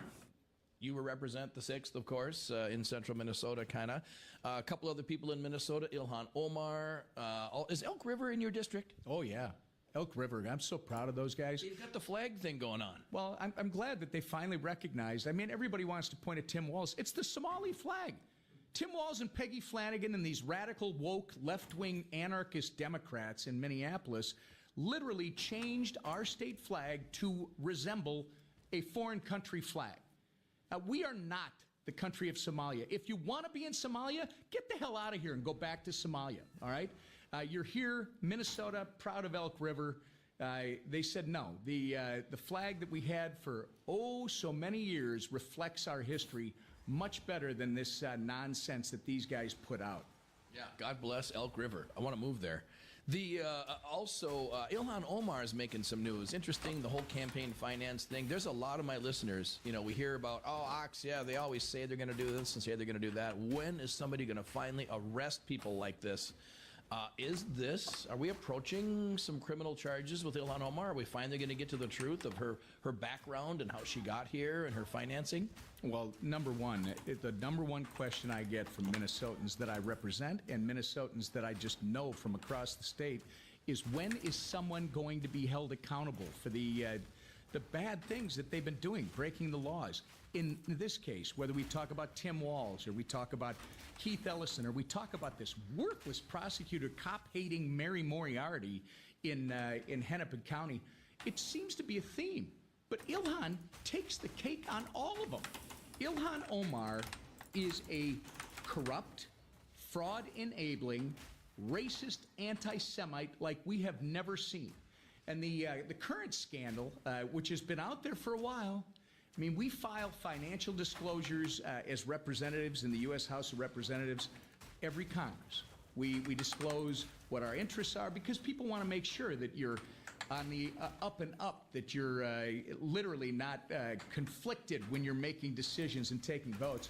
Ilhan Omar filed one at the end of last year that showed that she had a 3,500% increase in wealth from the one she filed 2 years earlier.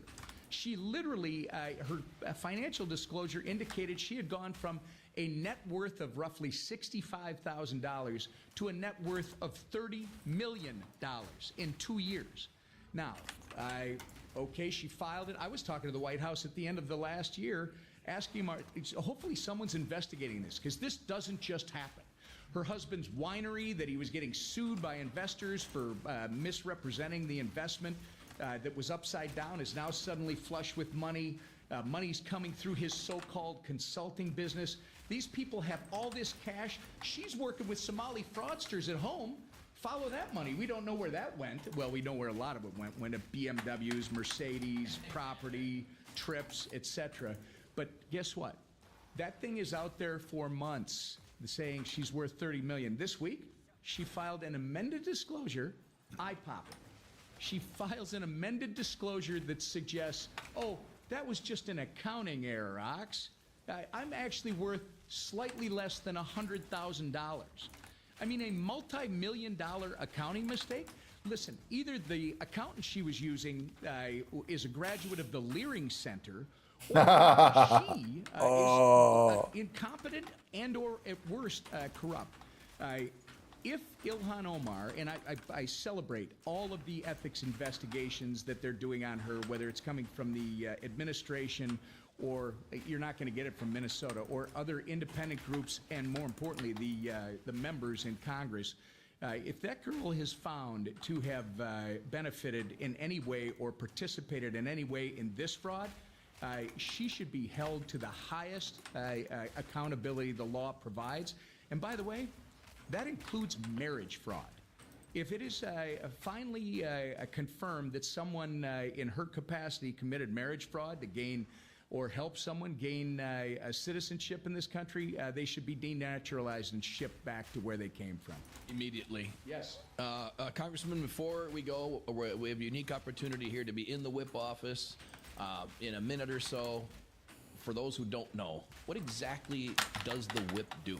Like, what do you do logistically? So it's a great question because people don't know the answers to these questions, and they think everybody else does. The speaker's in charge of everything on the campus: security, office space, the agenda, etc. The majority leader, number 2, is responsible for the calendar and scheduling the floor, right? Working with chairs on when things are ready to come to the floor. The whip's job is the best job in Congress. Why? Because we work with every single member, and when the speaker makes a play call and the leader wants to schedule something for the floor, it's our job to tell them what our members will and won't do, what they can and can't do. And then if it comes to the floor, it's our job to get it passed. And I mean, we have succeeded time and time again, perhaps even more with 1 or 2 or 3 extra votes than a Republican majority that I was here for several years ago that had 247 members, didn't accomplish anything like we have accomplished in this Congress. So it's a great job, man. And majority whip is the Well, key. Any worry about the I got Virginia destroyed vote yesterday? Yeah, I don't like the Virginia vote. I don't like relying on the courts, especially when you look at the fact that they have violated, they being the people that wanted this redistricting, have literally, the Democrat majority, and Abigail Spanberger, who was just elected their governor. By the way, she is Tim Walz in a dress, believe me. And the public knows it, but it was a little too late in terms of the vote. It was less than 100,000 votes that decided that last night. Very dishonest ballot question, much like Gavin Newsom did in California. But here's the issue. They violated their own constitution every step of the way to have this vote last night. And the Virginia Supreme Court says, oh, we're not going to weigh in until after the vote. Why would you wait? Why would you wait unless you're using that as an excuse? The only hope I have with the court now is that they violated their state constitution, and perhaps the U.S. Supreme Court has jurisdiction because of that. Because the U.S. Supreme Court will typically stay out of state election fights because the state is responsible for running its own elections, unless it involves a federal issue. Like Minnesota's dealing with this right now, right? Steve Simon's been asked to produce all of his homework, all the voting rolls, all the voting records, because the federal government wants to do an audit and make sure that the federal elections that Minnesota has administered over the last several cycles was in fact fair, open, and transparent. And guess what? Steve Simon's refusing to provide that homework, Ox. It's kind of the same thing. These guys don't respect the courts. They use them to delay, but they don't respect their decisions. I hope Virginia sees some type of court involvement that corrects a very unjust. Joining me now is Minnesota Congressman. He is the House Majority Whip, Tom Emmer. Congressman, great to see you. Good to see you. Thank you so much for being here. So what's your reaction to what went down in Texas last night? Well, congratulations to the future senator from Texas. My reaction is the president's endorsement matters, Maria. We've been saying this forever, and you said that he beat his opponent in the primary. No, it was over 60%. It was huge. Yeah, and, it was huge. This has been consistent all the way through, and people should pay attention to it. It's why I say these polls that tell you about the president's approval rating right now, totally different from what people actually think. When he speaks, people listen. I think Senate leadership really was behind John Cornyn. Do you think that the establishment, the Republican machine, is going to be able to get behind Ken Paxton now? There's no doubt in my mind. I mean, Ken Paxton will be the next senator from the state of Texas. You know, when you lead up to a primary, people have all kinds of arguments they make, like this is a bad candidate, I'm going to be better when we get to the general. In this case, the contrast could not be more clear. Ken Paxton has defied the odds. Every time people count him out, he's going to win again. All right, we'll be watching that. That was an important test to Texas and the Republicans, certainly. Let me get your take on what you're doing right now. Republicans working to get this immigration funding bill over the finish line. The GOP reconciliation bill, was it derailed last week because of this anti-weaponization fund? President Trump's $1.8 billion anti-weaponization fund became a point of contention. The fund is trying to establish a formal process for Americans who say they were targeted through politically motivated actions under the previous administration. An internal memo from the Democrat Congressional Campaign Committee is accusing Republicans of, quote, political malpractice for pushing immigration funding through reconciliation. But I don't know that you had any other choice to fund immigration through appropriations. No, we didn't. What ended up happening is there was a bipartisan, bicameral deal on the Homeland Security bill, and at the last minute, Chuck Schumer and Democrats in the Senate, because their base hates law enforcement, hates federal and state law enforcement, they pulled out two provisions, the ICE provision and the CBP, the Customs and Border Patrol piece, and because of that, now the only way to fund it is through reconciliation. Right, not appropriation, through reconciliation. Right. We wouldn't be here but for their hatred of law enforcement. But now the other piece from last week, I mean, think about this for a second, Maria. The senators that are now objecting to this weaponization fund are the same senators that put in a $500 million fund that they could sue the federal government for Arctic frost violations. It's pretty rich for them to suddenly claim we were creating a private cause of action for ourselves in the budget deal last year, which the House ultimately had to come back and take out. Literally, they were creating a fund for themselves because their privacy, because their security, because their persons were violated by the federal government with the Jack Smith thing. And now here they are complaining that we've got the same thing for Americans. And President Trump has said that's what it's for. We'll learn more from Todd Blanche as we go on, but I think Americans should look at this for what it is.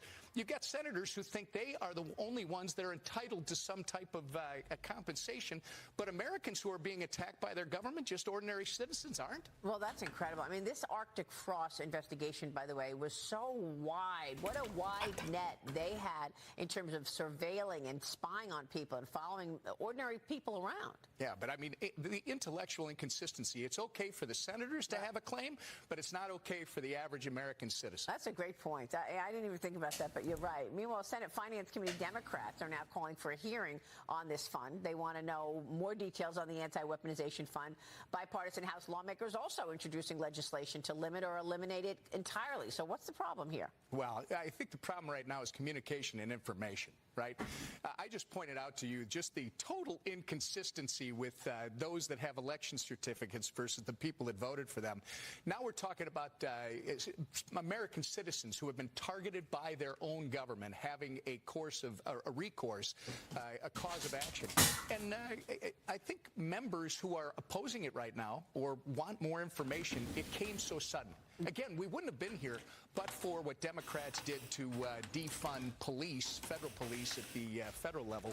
We're here because that's what they did. This was added at the last minute. Todd Blanche is going to answer some questions. We'll see where it goes. I think it makes sense. Do you expect the reconciliation bill to fund immigration to be on the president's desk by June? I do. So you're going to get this, the Senate will get this done in the next couple of days, you think? We've gotten to know each other a little bit, Maria. Where I come from as the whip, if you say you're not going to do it, you're not going to do it. It's like the big, beautiful bill last year. We said we were going to get it done by July. We got it done by July. The president wants this by June 1st. God forbid that the senators delay this beyond that date, because the House will get it done. Now, the last time we spoke about the plans beyond the reconciliation and funding immigration, we talked about Mike Johnson's intention to do a reconciliation 3 before the midterms. But since then, a number of your colleagues have voiced real concern. They say, look, it takes a month just to get it through the Senate. We don't have that kind of time. There's no way we're going to be able to do it before the midterms. Is that still a consideration? It is. The speaker is very sincere when he says a reconciliation 3 is something that he wants to see. It's actually 2, because we had to use reconciliation to fund Homeland Security because Democrats wouldn't do it. Right. So this second one that he's talking about, it is absolutely in the works. Now, the members that say they have concerns, those are valid concerns, because with each day that passes, we got to have a budget resolution that comes out of the House very soon. Yes. If you're going to have any chance of getting this done, because the other thing the leadership in the House has said, any reconciliation bill will be ready to go before the end of July. So you're talking about a ever-narrowing window to get it done. Yeah, to get it done before the August recess, of course. All right, how are you feeling about the midterms, given all the redistricting fights that have gone on? South Carolina Senate Republicans voted against advancing a new congressional map that would have eliminated the state's only Democrat-favored district. In Alabama, a 3-judge panel blocked a redistricting map that could have also given the GOP a midterm pickup. And then there's Tennessee, Democrats suffering a blow as a federal judge rejected the challenge to temporarily redistrict efforts. Similar situation in Florida. GOP got a win on that one as the judge refused to block the Sunshine State's new map. That gave Republicans a 4-seat advantage. What does this all mean at the end of the day for the midterms? Well, with the redistricting, there's about a 2-to-1 advantage between Republicans and Democrats, but that's not what I'm looking at, Maria. I'm looking at the fact that the Democrats, it was interesting when you said they have a memo, an internal memo that's saying it's political malpractice for Republicans to do X, Y, and Z. Yeah. Guess what? They continue to commit political malpractice. They have doubled down on the very policies that they lost on in the last election. They aren't listening to the American public. You're going to see the economy, because this will, as James Carville once famously said, it's always been about the economy, stupid. It's going to be about the economy again, and what Republicans did with Donald Trump's leadership a year ago is causing billions of dollars to be invested in our economy right now, and you're going to see that start to have a real impact towards the end of the summer and early fall. And with that, I like our chances in the midterms. That's great. And you're moving forward with your work on stablecoin legislation. I feel like it's too loud. Assets. What can you Am I tripping? tell us about that? Do you expect If I compare to my this voice. Yeah, that's our goal. I mean, I expected it last year, but keep in my mind, headset. the Senate did gargantuan work after the Senate Banking Committee literally hadn't done anything in about 6 years. They put out a stablecoin bill called the Genius Act last year that was phenomenal. Yeah, Bill I'm losing did a lot of work hair, on man. that. He did a lot of work, and some others with him. But now we've got the Clarity Act. This is not the first iteration of a market structure bill. This is about the 5th iteration. The House has been doing this for 7 or 8 years. That went over to the Senate last summer. The Senate has had to do some catch-up and learning. They marked it up just last week, and I think you got to have the market structure bill, Maria, because we want that money invested. We want those entrepreneurs, those risk takers coming into our country and being under the supervision of the U.S. government as opposed to setting up shop in the Caribbean or somewhere else. Yeah, that's right. Yeah, we want them to be here, and you got to give them the rules of the road. They got to know who they're dealing with. The CFTC, the SEC, the FDIC, the Treasury. Who are they responsible to in terms of regulation? Once those rules are clear, I think our chairman, French Hill from Arkansas, says it best. Yes. Having the stablecoin bill without the clarity bill, the market structure bill, is like having a cell phone without the towers. So yes, the goal is to get it done as soon as possible. And you've criticized Gary Gensler in the past at the SEC. He was putting rules out on everything around his climate change agenda. Yeah, he was regulation by enforcement. Right. He told you his door was open. You go in, and then he slams you with a lawsuit and starts to go after you. Wow. Congressman, it's great to see you. Thank you so much for being here. Thank you, Maria. Covering a lot there.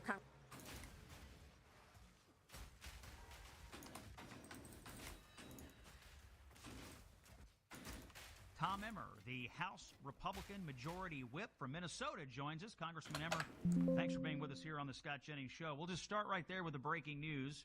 The Republicans in South Carolina, a few of them in the Senate, joined with the Democrats to stop the change in the map. And we also had a court ruling in Alabama today, possibly restoring the old map in Alabama. So a couple of setbacks maybe for Republican redistricting efforts in the South. How do you read the news? And I guess what most average Republicans want to know is, can the GOP outkick its historical coverage and win the midterms without these maps in Alabama and South Carolina? Yeah, Scott, great to be with you. The answer to that is yes. I mean, before we get to those two, which I'll just comment on South Carolina. Apparently, the South Carolinian Senate did not pay attention to what happened in Indiana.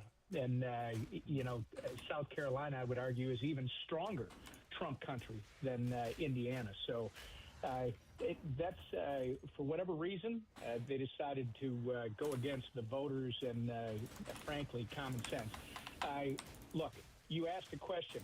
Can we outkick our coverage? Yes, we can. It'll depend on the economy when we get there. But if you don't look at Alabama, don't look at Louisiana, don't look at Mississippi, don't look at Georgia, and take South Carolina for what it's worth. Scott, right now, Republican pickups are plus 11. Democrat pickups are plus 5. There's a net plus 6. Dems have a one toss-up in California 22. It's a Trump plus 1.7. I think David Valadao will hold that again. He's been in tough battles before. This is no different. It just got marginally less Trump. And then we have 5 Republican toss-ups. Texas has 2. Texas 28 is a Trump plus 10.4. Texas 34, these are both on the southern border, is a Trump plus 10.1. Ohio has 2. Ohio 9 is a Trump plus 10.6. And Florida 1 is Florida has 1. Florida 25 is now a Trump plus 9.1. So I like our chances, Scott. It's going to come down to the economy, though, as it usually does. Yeah, I think on the issue set, I mean, all elections are about the economy, so I think that's absolutely true. And I think the Republicans have a story to tell here. Job growth has been good. Stock markets have been good. Investment in America, a lot of manufacturing boom going on out there right now. On the Democratic side, I think they have 2 problems. One is money. They've obviously got a resources issue. And number 2, they may be nominating candidates for the House and, frankly, for the U.S. Senate who are so far outside of mainstream American politics that they're just not going to have that much appeal in some of these purple districts that will decide the control of the House. What do you think about that? Yeah. Well, they've just gone too crazy to your last point. Whether it's Plattner up in Maine and the crazy stuff he's doing and that he's done, which he's now trying to distance himself from, or this gal down in Texas who last week said she was going to turn ICE detention centers into concentration camps for the Zionists. These guys are just way out of mainstream. The biggest problem with my grandfather's Democrat Party, Scott, is that they have doubled down on why they lost the last election. You saw they put out this poor excuse for an autopsy report. It's a good thing they called it an autopsy because that party is effectively dead. It's got to be an autopsy because they're not coming back from where they are. They have gone even more extreme. They're not backing off of these crazy, insane things like men participating in women's sports.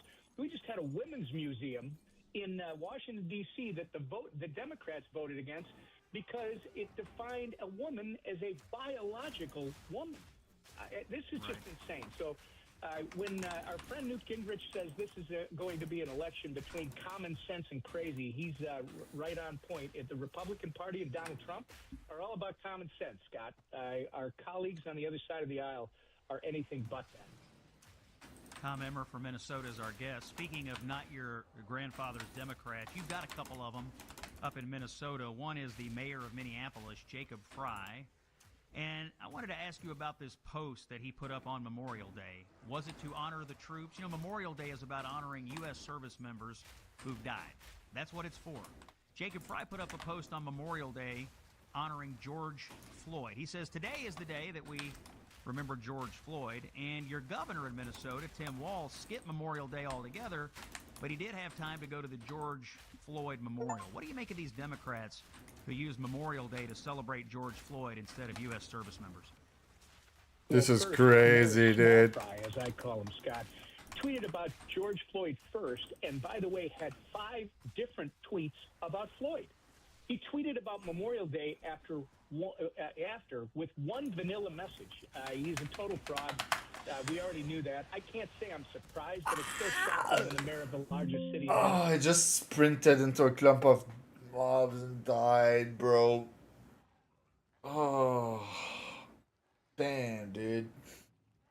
Minnesota takes time to recognize the life of a drug addict and criminal, George Floyd, on a solemn day to remember the real heroes, our men and women who've died for our freedoms and to keep us safe. It's disgusting, it's despicable, and sadly, this is the state of the Democrat Party in Minnesota. In fact, you referenced our governor.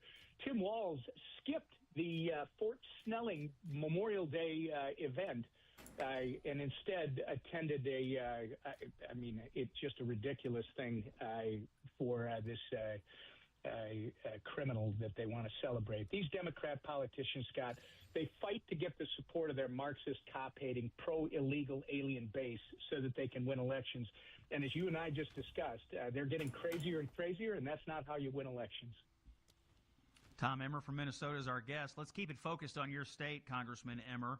This feeding our future fraud situation, this is kind of the granddaddy of fraud investigations going on right now in the country. A 78th person has been charged in this fraud scheme. Let's hear from local news, cut number 10.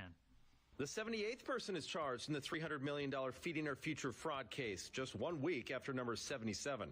Abdi Rashid Dul of Pelican Rapids claimed to serve 6,000 meals to children every day, 7 days a week.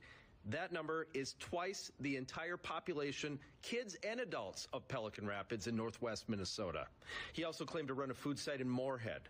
All told, prosecutors say he stole $1.1 million, which he used to buy real estate. I'm Lou Bergoose. Follow for more news.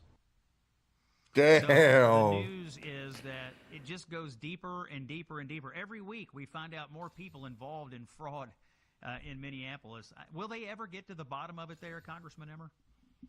Oh, eventually. Eventually, as long as Donald Trump and Republicans are in charge, they can't keep sweeping it under the rug. And you're talking about the Feeding Our Future scandal. The money for that was COVID money that came through the Department of Education to help school children when they or others that would be entitled during COVID for meals in particular. As you pointed out, they're still indicting people. They've convicted over 60 of them so far. 86% of them are Somali Americans that are involved in this. And you just read a couple more that were charged last week. By the way, Ilhan Omar created the program.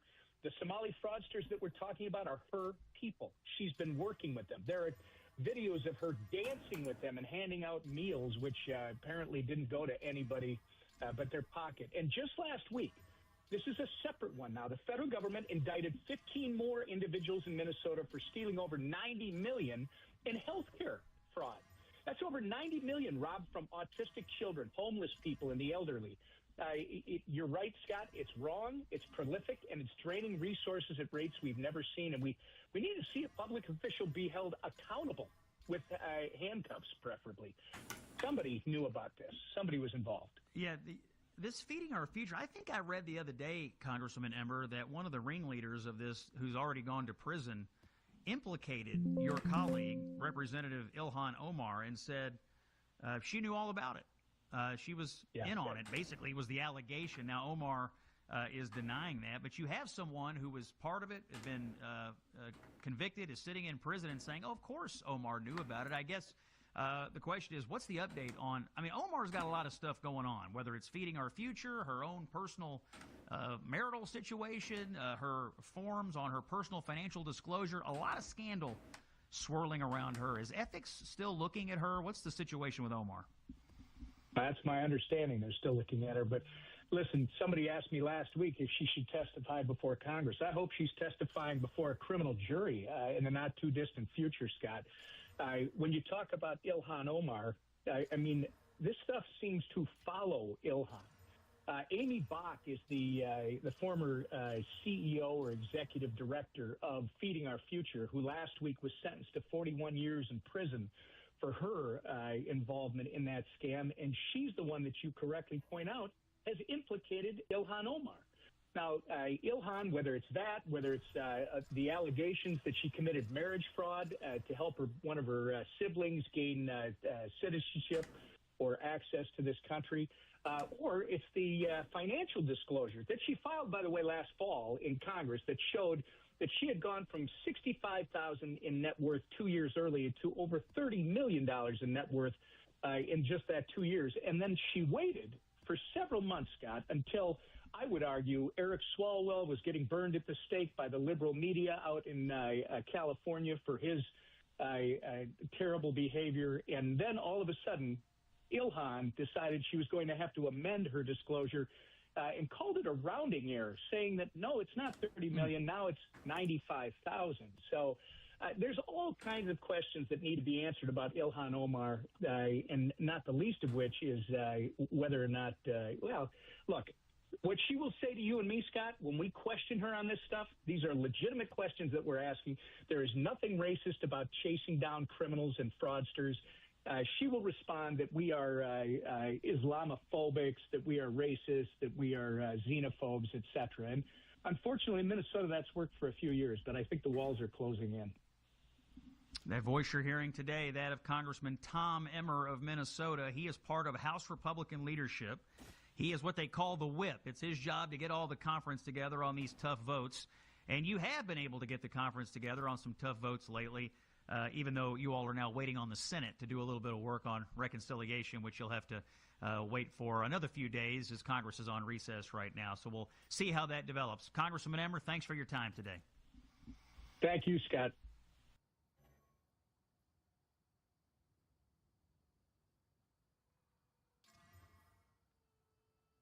How do you get prices down?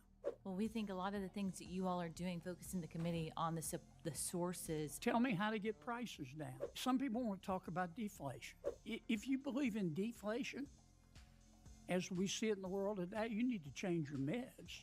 Tell me how we grow our way out of it. I don't see any other way to deal with inflation. I think but to grow people's wages. You are a democratic socialist, aren't you? I have never used that term to refer to myself. No, I know. You have a Nazi tattoo? Excuse me? Do you have a Nazi tattoo? I don't have any. Mr. Chairman. Thank you, Mr. Chairman. I have to say, I'm a little disappointed. You all seem like fine people. And here's...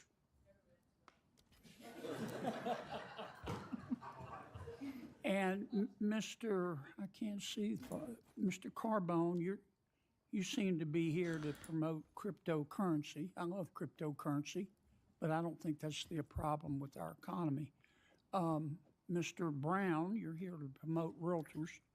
I love realtors, but that's not going to solve our economic problems.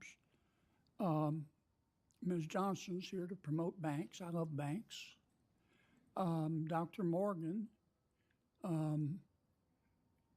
is here to bash Trump without telling us that she formerly was part of the Biden administration and worked for Mr. Chopra, the CFPB, and that your policies caused inflation to go to 9%. I think that those would have been relevant things to tell us. I guess you thought we were going to look up your background. Can we agree that the problem of affordability is the prices are too high? Duh. Does anybody disagree with that? And prices are too high because of inflation. Does anybody disagree with that? And inflation, despite Dr. Morgan's political beliefs, is not just a Trump problem, it was a Biden problem, was it not? Okay, so here's my question to you. Let's start with you, Ms. Johnson. How do you get prices down? That's what we're here for. How do you get prices down? Well, we think a lot of the things that you all are doing, focusing the committee on the sources. Tell me how to get prices down. You increase supply and you make sure you cut the red tape. You increase supply, okay. Some people want to talk about deflation. If you believe in deflation, as we see it in the world today, you need to change your meds. China's got deflation. How's it going for them? They've got about a 20% unemployment rate for their young people. The only way out of the inflation is to grow our way out of it. Am I wrong? You're going to have to increase our economic growth, not at the top line, but so people feel it. You're going to have to increase wages. And to do that, do you disagree with Mr. Brown? We're going to have to grow the pie. Right or wrong? Well, Senator, first of all, I'm here to support home ownership. In supporting home ownership. No disrespect, but whatever. I'm sorry if I offended you. How do you think we can get out of these high prices? Otherwise, I mean, you can try to go, promote deflation, get ready for 10% unemployment. Okay, then Dr. Morgan's really going to be bashing us. Okay, tell me how we grow our way out of it. I don't see any other way to deal with inflation. I think, but to grow people's wages. I think that we increase inventory. We reduce zoning restrictions. We do a lot of the same things that are and in the bill. How are you going to increase inventory? By who holds the inventory? Businesses. You're going to have to stimulate the economy and help businesses to grow, aren't you? Well, I come from California, which is ground zero for the lack of housing affordability, and it's a little more complicated than that. I don't think you want to answer my question. Ms. Johnson, aren't we going to have to grow the economy and therefore increase wages in order to help people deal with the inflation? If I'm wrong, tell me. If there's a better way, tell me. I think growth has been a key driver. Consumer spending continues to be strong. It's what's driven us through one of the most tumultuous times that we've been through, including bringing historic high inflation. We also do need to address prices, and I think the Fed's focused on it. Price stability has got to be key. Okay. Yeah. So we basically we're free enterprise in America. We're basically, to grow the economy, you've got to stimulate businesses and try to direct labor to share in the growth. Is that right? Yes. Okay. Dr. Morgan, are you a Democratic Socialist like your colleagues? No. You're not? Do you? I noticed that y'all's new policy is to create a 4-day, 32-hour work week with no loss in pay. Where are we going to get the money to do that? That's not my policy. You don't think we ought to do that? I'm sorry. You think we ought to have a federal jobs guarantee? I think a federal jobs guarantee is a good idea, yes. Oh, you do? Okay. And how do you think we're going to pay for that? Fair? You believe in the Easter Bunny, do you? I think it's incredibly hard to pay for these things when we're giving tax cuts to the ultra rich. Yeah, okay. You think that all the growth in our economy just goes to the ultra rich? I think that we just gave massive tax cuts to the wealthiest in this country, yes. Yeah. You are a democratic socialist, aren't you? I have never used that term to refer to myself. No, I know. You have a Nazi tattoo? Excuse me? Do you have a Nazi tattoo? I don't have any. Mr. Chairman. Okay. Thank you, Senator Kennedy, and we have Senator Cortez Masto. Thank you. Let me put this back on track. So much for attending today. I can tell you how we grow the economy, and we're a perfect example. We got culinary members here in the audience. Culinary are part of our service industry. There you go. The girl bus take the parole. Trade industry, which, by the way, posts nearly a $14 trillion in revenue in this country. But because of the bad policies of this administration, we are not growing that economy. In fact, there's a $14 billion trade deficit in 2025. Why? Because this administration has cut Medicaid, they have chaotic tariffs, a war of choice in Iran, the barriers put in place of so many that want to travel to the United States. Okay, but trade Bad deficit is policies, not high necessarily a costs bad thing. That leaves less discretionary funds for families to travel. That is part of the problem. So we can eliminate some of the policies of this administration. That will help grow the economy. And I will tell you, I believe with the culinary, one job should be enough in this country. One job should be enough. And you should be able to afford put groceries. Wait, but if your job is to trade with other people in other country, doesn't that mean you make other country people work instead of having your economy more inside your country? Like that, giving real work to your people instead of giving work to the other country, bro. Like, I don't think she understands what she say, bro. I believe with the culinary, one job should be enough in this country. One job should be enough. And you should be able to afford put groceries on your table, to pay your energy costs, put a roof over your head, and so much more, and afford health care in this country. That's what it's about. And so I appreciate all of you being here because that's a conversation we have. And one of the pieces of the puzzle here is housing and a roof over your head. And I was so pleased to see in a bipartisan way that we passed the road to housing here, the 21st Century Road to Housing. I thank the chairman, I thank the ranking member, everybody here that worked on that in a bipartisan, bicameral way. But now we have to fund it. We have to remember there's programs in there that need to be funded. One of them is the home program that I was very pleased to be able to actually put the legislation in to modernize the home program. So, Mr. Brown, let me ask you this question. Why is the home program so important for building more affordable homes and increasing that supply? Actually, I don't know if you have your speaker on. We do support the home program. Which section is that, Senator? That is in the Road to 21st Century Housing. That's the home program. Yeah, that's the one that actually finances federal dollars that come into states for the home program to help finance supply. If you're not familiar with it, happy to have one of the other panelists. No, I think it's very important. I think that overall, this bill is extremely important to increasing affordability in the housing market because you're cutting red tape, you are cutting regulatory burdens. Okay, so and you're I like this dude. He's probably gonna say something smart, but look, you have the mic in front of his mouth, so it's doing like poof, poof. It does some the mic doing some mouth noise and wind noise. They need, I don't know, man. They are supposed to be educated people, but I feel like they go to the wrong school because they don't teach them that the mic should never be in front of your mouth. It should be on the side or below it. Having the mic in front of your mouth is what seniors do, like a senior mic. It's not the same type of mic. You should not be speaking into it like this. increase in inventory, and I think that's the way that we're going to be able to tackle the affordability crisis. You hear it? It does like poop, poop.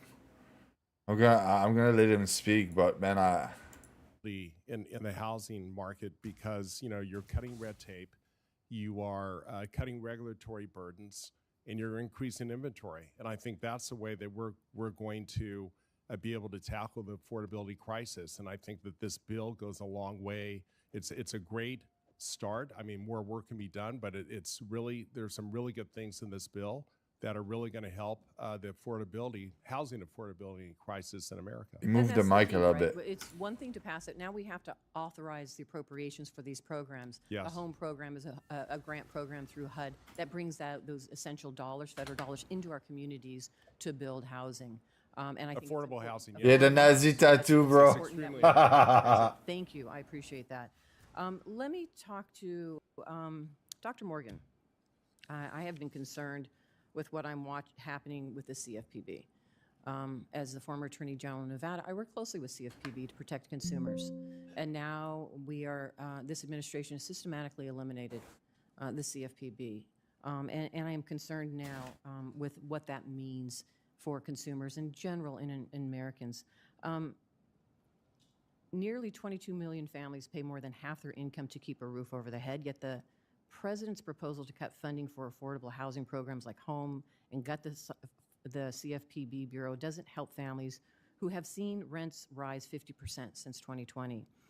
How does the president's decision to cut and gut the Consumer Financial Protection Bureau enable landlords to still charge junk fees to renters? Is that still happening in this country?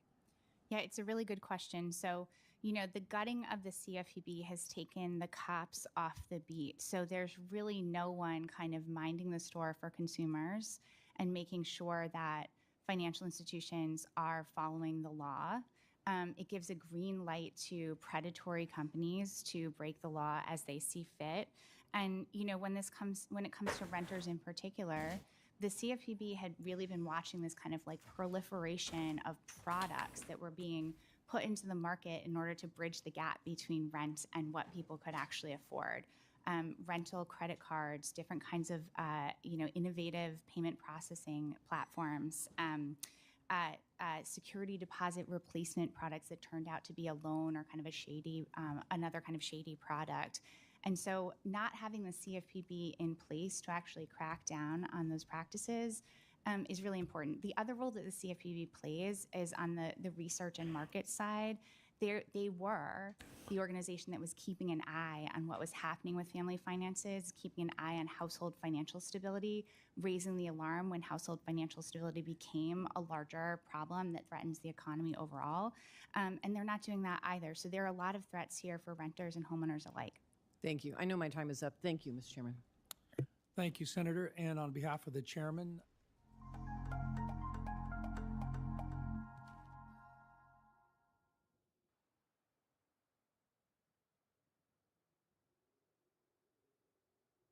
Oh, the video is over.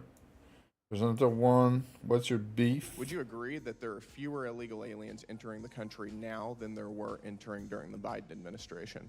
I mean, that is not something that's an area of my expertise. I've been spending too much of my time defending civil rights of my neighbors. Can say that there are fewer illegal aliens coming into the country right now. Do you think that illegal aliens should receive taxpayer-funded unemployment benefits? Well, first off, I don't know what you mean by illegal aliens, but if you're talking about residents in the state of California, then the answer is yes. People who entered our country illegally. People come here for all kinds of reasons, and I don't know what's an illegal alien, bro. I got a $100,000+ job sitting in the Senate or something. I don't know what's an illegal alien, bro. What? Without documentation. This question. Do you think it's appropriate? Do you think it's appropriate for people to protest for equal rights? No, you're not going to ask the questions here. That's not how this works. I now recognize myself for 5 minutes for the purpose of asking a few questions. Mr. Krikorian, how many illegal aliens came into the country during the Biden administration? Our estimate is at least 8 million, maybe as many as 10. As many as 10. How many came into the country last year in 2025? And 1,900 of them was known terrorists. We don't know yet, but it wasn't anything close to that. Not very many, so substantial decrease in dramatic 90+% decrease at the border. Got it. Mr. Newman, is it a good thing that President Trump secured the border?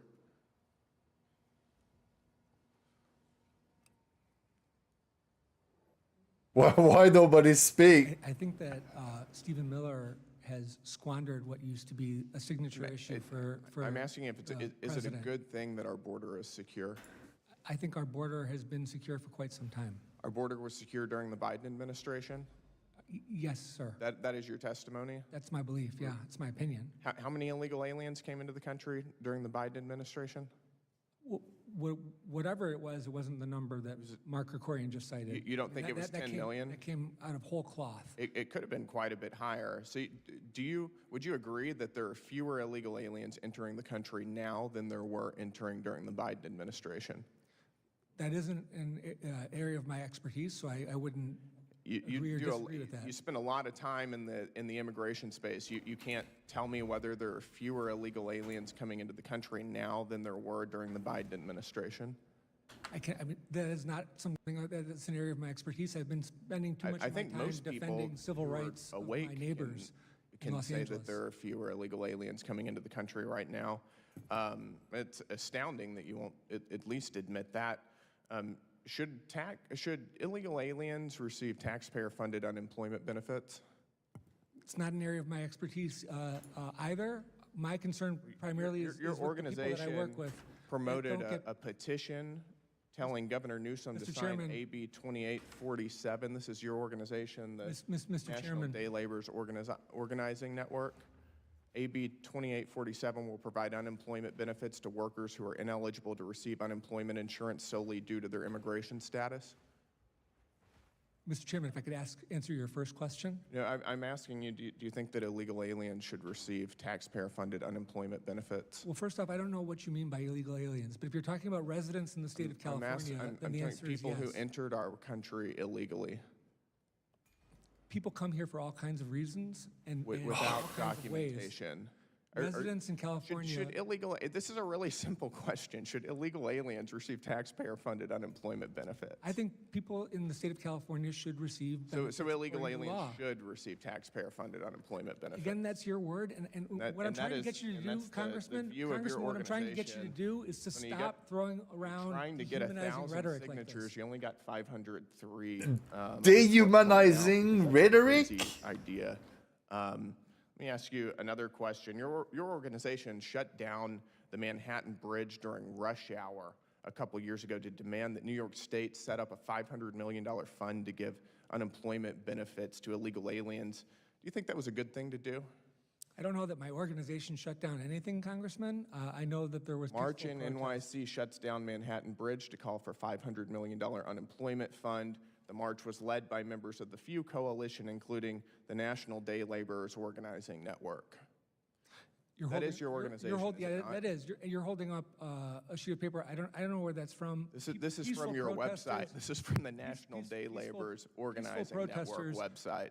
Peaceful protesters do things when there's large crowds of people. Does that I think you would agree, shutting Congressman? down one of the busiest bridges in the nation in order to push for a $500 million fund to give taxpayer-funded unemployment benefits to illegal aliens? I think we should give. You think that's a good thing for the country? I think we should allocate resources accordingly to people who are going to become citizens of this country eventually. What if there were emergency vehicles as trying Mark to cross Krikorian that acknowledges, you realize that there are people commuting to work, and the people commuting to work were the ones who were paying the taxes to fund these benefits that you want to give to illegal aliens, right? Congressman, what is your beef with immigrants? I don't have any beef with immigrants. I'm asking you if you think it's appropriate to shut down one of the busiest bridges in America to give taxpayer-funded unemployment benefits to illegal aliens. Let me ask you this question. Do you think it's appropriate? Do you think it's appropriate for people to protest for equal rights? Do you think that illegal aliens should receive direct cash payments from taxpayers? Were you against Congressman Lewis's effort? No, you're not going to ask the questions here. That's not how this works. I'm answering your question with a question. I've got another question for you. We're moving on. Should illegal aliens receive direct cash payments from taxpayers? I believe future citizens, Americans in waiting, should receive equal rights, and they should receive benefits so we can integrate them into our society. A letter to Governor Cuomo advocating for immediate cash relief, cash payments to illegal aliens. I think that is way out of line. I think the alternative is to create with a the rest of the permanent country. underclass. Allows people and with like that said, you we're already to 30 exploit. seconds over. So We're out of time here. But Congressman, you didn't even give me a chance to answer. My time is up. The Biden administration flooded our country with millions of illegal aliens unvetted from all over the globe. And the impact has been to reduce working class wages, to strain our social system, our education system, our healthcare system, and to culturally transform the United States. At the same time, it's devalued the meaning of American citizenship to the detriment of the American people. The American people were left picking up the pieces, which is precisely why they elected President Donald Trump in the last election cycle to both secure the border and to deport illegal aliens. And he's done exactly that. He secured the border in record time whenever nobody in the American political class thought that it was possible. And he's begun the largest deportation campaign in American history. And yet, despite the political pressure that has caused him to do that, the left has pursued frivolous and coordinated litigation that seeks to subvert the will of the American people and negate our immigration laws and effectively reopen our border. The intent, it seems, of this litigation is to make immigration law ineffective and unenforceable. I think I fucked up. We have a vast network of radically left-wing NGOs providing legal services and other support to illegal aliens. We've seen coordinated campaigns against ICE personnel and facilities across the country.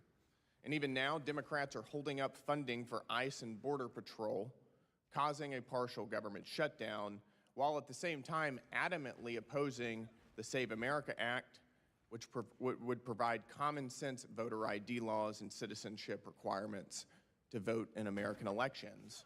I think that the key question that many Americans ask themselves is, why is that? Why would Democrats oppose borders and oppose citizenship requirements to vote in our elections? And I think that the answer is, of course, because they believe that they gain from open borders, both from the impact of illegal aliens impacting congressional apportionment. Illegal aliens tend to congregate in sanctuary states and sanctuary cities, which tend to be blue, which gives Democrats greater congressional representation at the expense of Republicans, while at the same time, Democrats are making the bet My food's almost ready. who do vote in our elections will. Future citizen American in waiting to get a new catchphrase. Yeah, it's crazy, bro. Oh, you are dehumanizing them, bro. You are treating them as non-human. You're such a bad person, man. How they say that too? You're well, my English is not good enough. I don't remember. Yeah, to use Reddit mod argument. Vote Democrat. That's something that Democrats have talked about for quite some time now, and I think that that is the motivation behind pushes for amnesty in many cases. At the same time, Democrats are doing everything they can to keep as many of these illegal aliens, people who came into our country illegally, here as possible, and we don't need to look any further than the temporary protected status, or TPS system. Temporary protective status was originally intended to be just that. It was intended to be temporary, a temporary reprieve from deportation due to specific circumstances. Yet the Biden administration abused it and has utilized TPS as a form of backdoor amnesty for over 1 million people who entered our country illegally. The numbers speak for themselves. At the start of the Biden administration, there were just about 410,000 TPS beneficiaries from 10 countries. In 4 years, that number increased by over 1 million to 1.4 million thanks to new TPS designations and redesignations for multiple countries. That includes Burma in 2021, Ukraine in 2022, Afghanistan in 2022, Cameroon in 2022, Ethiopia in 2022, Venezuela in 2021 and 2023, Haiti in 2024, and Lebanon in 2024. About half of all current TPS beneficiaries weren't even residing in the United States until after Joe Biden took office. In other words, TPS was a vehicle for providing backdoor amnesty for the very people that the American people saw pouring into our border for 4 years and voted President Trump into office to deport. Moreover, the vast majority of the people covered under TPS did enter the U.S. illegally, and I think that's really important. That includes an estimated 95% of all Venezuelan TPS holders and 91% of all estimated Haitian TPS holders. This and many others are precisely the abuses of our immigration system that Republicans were elected to stop, and it's going to be the focus of our hearing today. So I look forward to hearing from the witnesses today about how this institutional abuse occurred and continues to occur, and what needs to be done to restore an immigration system that works for the benefit of the American people. Bro, over there in United States, you guys have like a bunch of people spitting facts, man. The way he speak is so good, and his arguments are really hard to destroy. We could have the same thing in Canada, you know, but we only have one dude who's able to kind of speak like this. It's Pierre Poilievre, but other than that, I feel like the people surrounding him are all trash, man. We need more people like this, and there's a lot of it in United States. Like I just heard at least 5 different today. And there's Trump and Vance too, and there's like the dude who do the military stuff, like Marco Rubio. There's a lot, man. It's like the modern day Superman. You're right, bro. You have the face and the way he stand like Superman too. It's not only in the way he says stuff, and you know. Bro. With that, I yield to the ranking member, Simon, for her opening statement. Thank you, Mr. Chair. All right, so this type of map that I'm in right there, the first time I did that, I kind of got scuffed really hard. I hope this time it's going to work properly, man. This can be hard. You see, I put some explosive, and there's some mob that's going to spawn where the explosive pass. And there's a checkpoint there. If I die, I respawn at the checkpoint. First time I did that, there was so many mob that responded that I was on the checkpoint, and it was around the checkpoint, and I was getting spawned killed by them. I think they nerfed it, but yeah, it was pretty bad. But it was like 5-6 months ago. Thank you to the witnesses for traveling here, and thank you to members of the public for being a part of this hearing today. So I find it rather ironic that we're holding a hearing today that ignores the systemic abuse of constitutional rights by our current administration. What's the next video while I do that?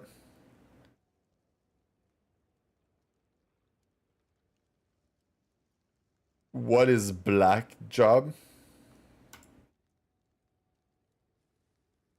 Do you still believe in defunding the police? I believe in public safety. And Does that mean driving dollars away from law enforcement? You said, quote, I'm going to take $1 billion from New York City Police Department. Do you still think that's a good idea? Well, I'm here to talk about hate crimes, not my run just asking for if that's, city. I'm asking. Oh, yeah. I speak about hate crime, but I'm not speaking about the people solving it. That's crazy, dude. My run for mayor, and I appreciate the opportunity. You have to cut the police budget and change what we mean by policing. Do you still stand by that statement as well? Do you believe in investing in community safety by defunding the police? What is a black job?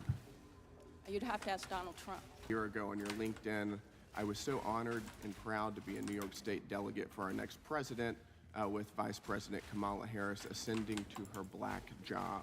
What is a black job? You'll have to ask Donald Trump. I have to ask, well, Donald Trump's not on the witness stand. Could Hillary Clinton have filled that black job, what you call You'd a black have to job? ask Donald Trump. Gentleman from Texas is recognized. Thank you, Mr. Chairman. Thanks for holding this hearing, and thank you to the witnesses for taking the time to be here and testify before us. We certainly really appreciate that and appreciate your expertise. Ms. Wiley, I have a couple questions for you. Do you still believe in defunding the police?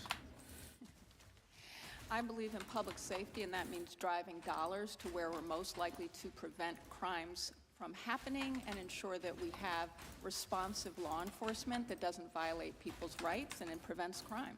Does that mean driving dollars away from law enforcement? It means making sure we're driving dollars to the things that support public safety, and that's a possibly away from variety of law- things. So possibly away from law enforcement. Well, I think we have law enforcement. We have talked about the need for law enforcement, particularly when we're fighting hate and bias crimes, which I have agree, we more certainly than doubled in do this need law country since enforcement. 2015. Law enforcement's So I think very important. During your mayoral race a few years ago, you said, quote, "I'm going to take $1 billion from New York City Police Department." Do you still think that's a good idea? Well, I'm here to talk about hate crimes, not my run just asking if for that's- city. if- I'm I asking from a stand by my public's- run for mayor, and I Do you appreciate stand the by that statement? opportunity You to also try to stated- drive dollars You also to stated public you safety. have to cut the police budget and change what we mean by policing. Do you still stand by that statement as well? I stand by the need to invest in community safety, to ensure that by we have a defunding the vibrant police. civil rights community that is able to participate in I just want to keeping be our clear. community You safe believe in from hate investing and in bias. community safety by defunding the police? I am here to say that I'm really grateful we have the Southern Poverty Law Center because it is doing work, including with law and you think that enforcement, defunding the to police prevent makes our community hate and safer? bias Okay, crimes. I've got another question for you. What is a black job? You'd have to ask Donald Trump. I'm not sure what that means. I'm referring to a statement that you made a year ago on your LinkedIn. "I was so honored and proud to be a New York State delegate for our next president, with Vice President Kamala Harris ascending to her black job." Donald Trump made a comment that was very stereotypical Ascending. about black people, and it was a that a- joke about his stereotypical statement about black What is a people. black job? You'll have to ask Donald Trump. I have to ask, well, Donald Trump's not on the witness stand. so Well, I'm asking and you. I'm here to talk about hate crime, which I hope you want to talk about as could well. Hillary- The gentleman will Hillary yield, I can Clinton- clarify that. No, I'd like to hear from the witness, but I appreciate it. Could Hillary Clinton have filled that black job? What you call You'd a black have to job? ask Donald Trump. Okay, thank you. I appreciate it. Dr. Swain, got a couple questions for you. And thank you again for being here. Like someone not replying to a question, it's like a proof that he's not able to do his job properly, or he don't have the information that he's supposed to get. I don't know, man. I don't know. It's In your weird. book, The New White Nationalism, which is excellent. You wrote that in 2002 there were approximately 2,000 KKK members in the entire nation. Sounds like you believe a large portion of them were paid informants. Do you think that the SPLC was involved back in 2002? If you can turn the mic on, please. There was a scholar named Laird Wilcox that I referenced, and he did research, and he was very critical of the Southern Poverty Law Center. And he said at one point that there were more paid informants than actually KKK members. And I would concede that the Southern Poverty Law Center was very successful as far as bankrupting the neo-Nazis and the KKK. So Bro, there was a bus there and like 5 minibus. This is just stupid. concede that, but I will also argue that as early as 2009, when I wrote the article that triggered the Southern Poverty Law Center, at that time the new Black Panther Party was patrolling the polls, I think in Philadelphia, and they were intimidating white people, and they had sticks in their hands, and the Southern Poverty Law Center had not labeled them as a hate group. And so in the blog, where I ended with, instead of monitoring hate groups, the Southern Poverty Law Center has become one. Instead of labeling or listing the new Black Panther Party, what they did, they went after Lou Dobbs, and they went after the Center for Immigration Studies, and anyone who questioned liberal immigration policies. And we've got about 15, 20 seconds left. Can you just, to sort of close us out, what are the dangers of paying for these informants and extremist groups like the KKK? You get biased information if you're paying people for information. And one of the dangers for our society is that the Southern Poverty Law Center has pretty much become an arm of the Democratic Party. They are very partisan. They should not have that 501c3 status if they're going to take a side in if they're going to be biased in how they monitor groups and how they destroy individuals like me. Thank you, Dr. Swain. Gentleman yields back. Gentleman from New York is recognized. Mr. Chairman, could I just do one UC?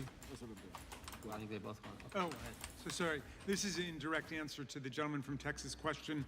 New York Times, what's a black job? Trump's anti-immigration remarks are met with derision.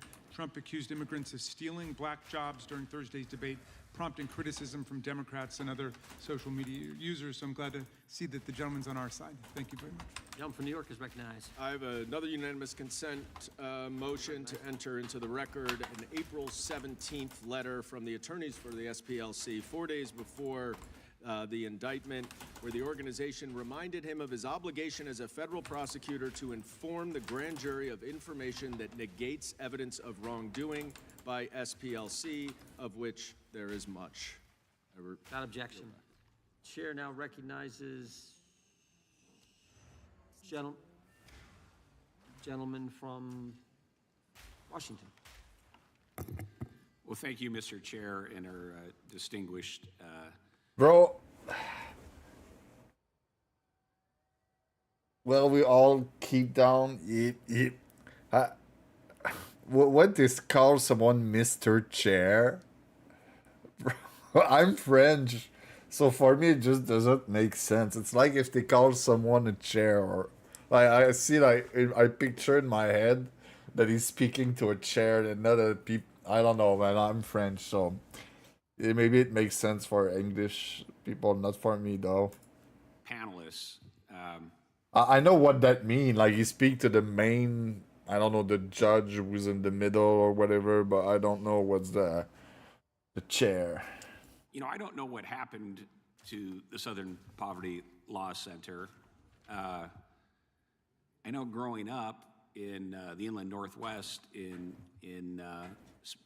eastern Washington, I had some fond, at least favorable memories towards the Southern Poverty Law Center when we had an Aryan Nations compound in the Coeur d'Alene area, and it resonated with me that the SPLC had played a role in getting those folks out of our communities, and it was generally viewed upon favorably. So I don't know how it went from that organization to what I think today could be accurately described is an almost militant, weaponized arm of a progressive Marxist political project here in the United States. So I guess, you know, Mr. O'Neill, I'm sure you're familiar with the phrase "jump the shark" in Happy Days when Fonzie jumped over the shark, and it certainly the show went downhill from there. Yeah. And you spoke about the quest to start to focus on raising money from SPLC, but how did this organization again go from doing some good work against real racists like the Aryan Nations to suddenly targeting people trying to exercise their First Amendment rights and care about kids like Moms for Liberty? Where is that process? Yeah, the answer to that question is long and complicated, and that's what my book was trying to do. But the main, so first, there was Morstees, who was a consummate fundraiser, and he decided to take the SPLC in that suing the Klan direction. And the lawyers said it was like shooting fish in a barrel.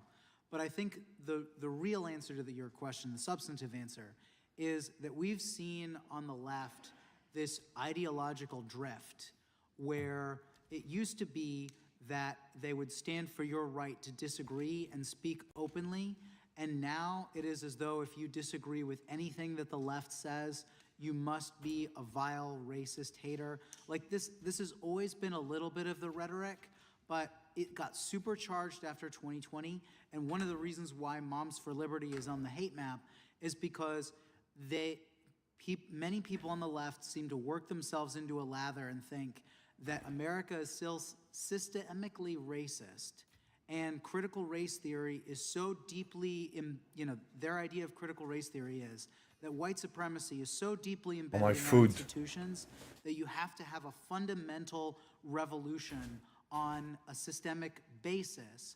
Otherwise, you are supporting white supremacy. And that's the main reason, I think, why the SPLC justifies calling conservatives the infrastructure upholding white supremacy.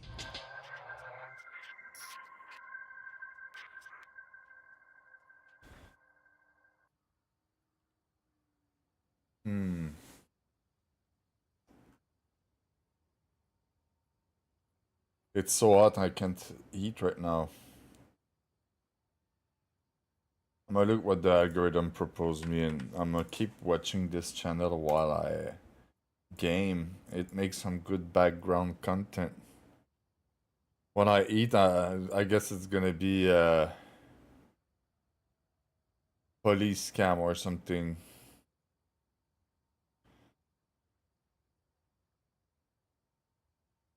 Mother of two get shocking DUI. I think someone already reacted that. Corrupt cops insane reaction to life sentence.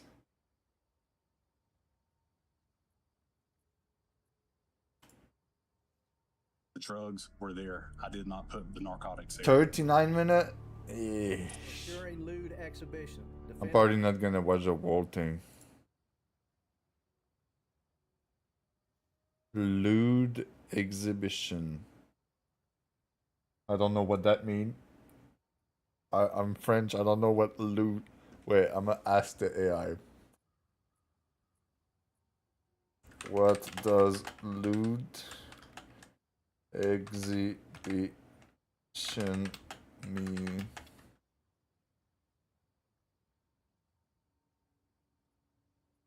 Deliberately exposing your genital or private part in a sexual way where someone else can see you. Okay, well, it's like doing the moon at someone.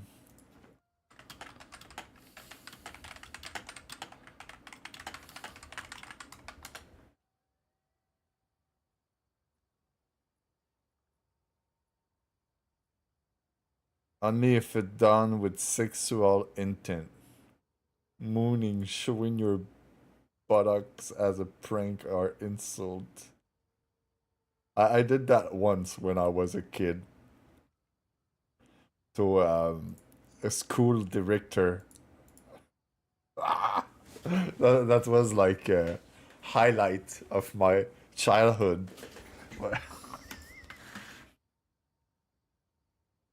Is guilty of the crime of procuring lewd exhibition, guilty of the crime of forcible oral sodomy, guilty of the crime of procuring lewd exhibition, guilty of the crime of forcible oral sodomy. I wish he was the one with the gun and killed me. No police officer ever would hurt an innocent person. Is he even speaking English? Well, like, what was she speaking? Like, you can moon but don't spread. Oh, I see. And you gotta put your leg really tight so we don't see the balls. This is Daniel Holtzclaw, a former officer of the Oklahoma City Police Department, who was convicted of multiple counts of sexual assault, sexual battery, and other sex offenses. She got inside the car. She got inside. Did you go get in the car and talk, or did you stand there with the door open and talk to her? I think I did get inside the car for like a quick minute and just see what's the deal. It's just talking to her. Did your pants come unzipped, unbuttoned, anything while you were standing right there? I don't know what to say. I mean, because it just looks like I just caught you in a lie, and now I don't know what to believe. Nothing was done. As far as that. As per reports, Daniel targeted African American women with priors and drug issues, believing they wouldn't report him out of fear. Daniel was brought in for questioning. Bro, you're doing that. At least get some beautiful woman. I mean, like, don't go at the... What the fuck, dude? Place where he worked as a cop. You made her lift up her shirt, and when she lifted up her shirt, she exposed her bra. What about pants? Nothing in her pants as far as that concerned. She was wearing tight jeans. So. She said she pulled them down. Do you recall putting your in her mouth? I don't. Daniel maintained his innocence even when confronted with the possibility of video evidence. Sir, I'm sticking with my story. Okay. On the video, are we gonna see her? Shouldn't see her. I didn't see her. Okay. Are we gonna see her pull her pants down? I didn't see her pull her pants down. Are we gonna see your out? No. Are we gonna see your go in her mouth? No. His DNA sample was taken to match the evidence found in his car. CSI is processing your car right now. And when we stepped out, they found some pubic hairs. Daniel's conviction was based largely on loose DNA evidence and testimony of the victims, some of which turned out to be false. But you lied on everything you said today. Yes or no? Yeah. So he never touched you? Is it yes or no? No. So you just made up the entire story? Shanice Barksdale, who filed a sexual assault report against Daniel, gave this incredible reason for her actions. I just felt bad for her, and I just wanted to know, like, she wasn't the only victim or anything. Yeah, it's just all about fucking woman empowerment, bro. So the dude got life sentence because they found pubic hair on his chair, and then they accepted a bunch of false accusation as like if it was true or something. Damn, dude. Bro, you cannot let the pubic hair fall, man. It's wrong.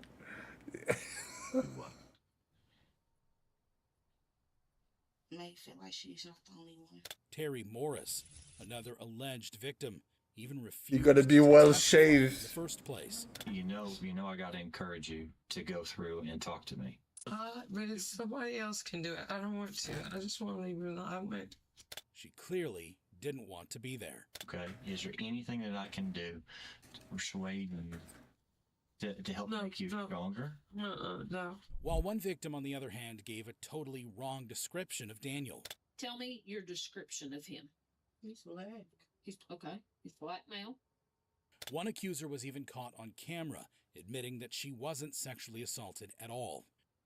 So this is good evidence? Well, you tell me. I think so, because I mean, y'all, even if he didn't even rape nobody or nothing, he's still in contact with people that he was arrested. It was also reported that the accusers were lying with the intention of profiting from lawsuits. They lied on the stand, they lied to the jury, they're involved in civil lawsuits where they may collect millions. This is an injustice, and the public doesn't want to be bothered with it. There was even a secret trial held, allegedly without Daniel or his defense team's knowledge. Surveillance cameras capture a team of prosecutors, including the lead in Holtzclaw's trial, arriving ahead of the proceedings. There were 2 full days where the secret hearing was going on, and my lawyer wasn't allowed to be there. Let them know about it.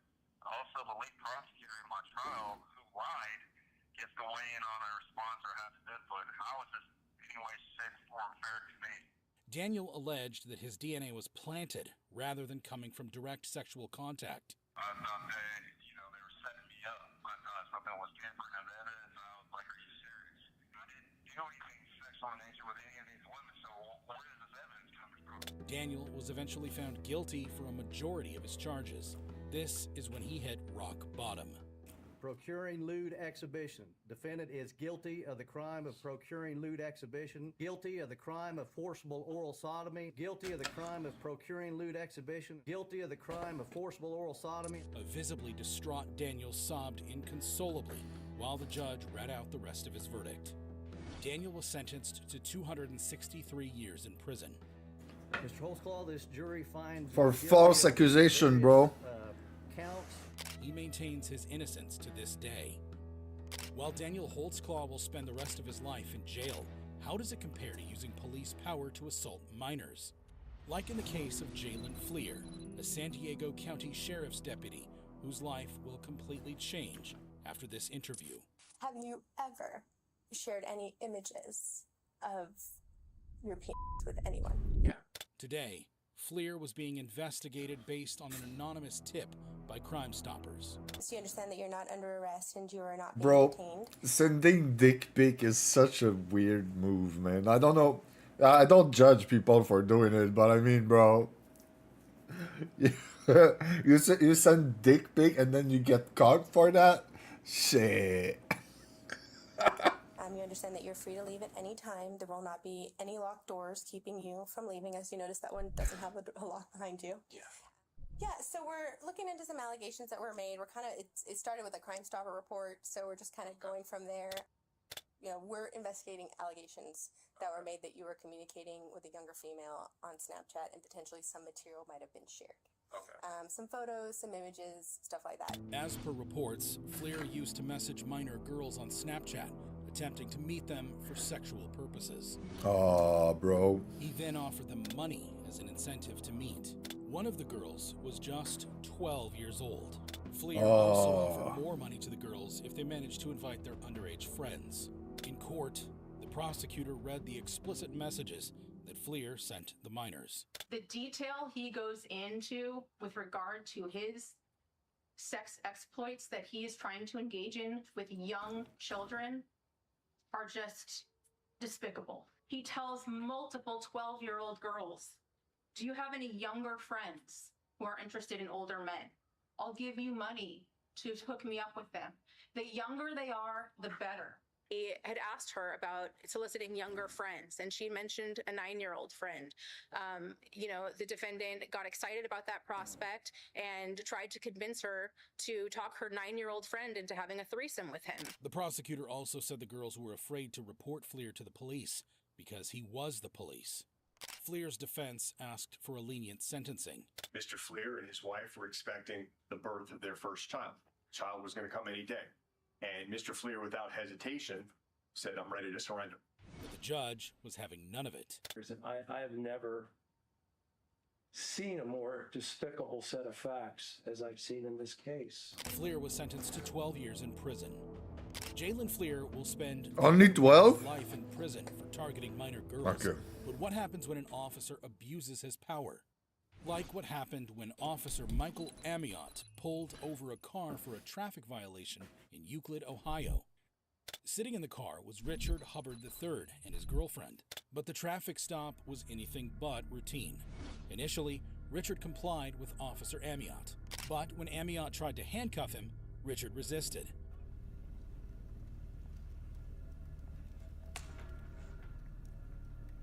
Heard that pop? That was Richard getting tased. The struggle ensued, and the officers got more and more aggressive. On her knees, Richard's girlfriend begged them to stop.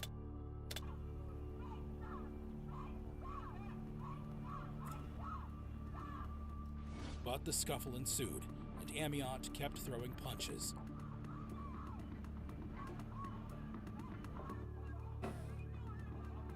A passerby took this video on her cell phone, showing Richard with his head under one officer's knee, while Amiot delivered one final blow. In court, Amiot said that he acted according to the law. Initially, when we go down to the ground, well, he was wrestling with us, and he does throw a punch at me. That was just shown. But if he's wrestling with us, we use strikes. But he also admitted that he kept punching an already subdued Richard. Flurries of punches that you threw, did he swing back at you one time? While I was throwing the punches, no. The prosecution said that Amiot violated Richard's civil rights with excessive police force. Assault has been proven, beyond any doubt, basically. Michael Amiot says that he was justified in using force because he's a police officer. That is the start of a violation of his civil rights. The defense argued that Amiot acted according to his training and protocol. With police policy that governs Officer Amiot and all officers of the Euclid Police Department. But the judge was having none of it. And I did listen to your trainers, your prior instructors. I did listen to them, but I do believe in this case, I believe the jury got it right. The jury found Amiot guilty. We, the jury, being duly impaneled and sworn, do hereby find the defendant Michael Amiot guilty of assault. The judge agreed with the jury's verdict. Police need to be able to control folk, no doubt about that. There must be control, but there's a limit to how that's done. Amiot was sentenced to 30 days in jail, 60 days of house arrest, and 3 years of probation. He was also fired from the Euclid Police Department. The court at this time Bro got out with only like 1 month of real jail for punching a dude like this, bro. This is crazy. Almost anybody would get like a couple of years for doing that, a 1 to 2 year minimum. Impose a sentence of 90 days. I appreciate the jury and the court for making the right decision. You know, what Amiot did something wrong, still going through like the suffering with the anxiety. While Michael Amiot lost his job and reputation for showing excessive police power, what happens when you're caught luring a minor with intentions to exploit them? This is a sting operation by YouTuber Musa Harris, also known as the Luzerne County Predator Catcher. Musa, at the time, had no idea that he was about to catch ex-police officer Leonard Galley. Hey, Paul. What you here for? How you doing? What's your name? Paul. Paul? Yeah. What you right here for? What's that? What you right here for, Paul? Me? Yeah. I'm here to meet some of my friends. Musa posed as a 15-year-old boy on a dating app to lure out Galley, who went by the alias Paul. You got the wrong guy. Buddy, Paul? No. My name's not Paul. You just say Paul. No. You just say your name Paul. My name's not Paul. You got the wrong guy, buddy. Galley quickly changed his story. He also racially abused Musa. With me. Not playing no game. Got one again right here. Galley panicked and left in a hurry. Galley was well known in his community for being involved in weird and perverted things. You know, you do hear the rumors, and he's always running around doing some perverted stuff. I would like to see him get punished to the full extent. It's disgusting. Galley pleaded guilty to felony charges of solicitation and unlawful contact with a minor.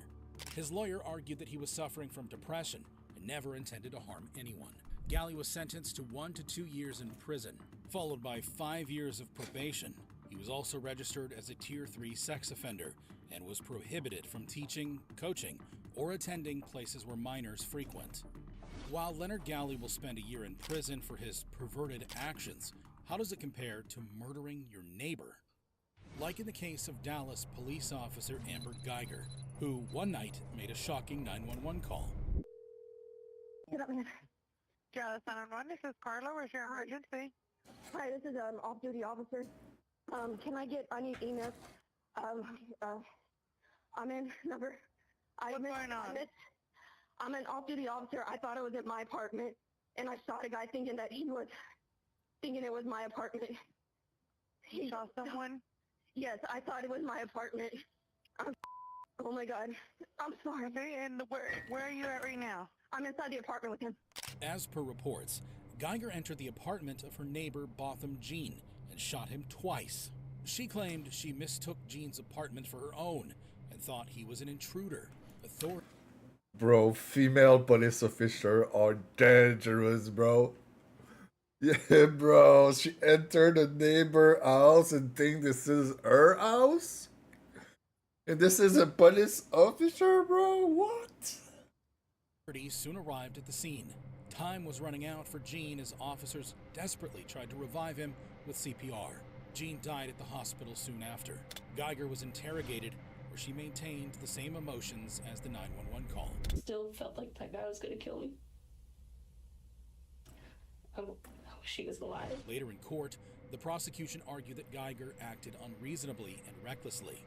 She's leveling off her gun, having acquired her target, and she shoots at him twice. No opportunity for de-escalation, no opportunity for him to surrender. Bang, bang, rapid, double tap. They said Jean was in a defensive position when he got shot. Hits Bo in the chest just above his left nipple.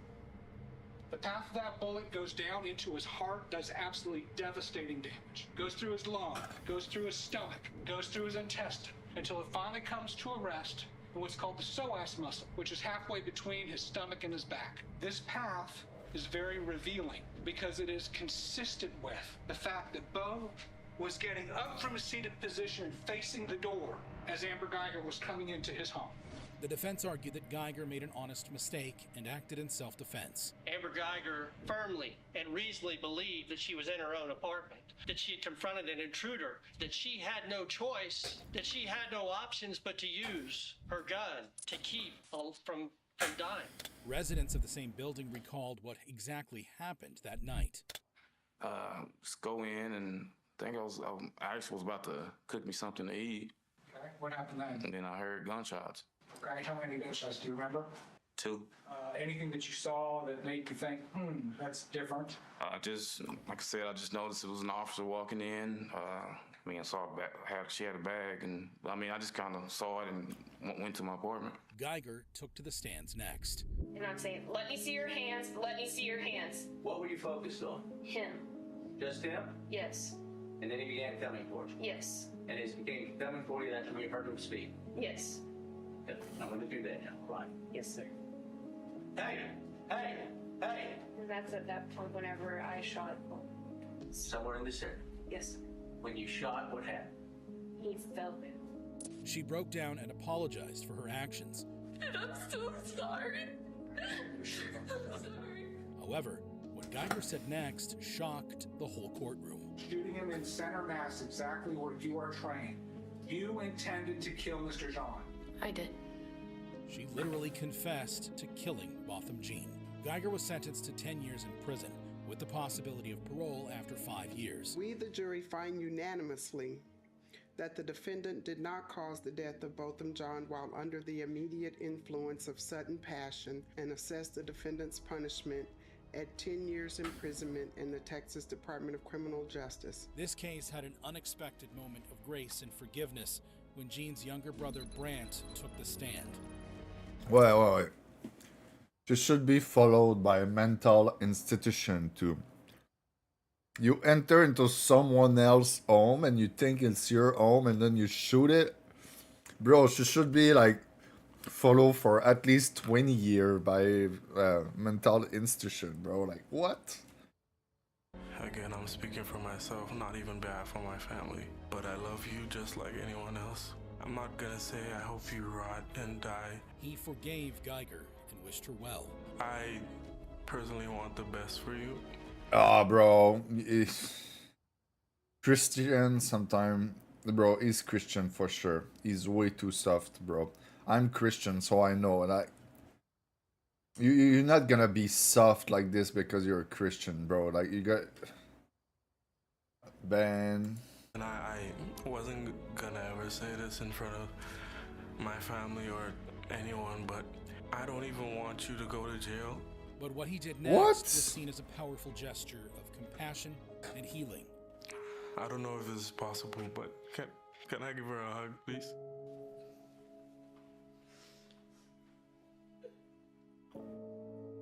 Another moment of kindness came from the presiding judge, Tammy Kemp, who hugged Geiger and gave her the Bible, telling her to read it and find God.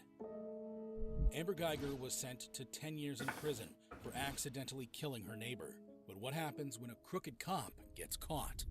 Like in the case of Zachary Wester, who was charged with racketeering and false imprisonment in Florida. The drugs were there. I did not put the narcotics there. As per reports, the 28-year-old former sheriff's deputy was accused of I'm gonna give the food to my dog. suspecting motorists during traffic stops. Hey, man. Go ahead and put your hands don't. At this point, you are detained, okay? I don't do anything. I don't mess with that stuff.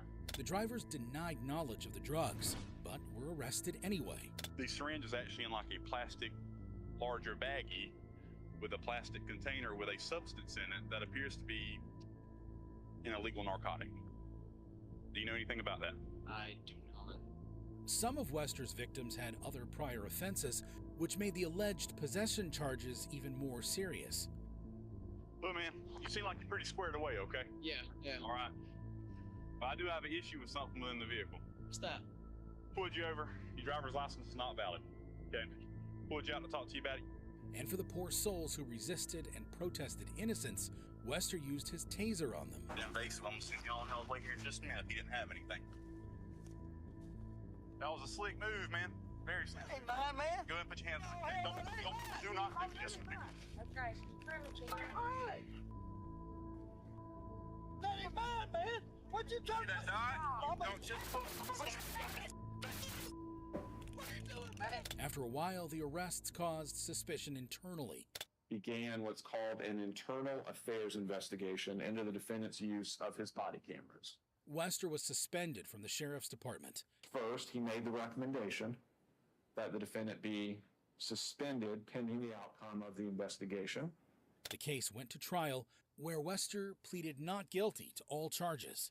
This is a case about an abuse of an incredible power. The defendant used his position as a deputy sheriff to make traffic stops on 12 members of this community and plant methamphetamine in their cars. Methamphetamine and paraphernalia. 12? Should be a law enforcement agency. 12? into something for his own use that was Hope none of my frags end up on a show like this. Damn. criminal. Some of Wester's body cam footage was found mysteriously deleted or unusable. Why in the world would that have been deleted? I wish I knew that answer. However, the prosecutor found something suspicious in one of Wester's body cam footage. Why in the world does the defendant have palmed in his hand, which is clasped like this, not like this, not like this, like this, a plastic baggie? Why in the world does he have that there? I would submit that this is objective evidence where you see him planting drugs in the moment. You see something in his hand that has no reason, no logical reason, given this stop and what we know about it, for it to be there. This is him planting evidence, and you see it. Wester's victims testified in court. And I knew my truck was clean. I knew it was. The white small plastic baggie that was in that spoon that the deputy just showed you on this video. Had you ever seen that before? No, sir. Was that in your car? No, sir. The only thing I would have said was the fact that he did keep going back into the car like several times over and over and over again. Because he'd come back, he'd talk to me, he'd go back to the car, he'd come back to me, he'd go back to the car. Curiously, Wester's body cam was always well placed to miss the exact moment when he found the drugs. In a split decision, the jury found Wester guilty of 19 of the 67 charges. Count 1, guilty of racketeering as charged. Guilty, guilty, guilty. Guilty of official misconduct related to Teresa Odom as charged. Wester was sentenced to 12 years in prison. Therefore, it is the intention of the court that you are sentenced to serve a Bro, imagine the taxpayer money that this dude made, like us or people in the US spend. It's insane. He had like 11 different false arrestation, and then he got arrested himself and got 12 years in prison, and it's 100K per year. So it cost over 1 million total minimum, so maybe 1.5 million with all the judge and lawyer and the fake prison stuff, and then you know the fee that I guess they probably got some stuff. The people who got arrested for no reason, they probably got like, I don't know, compensation or something. So easy 1.5 mil. total of 12 years, 6 months, and 8 days. While Zachary Wester will spend significant time in prison for being a crooked cop, what happens when a cop commits a brazen crime? Like in the case of Wayne Couzens, a Metropolitan police officer who was arrested on suspicion of kidnapping and murder.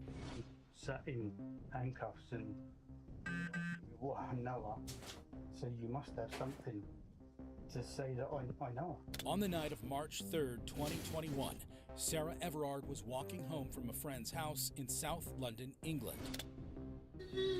Unaware to her, she was being followed by a white car. It was the same white car that Couzens had hired that morning from a dealership in Dover, Kent. That night, dashcam footage showed the white car pulled up to the side of the road with hazard lights on. It also revealed Sarah and Couzens standing next to the car. Couzens reportedly used his police warrant card and handcuffed her into his car, pretending to arrest her for breaching COVID-19 rules. The car was next seen driving towards Kent. The next morning, Couzens was seen buying petrol and rubble bags, possibly to dispose of something. Sarah was reportedly sexually assaulted and strangled to death. Couzens allegedly burnt her body and dumped her remains in a pond near his woodland property in Ashford, Kent. This evening, detectives and search teams investigating Sarah's disappearance have found, very sadly, what appears to be human remains. Police interrogated Couzens as he was the last person who met Sarah. Well, as I said, you've been arrested on suspicion of kidnap, and we believe that you've been involved in her disappearance and taking her away from her family. Couzens initially denied any knowledge about Sarah. So we're here to talk to you about... Doug, just C10, now you need to go outside, poop a little bit. Sarah. I don't know. So, do you know where Sarah is? No. Have you ever personally met her? Yeah, you want to go outside? You had any interactions with her at all? Why Broke would his I leash. have personal interactions with her? But the officers were convinced they had their man. Now, we believe that you know something now.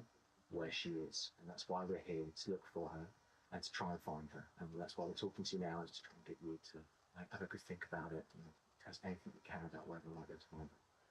What Cousins said next will blow your mind. Okay, well, I am in financial and I've been lent on by, I don't know who they are. They're a group, a gang, whatever. And they told me, right, I need to go and pick up girls and get them to them. So I said, what's happening? And it then came through that they're going to harm my family, take them away, and they'll use them instead. At that point, I had no option with somebody. So I don't, there's a couple of names. I don't understand what he's saying, bro.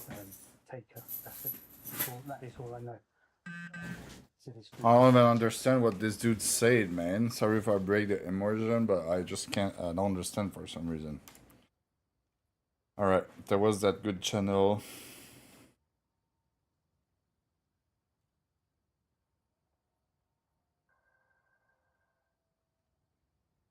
The SPLC playbook. Funding aid instead of fighting it.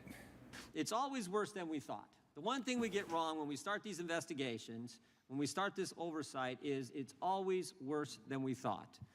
We now have the superseding indictment from the Justice Department. It wasn't $3 million that they were paying these field sources. It was actually $4 million the Southern Poverty Law Center paid to field sources, and they didn't just pay them to foment the hate they told their donors they were fighting. They actually dated them. That's right, Southern Poverty Law Center employee was in a romantic relationship with field source number 9, a member of the Racist National Alliance. This SPLC employee, who was supposed to be dismantling hate groups with the Intelligence Project, was dating the field source that they were paying, and in fact, they had a joint bank account. Wow. And guess what the SPLC paid this individual? $1.2 million to, again, create and foment the hate they told their donors they were fighting. Now, it gets worse. An individual who led the Nationalist Socialist Party, a faction of the Aryan nations, reached out to SPLC. He wanted out. He wanted help in leaving this racist group. And what did the SPLC do? They said, no, no, no. Stay in the group. We'll pay you a monthly salary. We'll reimburse you for hosting rallies, purchasing racist materials. Of course, that was field source number 30. How about F37, field source 37? This person's the one who coordinated transportation and attended the 2017 rally in Charlottesville. The Southern Poverty Law Center paid him $300,000 to the guy who helped put together the event where a young lady was killed. F27, he was paid $350,000. What'd he do? He ran the Aryan Nations Motorcycle Club. F43, president of some crazy group, was previously convicted of cross-burning, but the SPLC thought he was worth $19,000 of their donors' money. Again, all told, $4 million to manufacture hate. We said this last hearing. I still remember Rahm Emanuel saying, oh, I'm talking about Democrats, never let a crisis go to waste. The SPLC took it a step further. They created the crisis. They manufactured the crisis, and by so doing, they became the standard, the source for determining who is a hate group. They labeled F. Bro, there's a dude who say I got banned because I traded in this channel. Bro is not even trading in the trade channel. He said it, bro. I got muted for sitting in this channel. This is so dumb. Research Council hate group. Moms for Liberty was labeled a hate group. Turning Point USA labeled a hate group. Alliance Defending Freedom, even though they argued multiple cases, won 16 cases in front of the Supreme Court, they were labeled a hate group, but never Jane's Revenge. Never the group who vandalized crisis pregnancy centers, churches, in the aftermath of the Dobbs decision. They never got labeled. And the Biden Justice Department helped make them the standard. This is probably the part that bothers me, I think bothers most people the most. They help make the Southern Poverty the standard in evaluating who's a hate group, who isn't. Because they consulted with them, They had quarterly meetings. The Deputy Attorney General, Lisa Monaco, quarterly met with SPLC. They would give SPLC any information they had, the Justice Department, the FBI had, they give it to them first. They even used them to train prosecutors. And of course, we know what it resulted in. The now famous memorandum from the FBI field office in Richmond, Virginia, where the FBI said if you're a pro-life Catholic, you're an extremist. And of course, who did they cite for that? You guessed it, the Southern Poverty Law Center. Southern Poverty Law Center became part of the weaponized Garland-Biden Justice Department. Now here's what's interesting. The Biden DOJ knew all about this scam that they were running. They knew the SPLC was doing this, but they didn't pursue the case. They dropped the case. Because when you meet with them, when you consult with them, when you have them train your prosecutors, you're not going to prosecute. Nope, you're not going to do it because it's too valuable politically. And here's the scary part. And I'm sure we'll have questions for Mr. Fair later on about this. Here's the scary part. It all worked. Field Source 37, the guy at the Charlottesville rally, helped plan that rally, coordinate transportation there, was paid to attend. After the event, again, after the event where a lady was killed, the Southern Poverty Law Center almost tripled their income. $51 million to $133 million after they were coordinating the hate that took place at that crazy rally. You run a scam, you become the standard, you don't get prosecuted, and you make a ton of money. They got $800 million assets, $700 million in an endowment. Such a deal.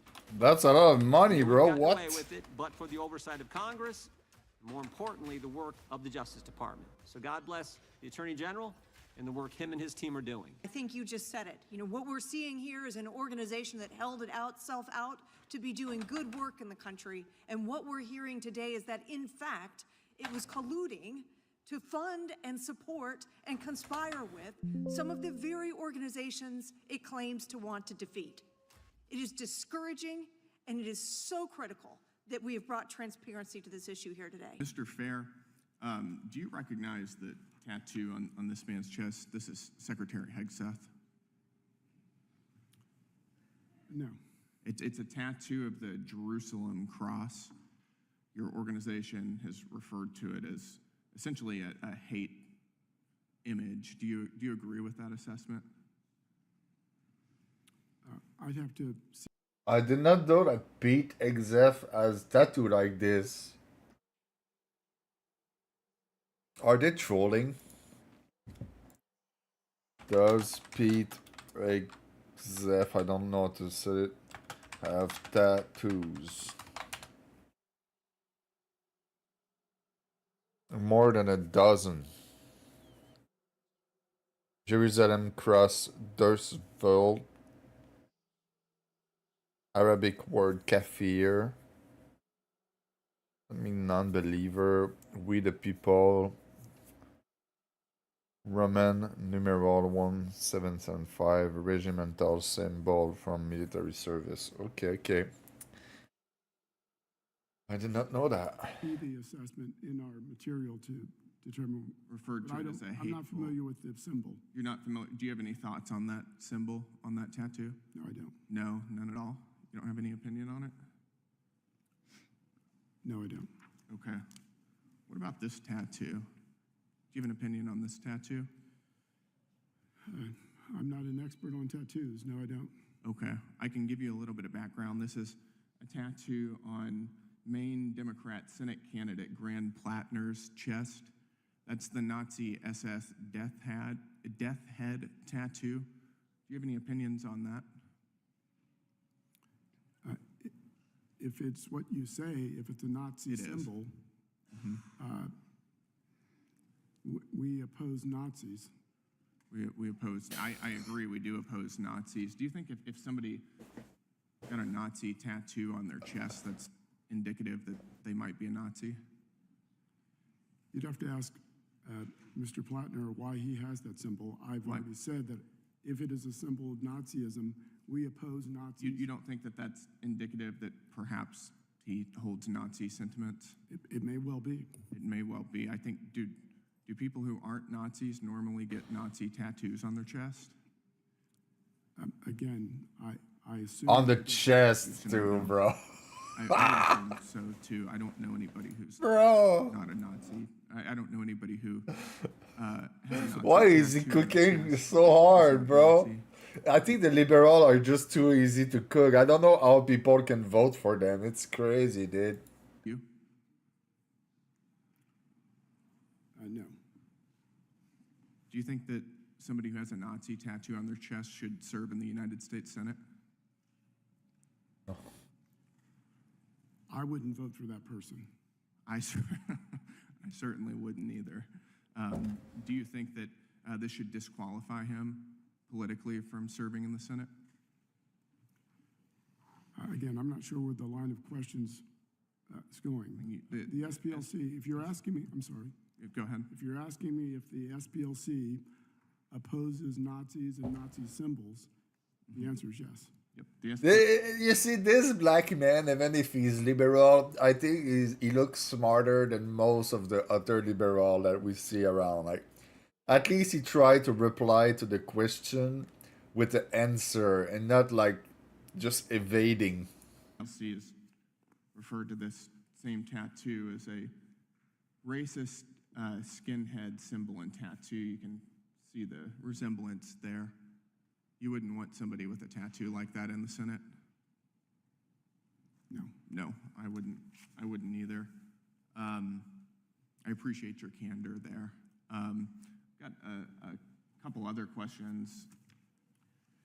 Shifting gears a little bit, your organization said that restricting and banning abortion is a tool of that the far right uses to maintain white supremacy. Do you believe that pro-lifers are white supremacists? I believe that reproductive liberty is... No, do you believe that pro-lifers are white supremacists? I will tell you what I believe if you're asking. Yes or no? I can't answer that question. Now he tried to dodge. Pro-lifers are white supremacists. Do you?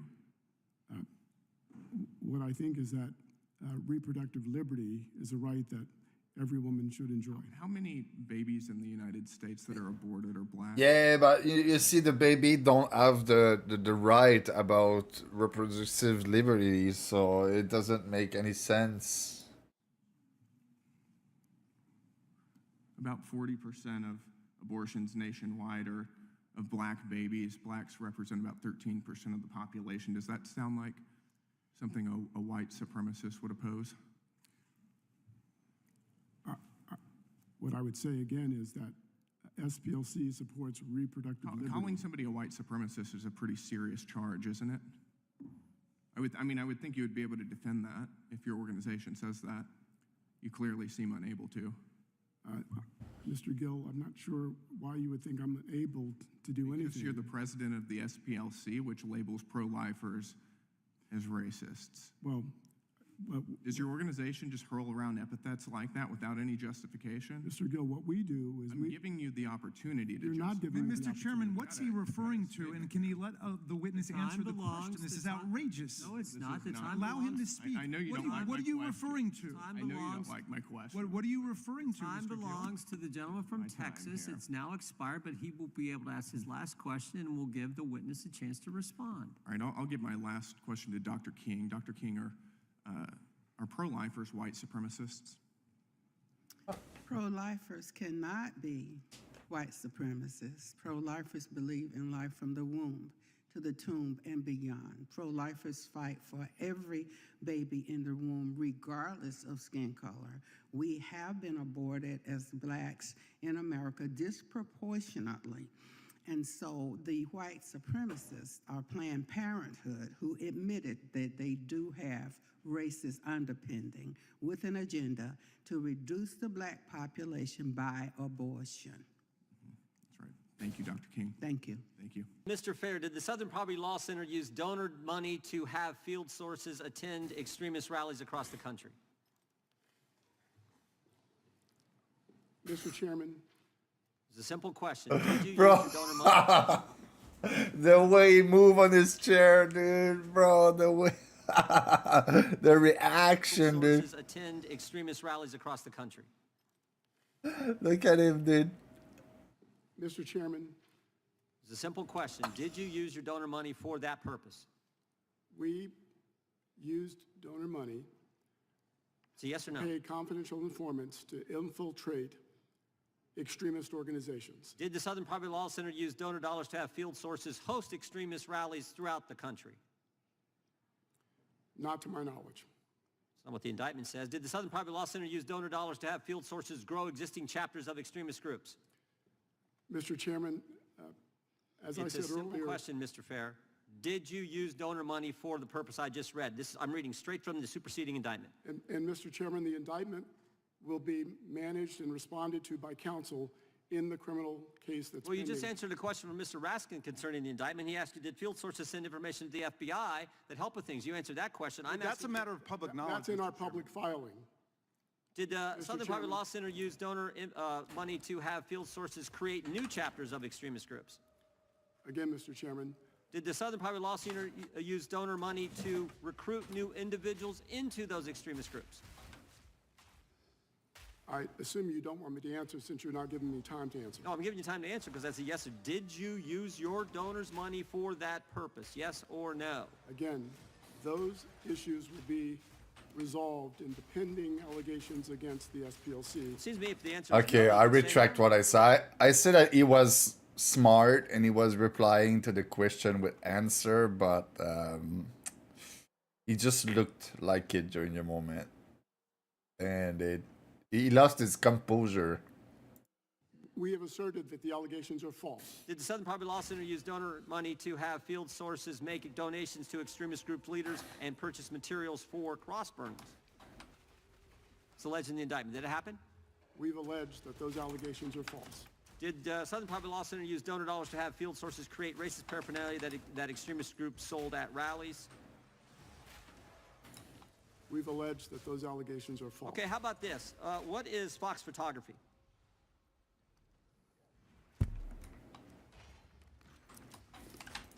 Mr. Chairman, what I've learned about Fox Photography, I've learned from counsel, in conversations with counsel, How about Northwest Technologies? and they're covered by the attorney-client privilege. No, these are, well, did the Southern Poverty Law Center establish shell companies to pay, to run the money through, to then pay the field sources? Again, all of the allegations that you are referring to, Chairman Jordan, will be Well, how about this? responded to by our counsel in the Middle District of Alabama. Did you pay the field sources directly, or did you pay them through an intermediary? Mr. Chairman Jordan? Yep. Our counsel will respond to all the allegations in the indictment in the case pending in the Middle District. Well, there's all these companies that you sent money to. Center Investigative Agency, not the CIA, but your CIA. Fox Photography, Northwest Technologies, Tech Writers Group, Rare Books Warehouses, Imagery Link, J&J Electronics, and Kelly's Marine. I'm just want to know if that was the intermediate shell companies that you guys set up to pay the field sources. Is that true? Will the good chairman yield for just No, a moment? I got just a minute and a half, and then I'll be happy to entertain a question you may Chairman have. Jordan, our counsel will respond to all the allegations in the Middle Bro's dodging, bro. Okay. process allows. Did you do it all for the money? I mean, you said now, I think the Southern Poverty Law Center said you're no longer going to use these field sources. You're going to stop the program. But you did it for multiple years, and according to the indictment, it was $4 million that you shelled out to these various field sources to engage in all the activities I just read. As I'm we just said wondering, in was it our- all about the money? As we said in our public statement, Chairman Jordan, we did it to protect our staff and to protect the public. Did fundraising So we did it. increase after paying people to stay in these groups who actually wanted out of them? Did your fundraising increase? Did the donations coming in increase? Chairman Jordan, I'm not sure exactly what you're referring to when you say. How about this? After the crazy Charlottesville rally, did fundraising go up? Mr. Chairman, our fundraising went up. Fundraising where one of your field sources helped coordinate Our transportation. to that fundraising event? went up when President Donald Trump was elected in 2016. Fundraising go Oh, up after you yeah, paid a yeah. field source to coordinate the transportation at an event in Charlottesville where a person was killed. That's what I'm asking. Did it go up? Because according to what we know, you went from 51 million to 133 million in 1 year. And that happened when President Donald Trump was elected. Who's the president of the National Socialist Party? You know? You know who he is? Mr. Chairman, that's an allegation in the indictment that will be responded to by counsel in the Middle District of Alabama. What I find truly ironic is that how this is the second hearing in just a few weeks and where we have to confront the hatred festering inside the very organization that claims that it is fighting against, of course, the hatred that being. According to a superseding indictment, the SPLC paid more than $4.1 million to informants tied to extremist groups, including the KKK from 2010 to 2023. In two cases, informants who were active members of the local KKK chapter reportedly told the SPLC that they wanted out because they feared for their safety. Instead of supporting their exit, the SPLC employee allegedly encouraged them to remain involved and offered them a monthly salary of $1,200 to do so. As a result, one informant rose into a leadership role within the KKK, recruited other new members, purchased KKK materials, and were even reimbursed for expenses related to cross-burning events. I can't make this up. It's not just outrageous, sir. It's quite outrageous. Sir, as you highlighted in your testimony, these organizations have survived 55 years taking donations from generous donors. During this time, were these donors ever informed where and whom their money was being passed on to? Congressman Hunt. Yes, sir. All the allegations in the indictment will be addressed in the Middle District of Alabama in the case pending against the So SPLC. you were taking money from people, and were they informed that this was actually funding members of the KKK? Congressman Like, so if a donor says, hey, I'm gonna give y'all $1 million. Did you then say, well, we're actually gonna have a covert operation that's gonna secretly give money to KKK to fund the organization? And then did the donor then say, well, that sounds like a good idea, please take more of my money? That ever happen? Congressman Hunt, all the allegations in the indictment will be addressed in the Middle District of Alabama. Bro, this game sometimes is hard. Like, I got one tap for nothing. Like, I don't even know what one tap means. Like, this is crazy. I almost want to watch every play. I think this is that thing that we see falling that killed me. Bro, it was impossible to see it. That thing is crazy, bro. I think there's probably a couple that's stacked on top of each other or something. Criminal proceedings. So, here in politics, we take money from donors, and, we have a lot of donor meetings, and the first thing we want to do is they want to understand the platform that they are given to. And my guess is that if you have a donor that's given to your organization, you didn't tell them that they were giving money to KKK. That's fair to say. And if they did know that they were giving money to the KKK, I would call that nefarious intent. We have a bigger problem in this country and with your organization. So I will say this. My Democrat colleagues sit here and they defend your organization, and I will use the rest of my time to reiterate what I have said many a day sitting in this chair. The Democrat Party has built an entire political machine on grievance. They don't want to solve problems. They want to reopen wounds of the past. They don't offer vision, they offer victimhood. Racism, white supremacy, Jim Crow, democracy is dying. Why? Because fear is the currency of the Democrat Party. Division is their strategy. Outrage is their oxygen. I had a previous colleague that talked about, seeing a black pilot and what that would mean to Charlie Kirk's comments. And it's funny, black pilot here, by the way. I actually went to flight school, West Point graduate, learned how to fly the Apache helicopter, went to flight school in 2005. You see, there was no DEI. We just simply competed with everyone else, and I was selected, fought in combat, went on to fly 55 combat air missions, and nobody gave a damn what I looked like because I got there on merit. What DEI does is it lowers standards based on race and based on gender. Bro, what the AI does is it diminishes the merit of this dude. This dude became a pilot, bro. Like, come on, dude. Saying that the black people cannot become pilot, bro, this dude did it. And the way he speaks is insane. Like, wow, man. 55 combat air missions, and nobody gave a damn what I looked like because I got there on merit. What DEI does is it lowers standards based on race and based on gender. Ma'am, you are nodding your head. First of all, thank you for your legacy. Thank you for your family's legacy. What was your uncle's dream, if you don't mind me asking? Martin Luther King said he had a dream. It was rooted in the American dream, that one day there would be no black power, no white power, only God power and human power. He wanted us to learn to live together as brothers and sisters and not perish as fools. Why would we only get 10% set-asides when we are entitled to the same percentage as every American out of the 100%? I'm going to yield back to you because I would talk too long. God bless you, sir. God bless you, ma'am. And what I understand is that as Democrats would have it, they would think that every single black person should be a Democrat, which would make us the only demographic in the entire world that would think that their entire race should belong to one party. And what your uncle was referring to is this: being judged not by the color of your skin, but by the content of your character, and having representation from all people, from all walks of life, on both sides of the party. And I would argue that we are living your uncle's dream. Are we perfect? Blood, No, we're not. one race. Yes, ma'am. Yes, ma'am. I'm seated before you today as the United States Congressman. My brother, sister, and I all went to West Point. We're all West Point graduates. We all served our country.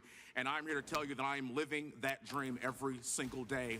And I am so proud of you and proud of what you stand for, because I know it's not easy. But I'm so glad that people like you are fighting the good fight for the great future of this country, because we are here living Dr. Martin Luther King's dream. It's why I am sitting here today being judged not by the color of my skin, by the content of my character, from a white majority district in Houston, Texas, and I've been black for my entire life. Stop listening to the crap of the left and realize that we are all in one boat, rowing in the same direction because of people like you. We must fight against organizations that want to give a dime to organizations like the KKK for whatever reason. Mr. Fair, if you're trying to stop hate, why would you encourage people to attend a hate rally? So it's not they're speaking right now. It's not the same. Encourage people to attend hate rallies, Chairman Jordan. And if you're referring to any allegations in the indictment, well, I'm just asking in general. I'm not saying it's one thing. You've said you've had informants, you had field sources. If you have informants and field sources there, that's one thing. But the indictment says that these informants and field sources were encouraging other people to attend these hate rallies. And I'm saying, okay, so you don't have to answer that specifically, but is that a good thing in general? again, all the allegations in the indictment, do you wish, Chairman Jordan, okay, will be addressed. Do you wish you hadn't have done the program? You said the program was successful and helpful, but now you're stopping it.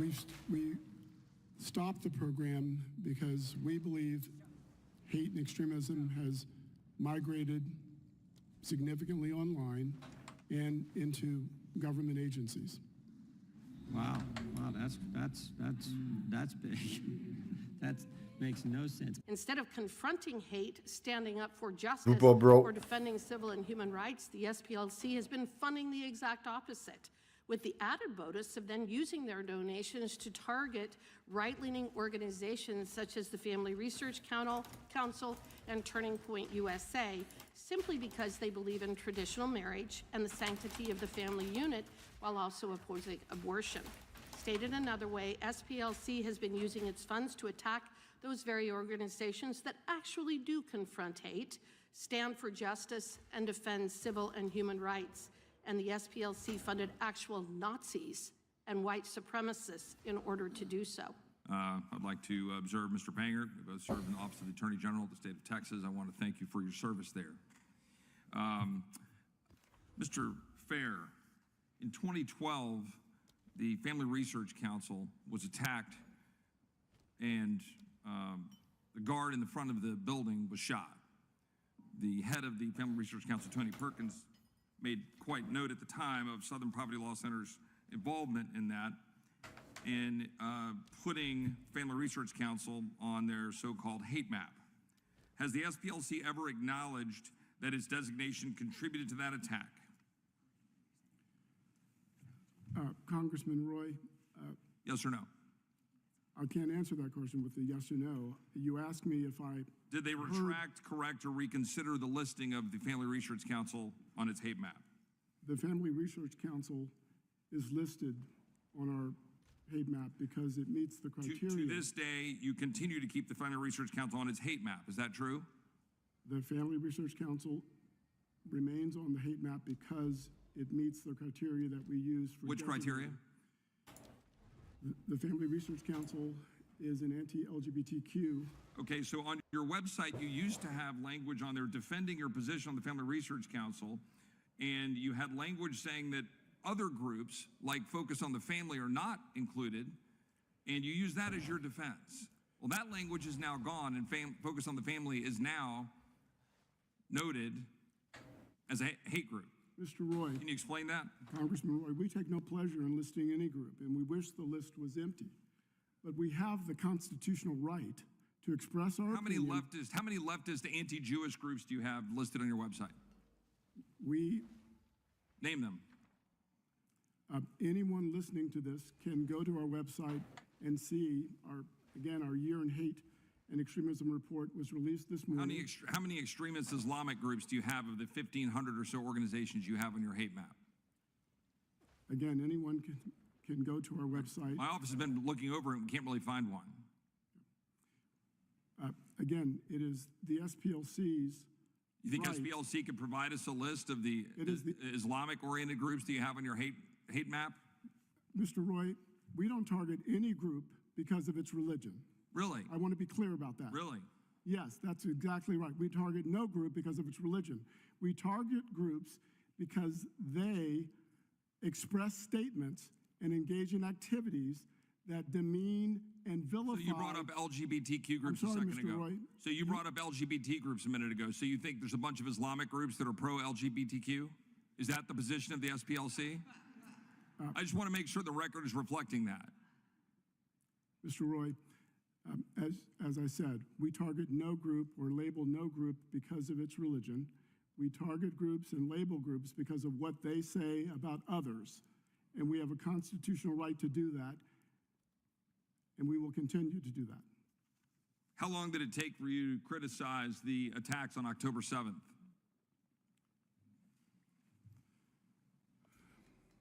Mr. Roy. Was it immediate?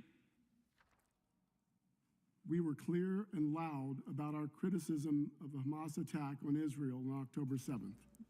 My research shows that it took you at least 3 weeks to finally say anything, and then you attacked and criticized Israel. Mr. Roy. Do you think the record reflects that, or am I incorrect? Mr. Roy, as I said, the SPLC has a 55-year history of fighting anti-Semitism. It speaks for itself.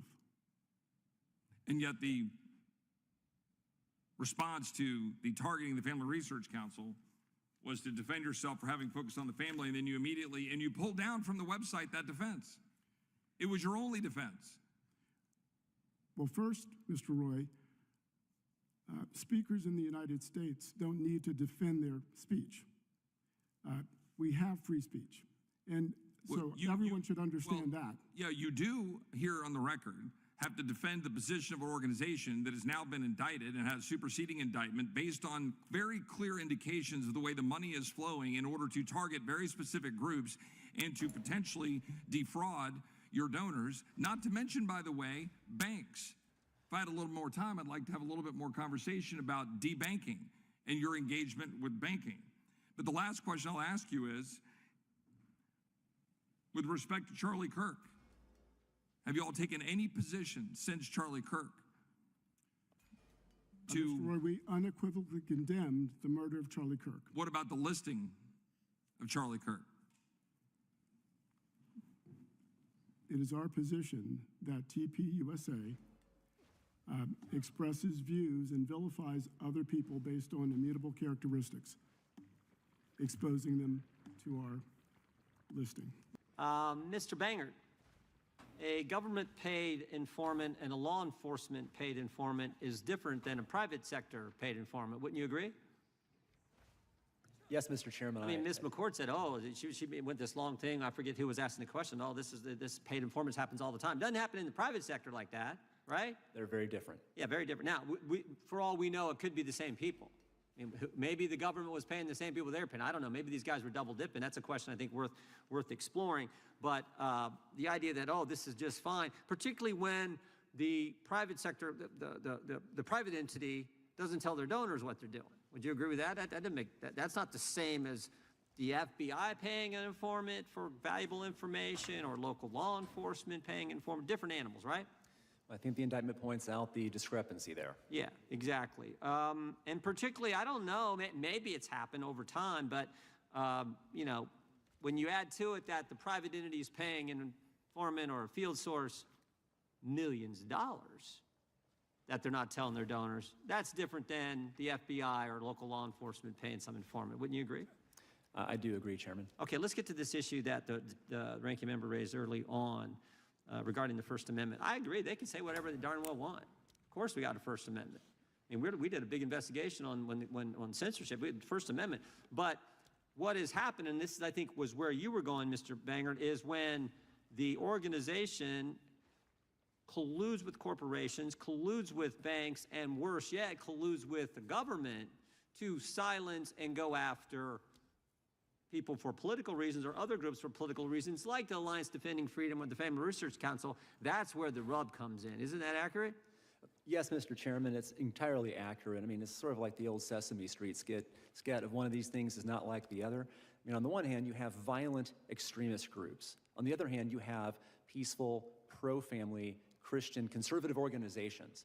And what the SPLC has done over time is it has expanded this hate map to include the latter. Yeah. And then what it's done after that is it's launched this organization called Change the Terms, gone to corporate America, and embedded itself in the decision-making architecture of corporate America, including key institutions like financial firms, technology firms, online social media platforms, and demanded that they deplatform, debank, and deny services to every single organization. Good night, Mentos. Take care, brother. Ones that aren't like the other. And again, that's all bad. We disagree with it. Lumping y'all together and going to these entities and doing that. But what's really wrong is when they go to government and get the government's stamp of approval, which is what I think happened. This is why there was this cozy relationship between the Biden-Garland Justice Department and the Southern Poverty Law Center. Do you agree with that? That compounds the problem exponentially. Yeah, because when the government, when the Justice Department is making them out to be the end-all, be-all standard objective source out there, bringing them into quarterly meetings, using their material, helping them, having them train their prosecutors, that's when we get into the problem. And so much so that the FBI director sat in the same seat you're sitting and said that memorandum written by the Richmond field office was wrong. I was aghast. I can't remember all the terms he used. That's where it leads to an actual document from the government saying if you're a pro-life Catholic, you're an extremist. The government, especially when it's engaging in prosecution, relies on evidence. The hate map, as courts have found, is not evidence of anything. In fact, it's a sham and a fraud. Yeah, so all that went on, and now we learn that saying that government, that's what they called them, that they were paying. Saying that government and judge and everything rely on evidence, it's not true. They rely on people parole. And if there's a lot of people saying the same thing, they're gonna take it as evidence. So it's not true. The government, the judge, bro, they don't rely on evidence. They can create false evidence. $4 million over a period of years, and these field sources were engaged in all kinds of ridiculous, hateful, racist things, all while telling their donors, we're doing the great stuff. That's the story. And that's why the Justice Department's investigating and has indicted them. Anything I get wrong in that there, Mr. Banger? It is a tale of hypocrisy. Can you explain what actions the SPLC took before the Unite the Right rally in Charlottesville in an attempt to help law enforcement?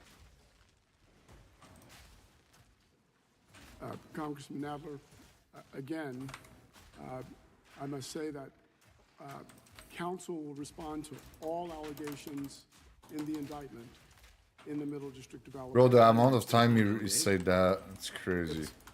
Part of the allegation. Okay.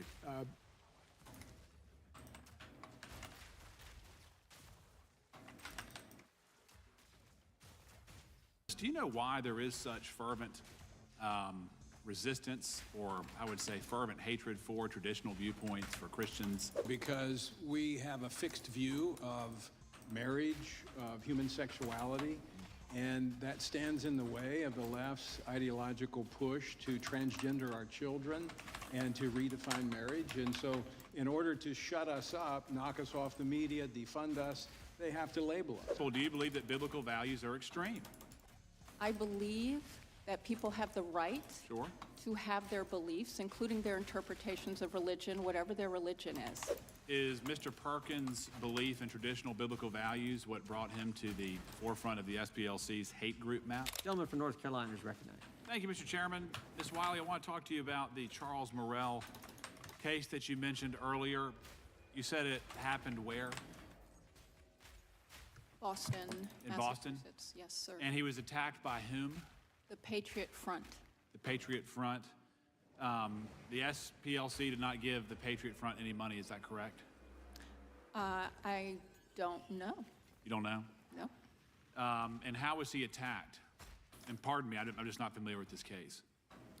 The Patriot Front was had a march that they were engaged in without a permit, and he was attacked on the street.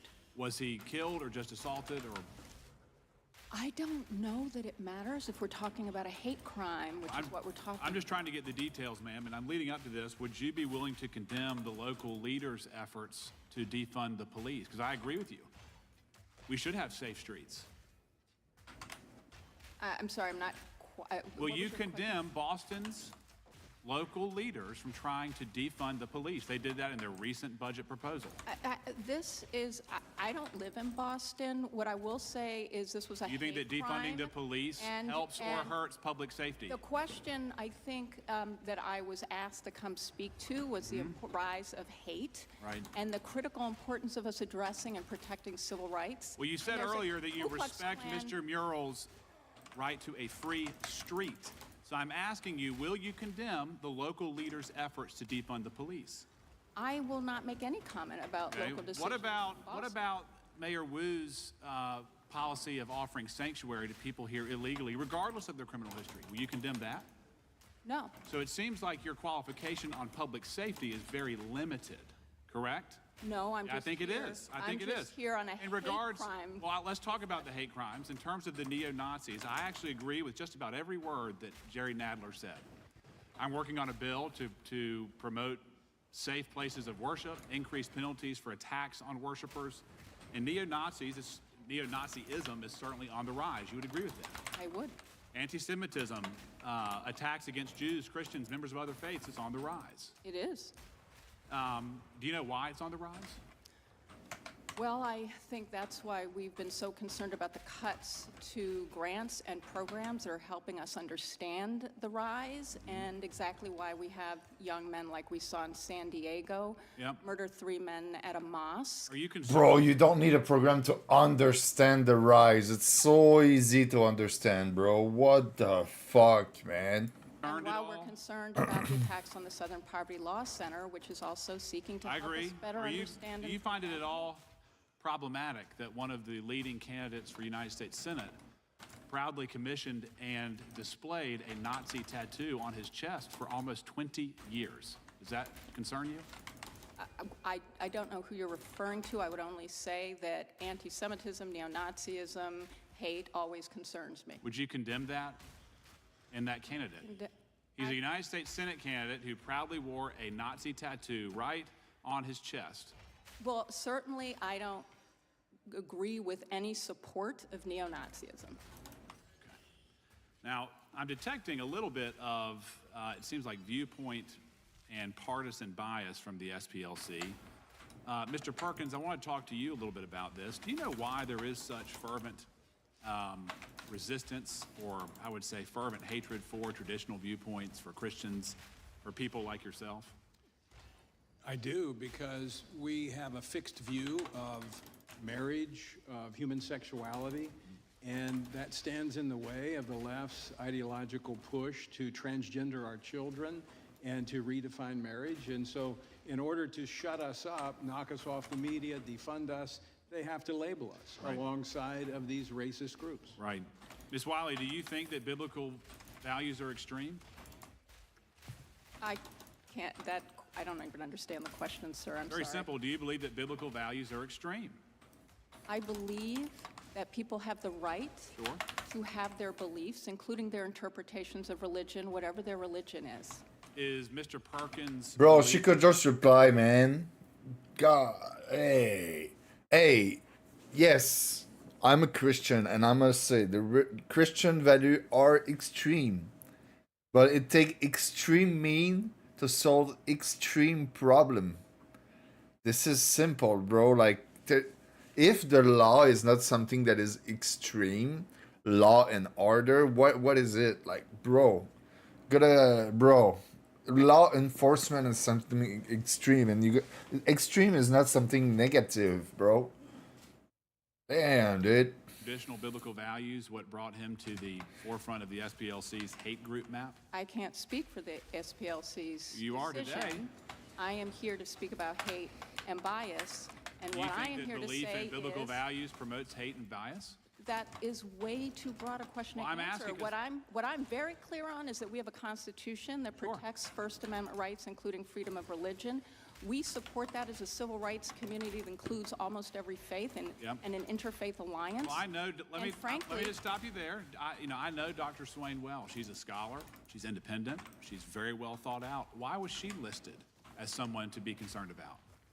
I'm here because we're talking about hate. I do not engage in the Is she a hateful designations. person? I don't know her. You're on behalf of the SPLC. I'm on behalf of civil rights, the leadership conference. Is she on civil anti-civil human rights? I don't know her. Well, I'm over my time, Mr. Chairman. Mr. Chairman, could we just clarify Ms. Wiley's organizational identification? I think there's some confusion here. I am the president and CEO of the Leadership Conference on Civil and Human Rights, which is the nation's oldest and largest civil rights coalition of almost 250 national organizations. Gentleman from Florida is recognized. Thank you, Mr. Chairman. I want to go back really quick to the questioning by Ms. Crockett, just because I thought it was actually an easy line of questioning, and I want to give everyone an opportunity just to clarify. Ms. Swan, the neo-Nazis are a supremacist group, right? I know you talked about your book, but neo-Nazis are a supremacist group. May I define a white supremacist? Because I did a Cambridge University Press book, and when I did my research, I know, but Ms. Swan, I got to be honest, you're doing what the university professors did with Elise Stefanik, talking about, well, what's the definition of this and what's no, it? I'm giving you a definition but because you all don't have one. No, the neo-Nazis are a supremacist group. They believe they're supreme, right? That's why they wanted to put people in camps that they believed were not pure. Neo-Nazis are a supremacist group, right? I mean, this is not a trick question, Ms. Swan. I'm not trying to trip you up in the fact that you're... I would like to define a white supremacist, and when I did my research, it was white people who believed that because of their race, they were superior to other groups. But the left redefined white supremacists so that it could include any white person in this room, Ms. Swan, including hold on. you all. That's a wonderful speech and a filibuster. No, it's true. Are neo-Nazis supremacists? It depends on which ones. They're individuals. No, I didn't ask you which ones. Some of them are plain old neo-Nazi. Ms. Swan, listen, I'm not reading your book if you literally can't answer this question. Are neo-Nazis supremacists? They're individuals. Some are, and some may be just plain old anti-Semites. No. Neo-Nazis are anti-Semites, okay? We're going to agree there. Right, okay. But they're also supremacists, Ms. Swan. Okay, if you agree. No. You don't have to take my word for it, right? Like, they are. That's the whole reason they exist. But you because all don't they believe they are supreme. You all don't seem to understand that a white Who's they all? supremacist I'm not a neo-Nazi. Who's they all? I'm a regular person asking another regular person if we can agree that neo-Nazis are supremacists. I will agree with you. Okay, I don't want you to be forced into it. I would agree with you, but I suggest you all take the time and read my Cambridge University Press book listen, that was nominated for a Swan, Pulitzer Prize. Bro, she's like, oh, you can read my book. Yeah, they should read my book, bro. Yeah. Bro. Dr. Swan, I can promise you there's no freaking way I'm buying your book.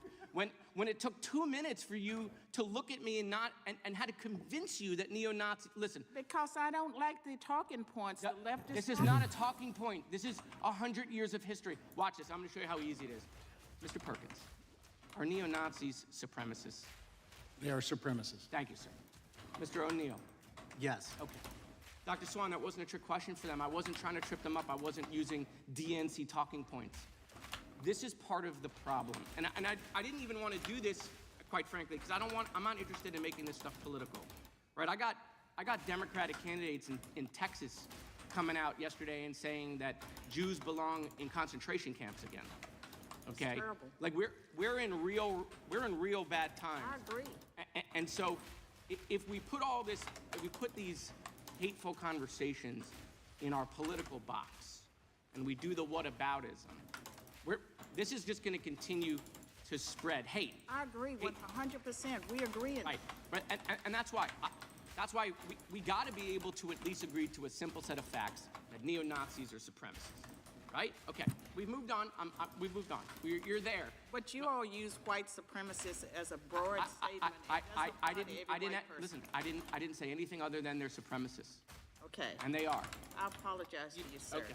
No, you don't have to apologize to me. I just want you to understand, like, if we can't agree on a simple set of facts, then we can't solve She played the victim. real problems. So, Mr. Chairman, this obviously was a specific topic that you had scheduled a couple weeks ago and invited these witnesses in. But I got to be honest, like, the last week, the amount of anti-Semitic messages, voicemails, text messages I have gotten, stuff on my social media, an assassination plot, a couple months ago, someone serving 25 years in jail, and now watching someone running for office trying to join the greatest deliberative body ever created on this planet, who thinks the way forward for America is to look at 1940s Germany. Okay, my grandmother was part of the Kindertransport out of Germany. Her parents died in Auschwitz. My kids are not going to an internment camp, I can assure you. And it's becoming so normalized. It is, we've gone from, there's Americans who donate to elected officials, that are AIPAC, and then it's, okay, Netanyahu, and then it's, okay, maybe we shouldn't support foreign money, and then, okay, now we're going to call these people Zionists, and now we're at concentration camps. By the way, we got the concentration camps much faster than I thought we would get, but here we are. And it's real scary. People are scared. People don't want to show their Jewish stars anymore. They're moving into neighborhoods just to be around other Jews because they're concerned. And one of my Republican colleagues, and I know I'm over, Mr. Chairman, I'm going to wrap it up. One of my Republican colleagues asked, do we know why it's spreading? Hate, all sorts of hate, not just anti-Semitism. This is why it's spreading. It's all here. It's really here. Go poll young kids versus seniors. It's a dramatic difference in the amount of hate young kids have versus seniors. This is the difference. You're seeing it in voting patterns. You're seeing it in belief systems. We've let foreign governments and bots just totally weaponize this. No countries can beat us militarily. We're stronger than everyone combined. But they are gotten us fighting amongst ourselves, dividing us at each other's throats. So if you ask me why things are so bad, I mean, just spend a couple minutes, go to my Twitter, go look at some happy things, like a happy Veterans Day or happy Memorial Day that I posted, and look at the hate I get. It is out of control. So, Mr. Chairman, I appreciate you doing this hearing in general, but real hate, is spreading in this country in ways that my grandparents, they're gone. But I can't imagine if they were alive to see what was going on here. And I yield back. Thank you for the extra time, Mr. Chairman.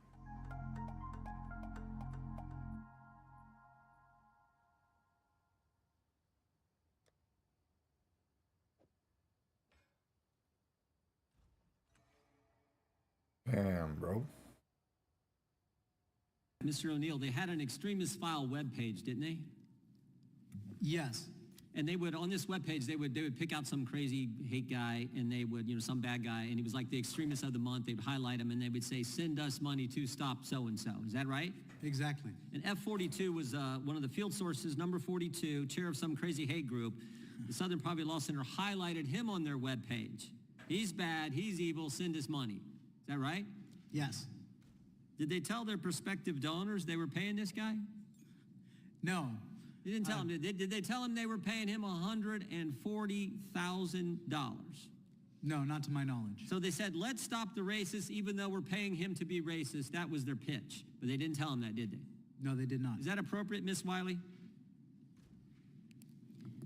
I'm sorry, which part? Sorry. All of that. Is that appropriate to say, tell your donors, this is the extremist of the month, this hateful racist guy is really bad, send us money, but not tell those donors who you're taking their money from that we're paying this guy $140,000. Is that appropriate? Well, we have public reporting that over a dozen donors actually said that they spent the money as intended. Field Source 42 got $140,000 from the Southern Poverty Law Center, was featured on their webpage as extremist of the year or month or whatever they call these bad guys, and they were paying him and they were gating money. Is that appropriate? Simple question. And donors have supported it, and they keep trying to send more money to the Southern Poverty Law Center. No.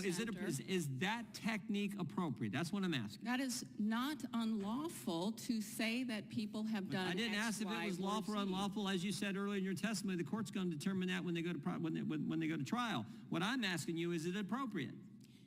As I said, the donors have spoken. And in fact, they're trying to send more money now, and their financial institutions refusing to send the money. Is the Alliance Defending Freedom, is that a hate group? I don't know. I don't do designations. Well, they've argued 16 cases before the Supreme Court, won 16 cases before the Supreme Court. They stand for traditional values. Southern Poverty Law Center labeled them a hate group. Are they a hate group? I don't know them, and I don't work on the designations. Well, here's one thing. I'm here to talk let me ask you this. Is Jane's Revenge, is that a hate group? Because the ADF, they didn't firebomb anybody, but Jane's Revenge did. ADF is labeled a hate group. Jane's Revenge isn't. I want to know how you would label. I'm not here as a person who designates groups. I'm here to talk about the impact on civil rights. Okay, Mr. Perkins, in your opening statement, you talked about how it was just worse than the SPLC because how they've put themselves out there or become the standard and help from the government, I think, in becoming the source of the standard on evaluating and determining what groups are hate groups, what groups aren't. But it's bigger and broader. It has things. But I think the real thing here is how closely they worked with the government to carry out what they were trying to do. And the reason the Biden administration embraced them, I think, so fully was politics, simple politics. You agree? Well, there are members of this committee that were endorsed by SPLC. They had a C4 was involved in elections, so they were not just an umpire; they were a player on the field as well. So how can they be objective in determining who is a purveyor of hate and who is not? I mean, they had a stake in this. But to your point about their engagement with government, it goes much further than the federal government and the FBI and the Department of Justice and the Department of Defense, which their material was in briefing to the members of the military. But they also continue to have their Learning for Justice, which is about 500,000 educators across America, and bulletins to local law enforcement. And I happen to know because the agency I was with, the sheriff called me and said, hey, we got a bulletin that says you're a part of a hate group. Yep. And he was laughing. Yep. But that is the reach that they've had. This is the hub. They're the hub, but they're spokes that go out. And no, I think that's an appropriate metaphor. Ms. Wiley, the SPLC labeled a brilliant black conservative, the woman sitting to your left, Dr. Carol Swain, a, quote, apologist for white supremacists, close quote, simply for daring to disagree with them. Do you personally think Dr. Swain is a racist? I don't know Dr. Swain. What I will say is what's important about the Southern Poverty Law Center's work is that it identifies where and how we have problems. I'm asking you. You're choosing not to answer. Okay, you don't know her. Have you read any of her writings? I have not. Okay, so Dr. Swain, what was the impact of SPLC's radical, unnecessary attack on you? What was the result of that? It actually set in motion a series of events that led to my retiring in 2017. Now, there are more things that happened, but once the Southern Poverty Law Center labels a black conservative as an apologist for white supremacists, then people don't know how to process that.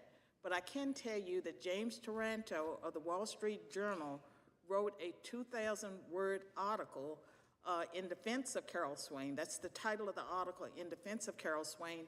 That helped a lot, but I think that it hurt the Southern Poverty Law Center as well, because people knew that if they went after the author of a book on white nationalism, I published with Cambridge Press in 2002 a book, The New White Nationalism in America is Challenged Integration.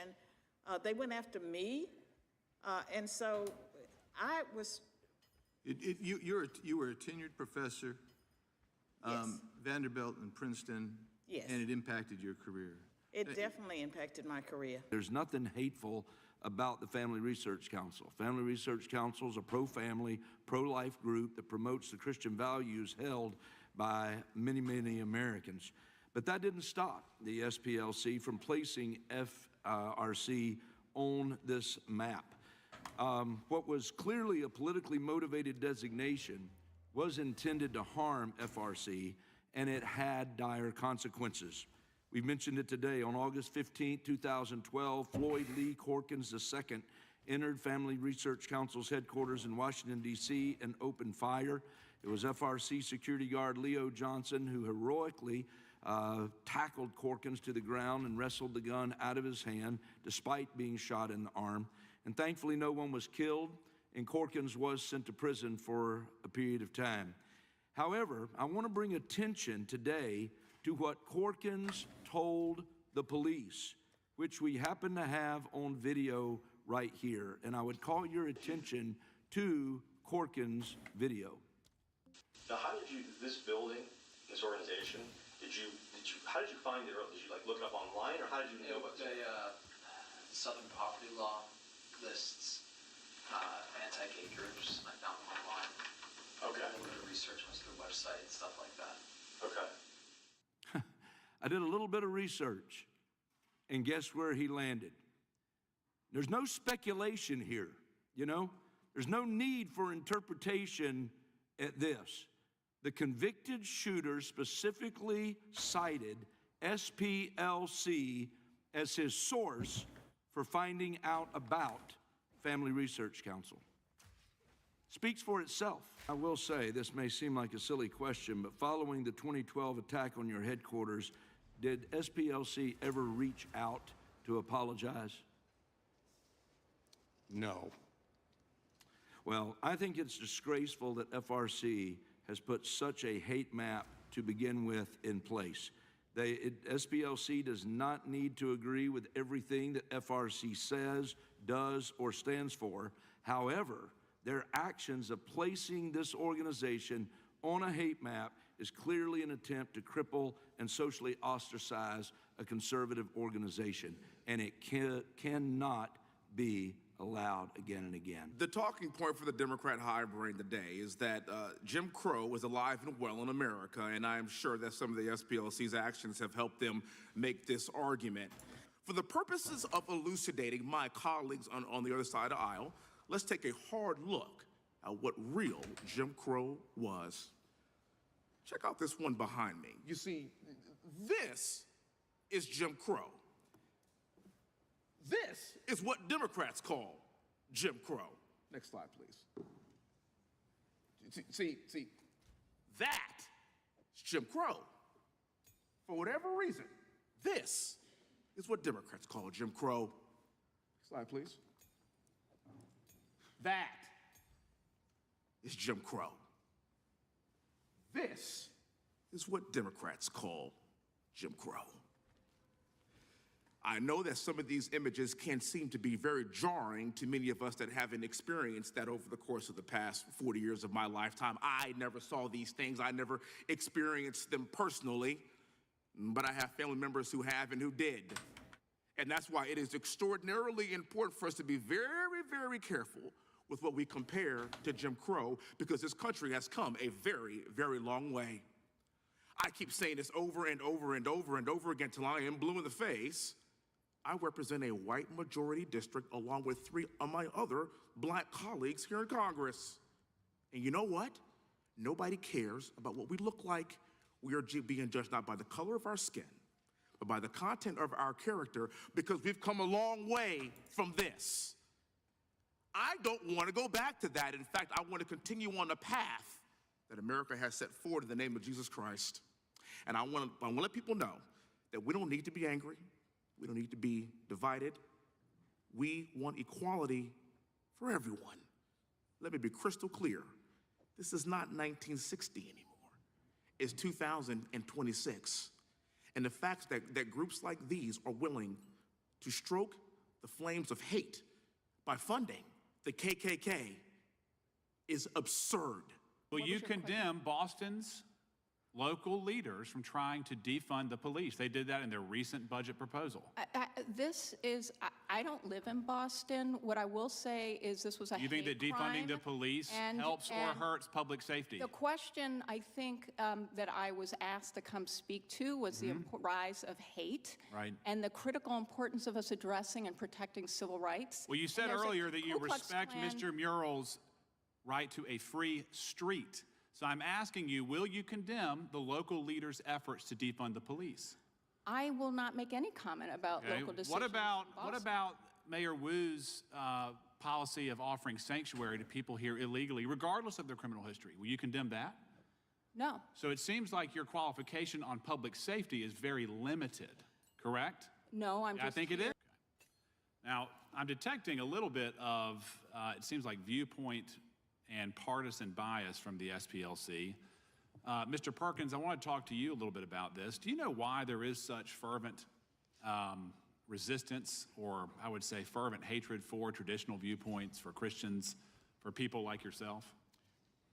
I do, because we have a fixed view of marriage, of human sexuality, and that stands in the way of the left's ideological push to transgender our children and to redefine marriage. And so in order to shut us up, knock us off the media, defund us, they have to label us alongside of these racist groups. Right.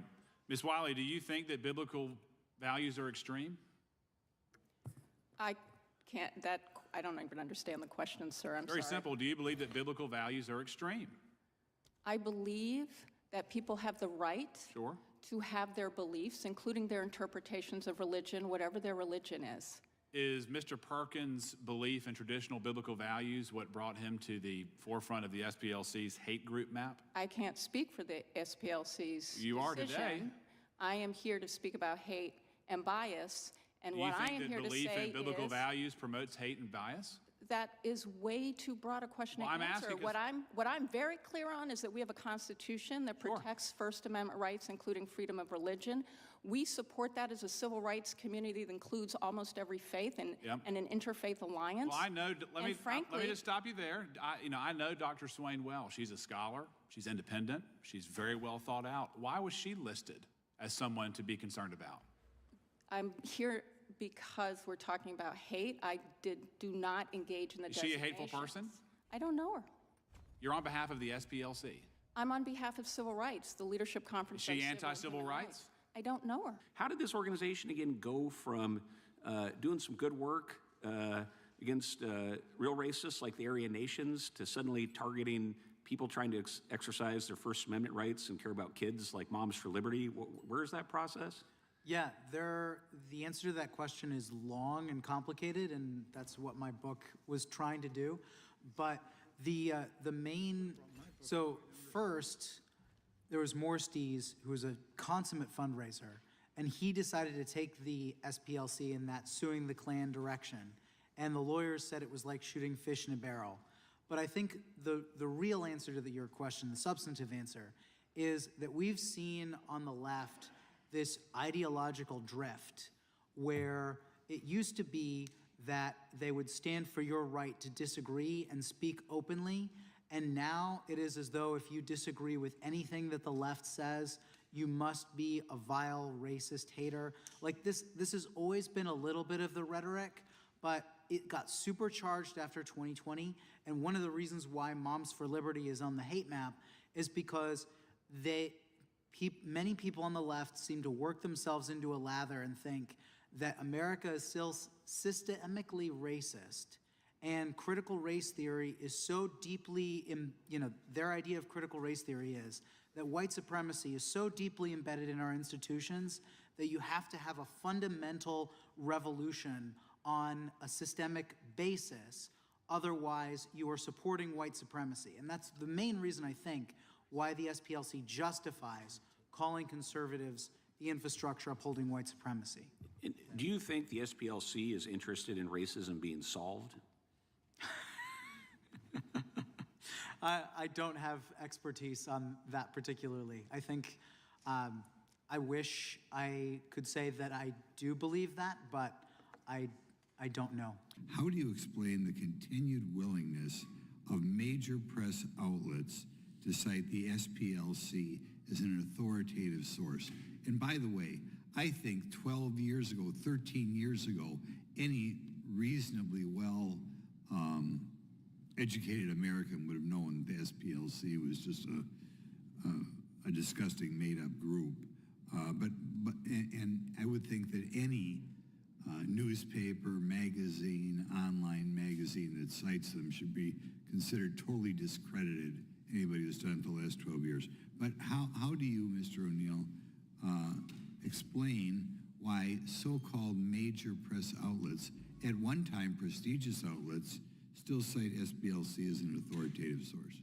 I think it's because the SPLC positions itself as a weapon of the left by demonizing the sorts of conservatives that many in the mainstream left want to render irrelevant, and therefore it is a weapon, a reputational weapon against people who are inconvenient for the left's narrative. Yep. Go ahead, Mr. Perkins. Well, they leverage their relationship with government to be able to do that with the media, and then they leverage the relationship with the government with the corporations. And that's how they were able to get the corporations to debank and de-platform conservatives, because of that relationship. I go back to the illustration of the hub. They're at the center of it, but they're not alone. Right. Yes?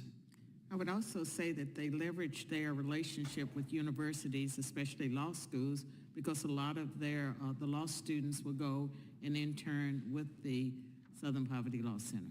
Mr. O'Neill, do you believe that SPLC's conduct crossed the line from infiltrator to instigator?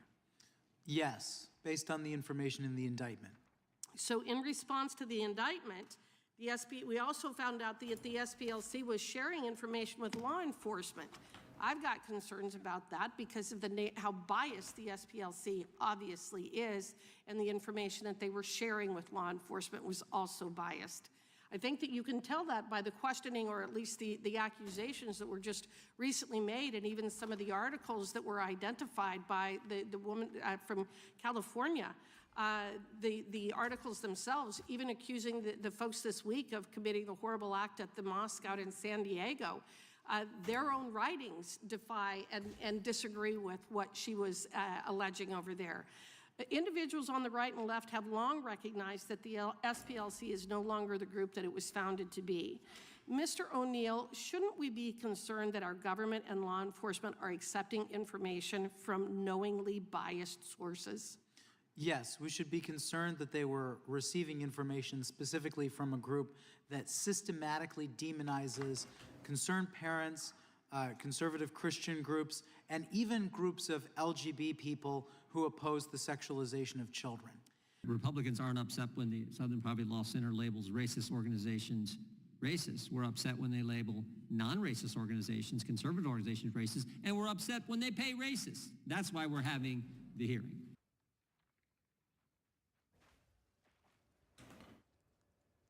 Okay, I like all those videos, but it take a lot of brain power just to listen to that. Wargaming, not gonna lie.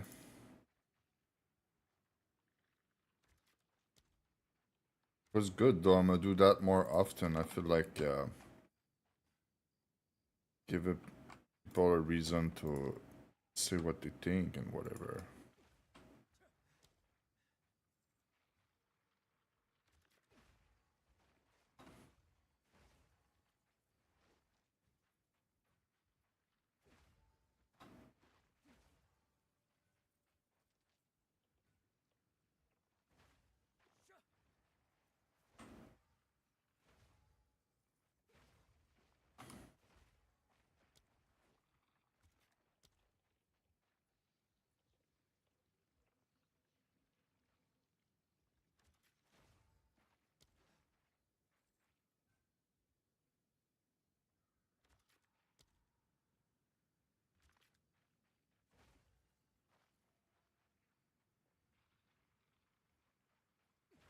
How can I even reach that thing, dude?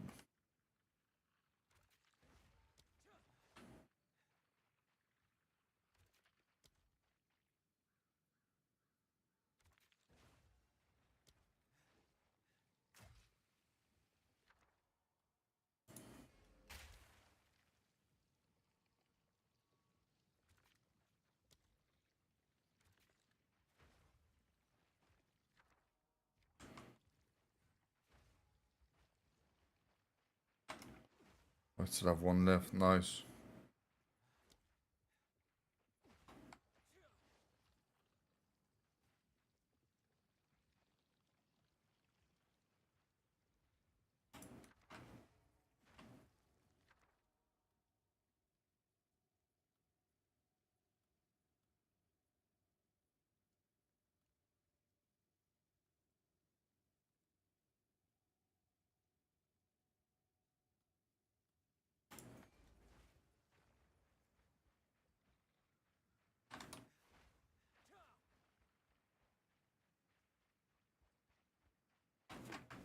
Time to put the volume higher.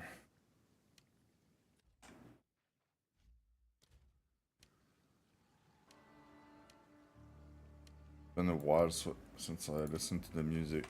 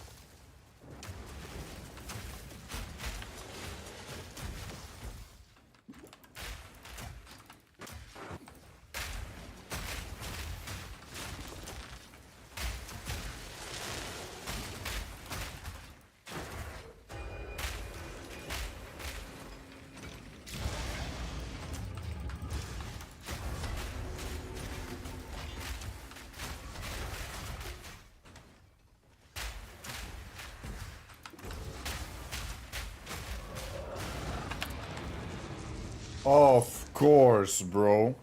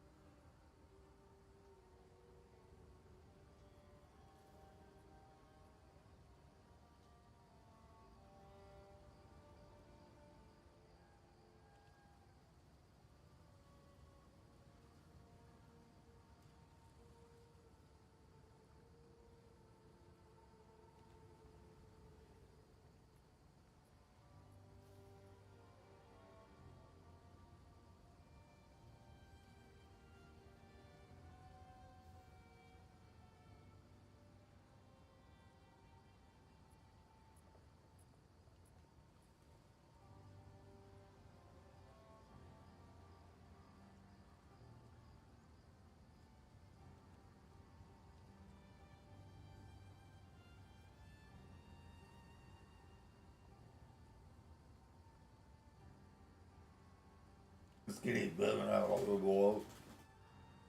Precis när vi har det där.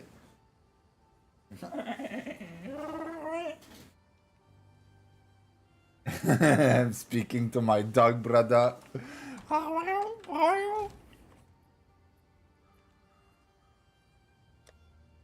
If you're not doing weird noise to your dog, are you even trying to raise your dog properly? Like, dang. Gotta look at him and do cat noise and shit.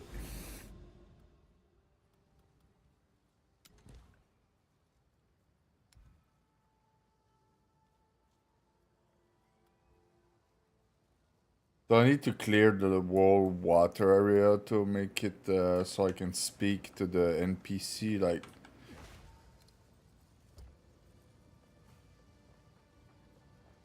this rug NPC, I was able to speak it last season. Now they just don't like me anymore.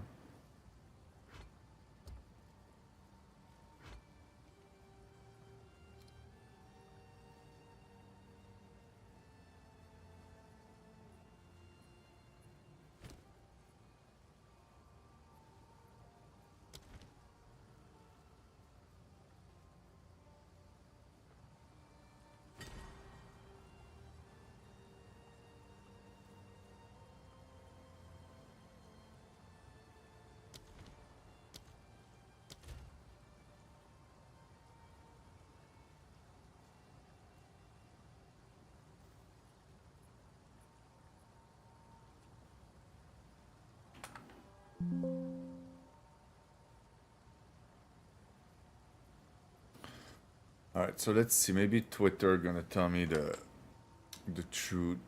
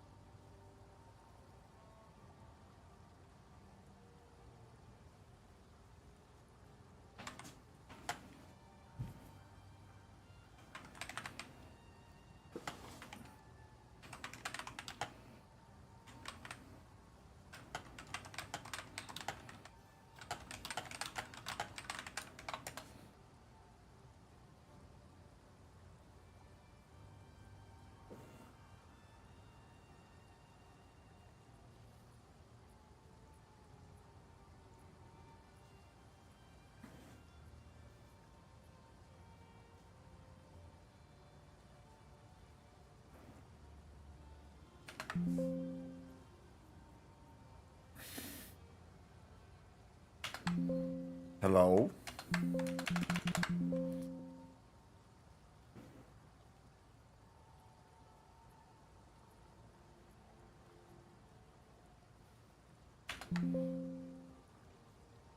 Hello? Alt, enter.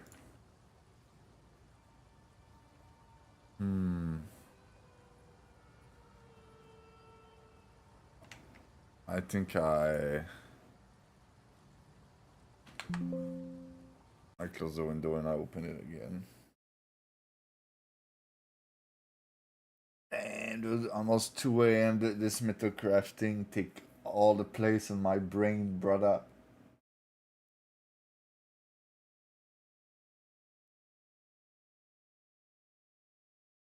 Runic bar to activate skills, brother.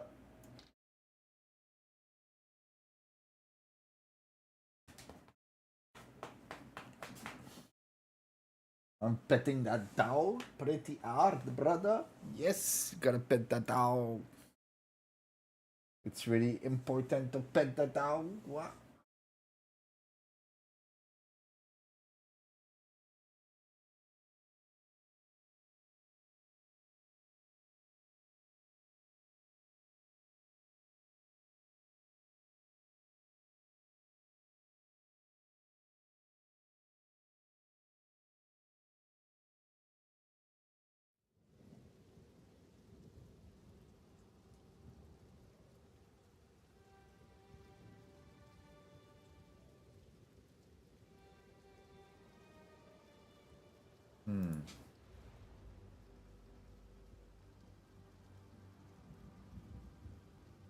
Is the game gonna spawn my screen or it's only gonna play music?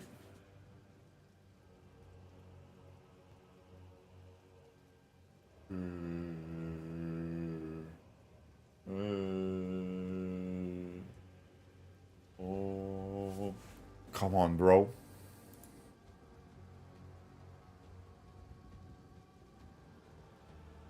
Oh, oh. For some reason it became really small.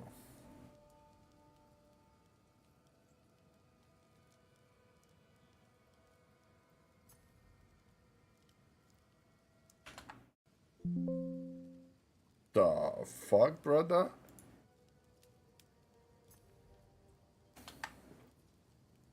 Oh, now it's fine. Okay, okay. Brother, brother, brother, brother.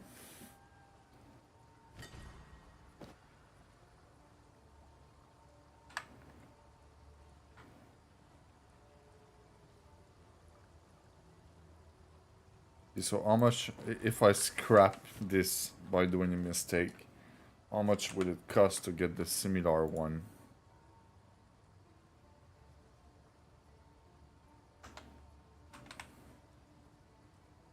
Helmet.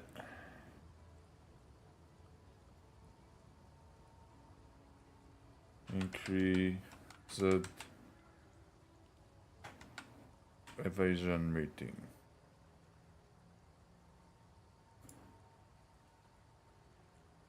$41. Wait. Increase evasion.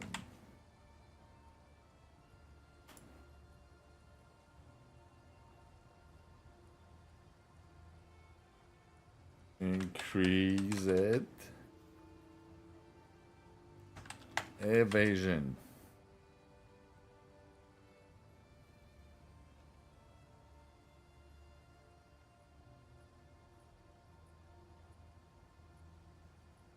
Holy brother.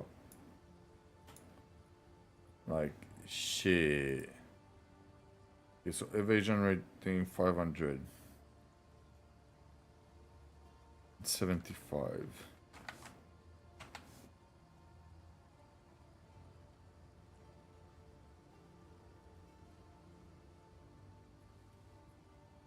Oh. Yeah.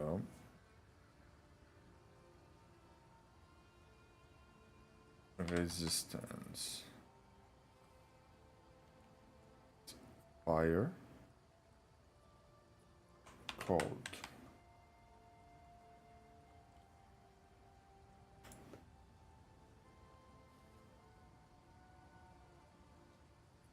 $43.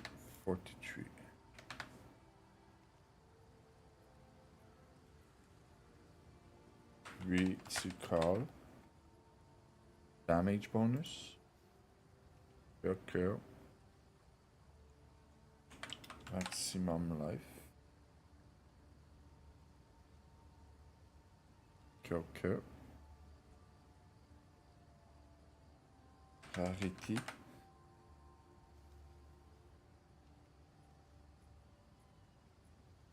Rarity.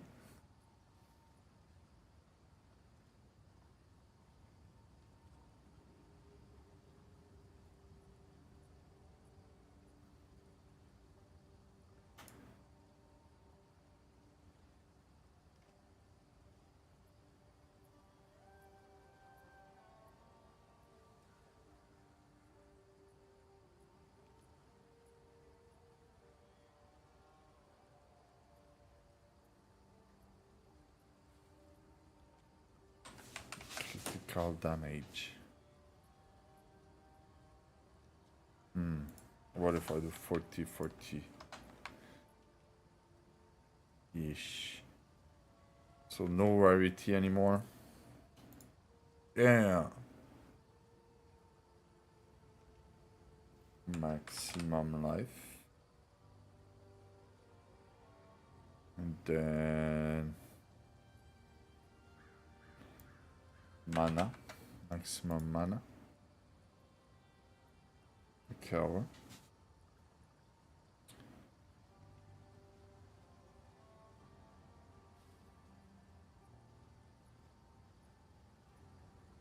This one have 800 evasion.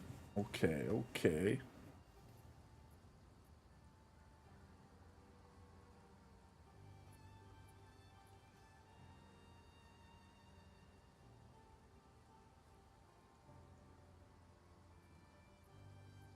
But it's corrupted.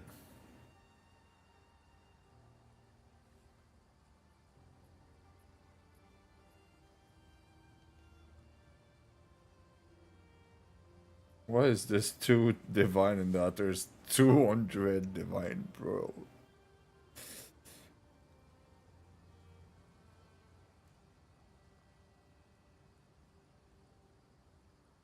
One has 1000 evasion rating. Okay.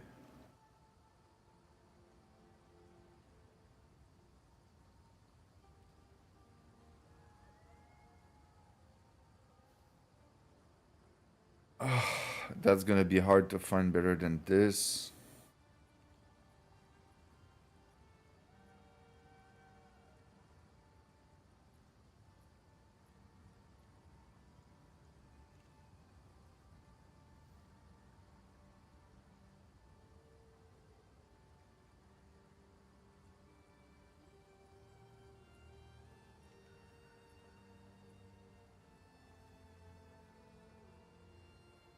Oh, increase area of effect. Companion skill. Fuck. Accuracy, brother.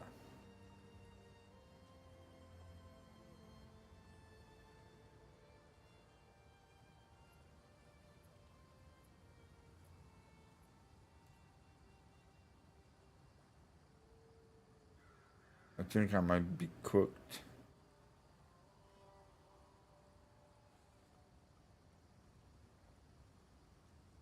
Okay, so if it's corrupted, can I use it in the very soon? I'm pretty sure not.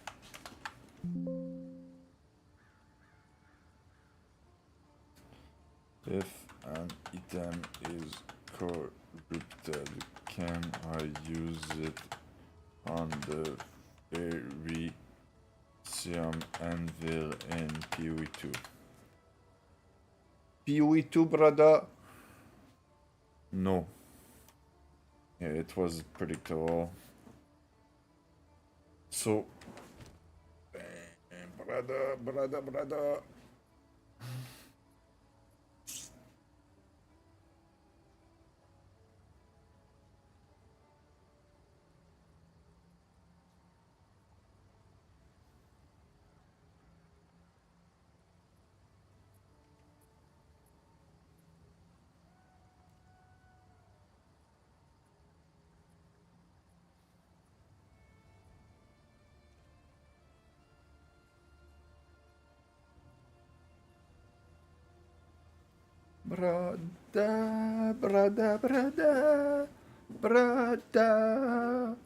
Brother.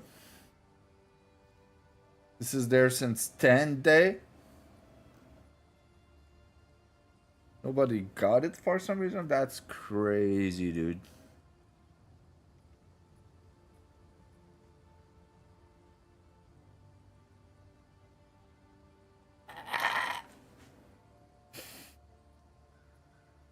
I'll just go take a look.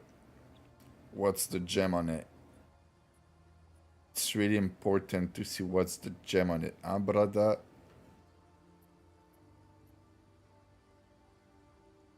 Brother.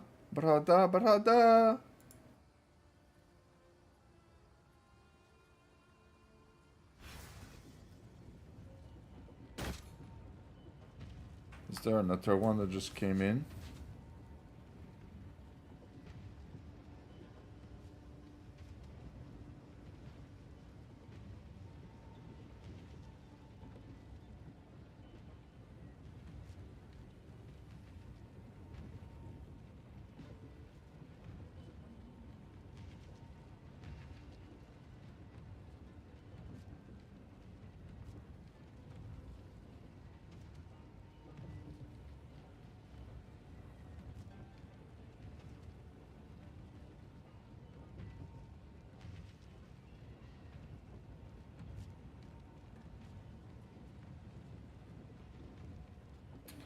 Oh yeah, I lose the rarity to do that.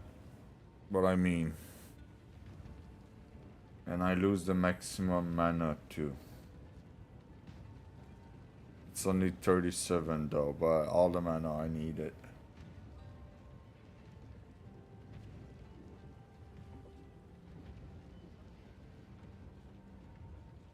I'm still gonna do it for the sake of the experimenting.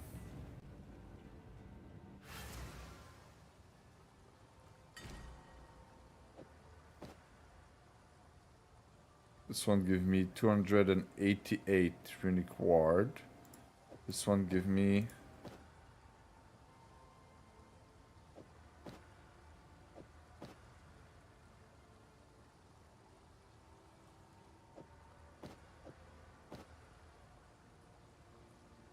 So both give me the same amount of runic ward. This one is at 261 evasion. This one is at...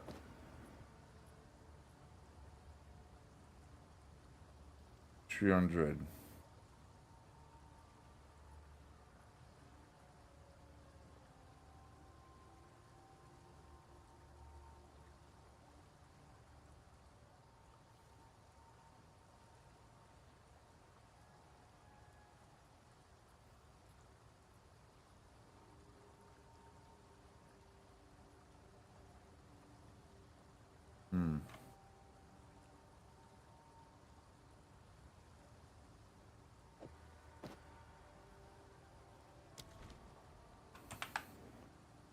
If I change the standard for no maximum life.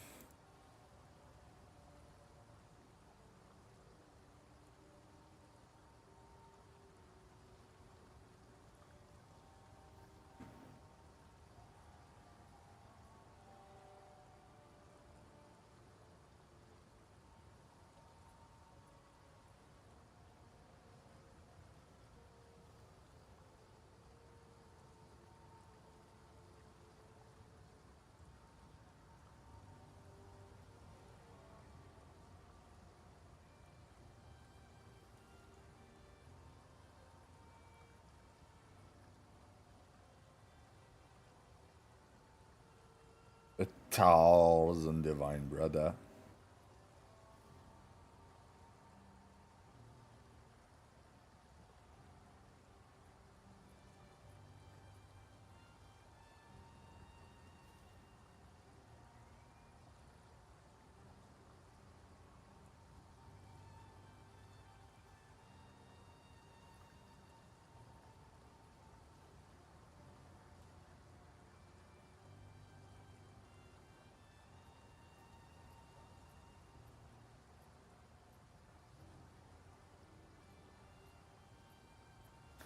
I need my helmet to have more evasion than armor.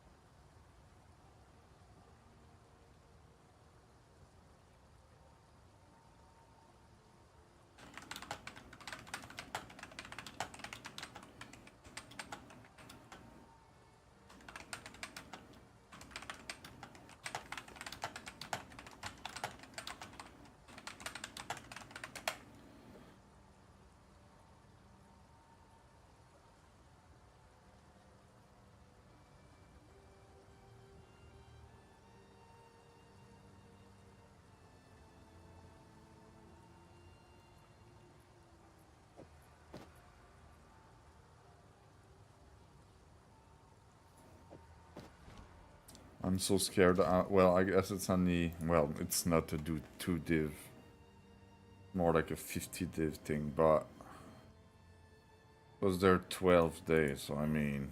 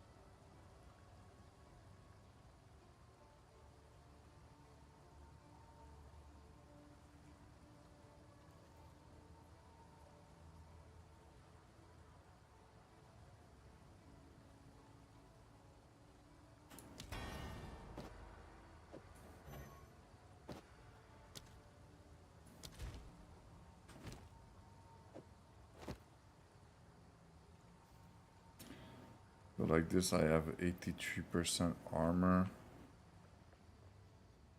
And like this... 82. But I got the ward. And it can overflow by 50%. Now, let's see if it's all worth it or if I did a massive mistake.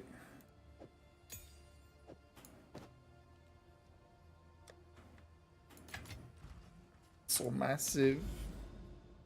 So massive, Chewy.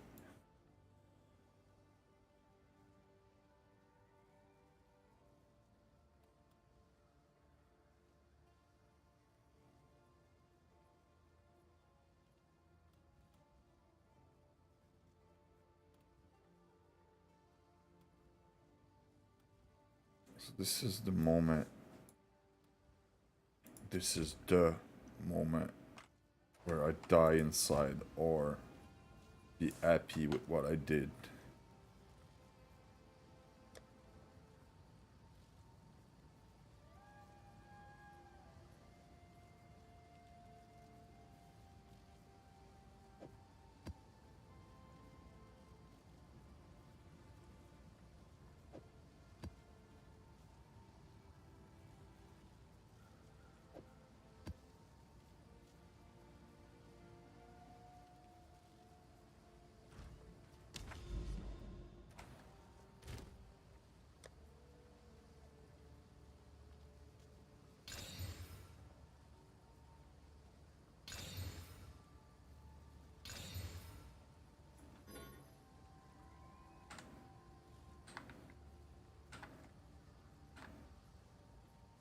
Div.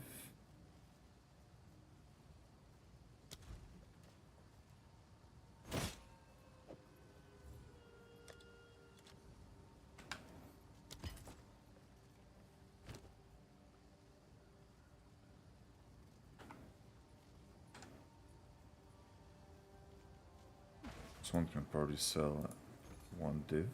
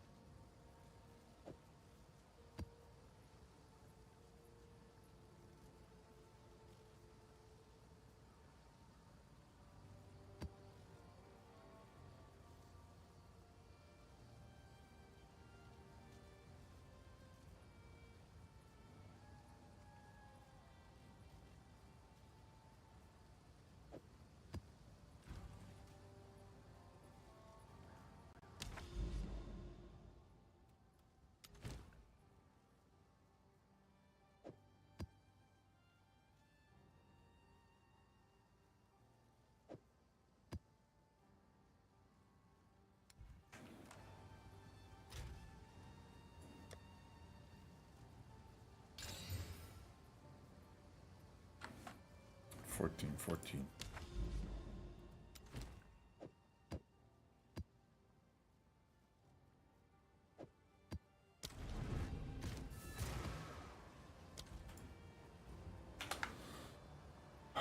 The ultimate test. This is now. Oh. It's an empower my boss, that's gonna be scuffed.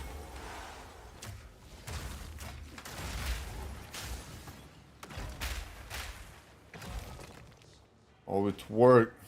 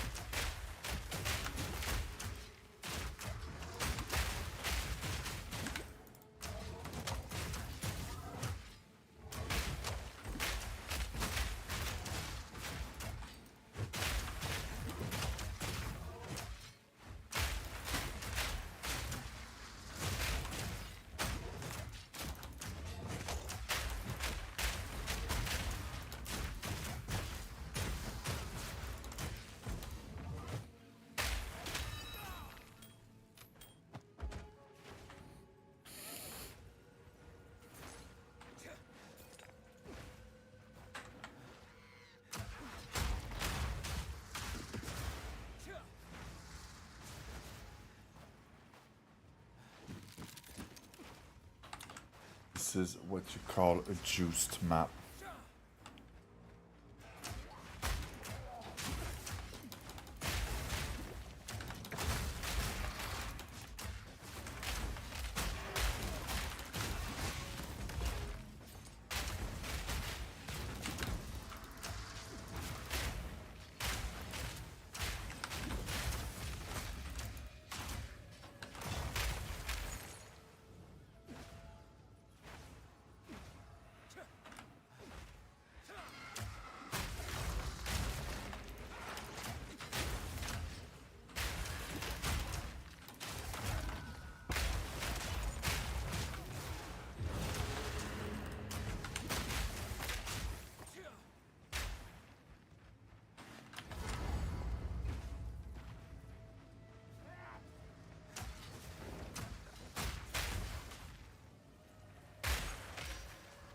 Damn.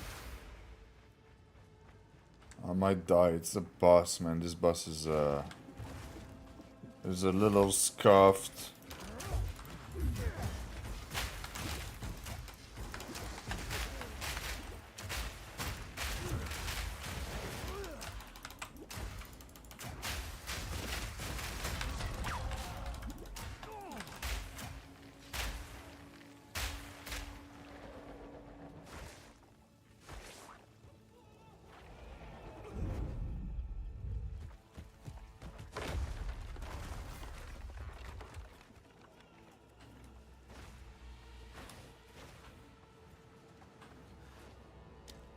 Oh, I forgot to get the omen that helped me to last longer.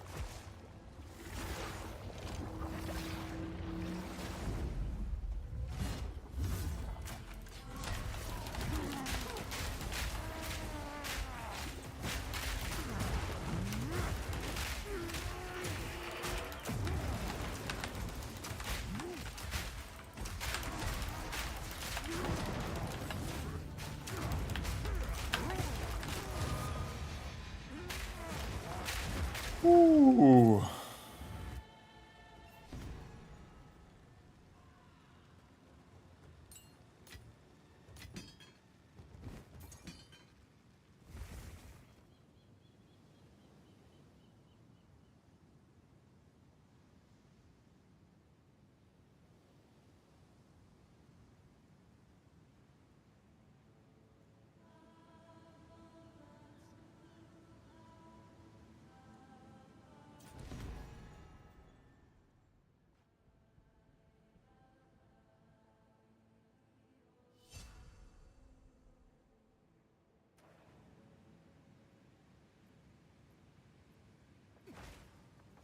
Okay.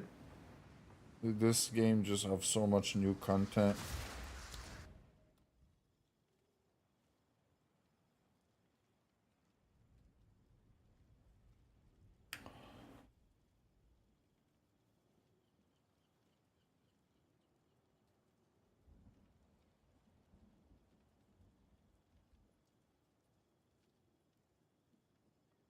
Random map arrow when used on basic map.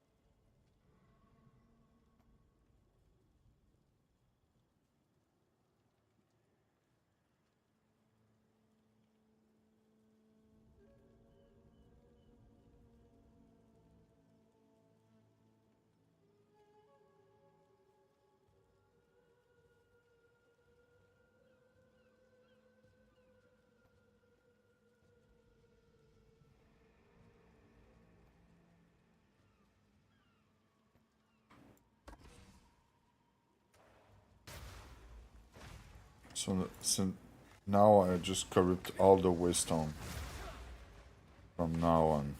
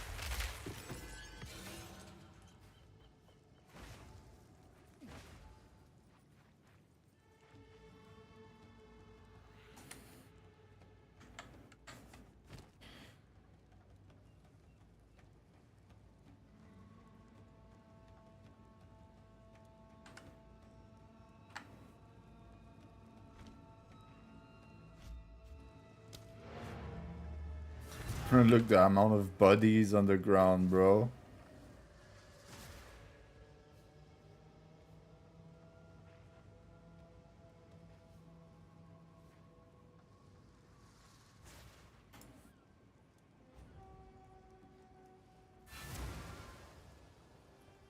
Alright, so I feel like I did a good job today. Big improvement.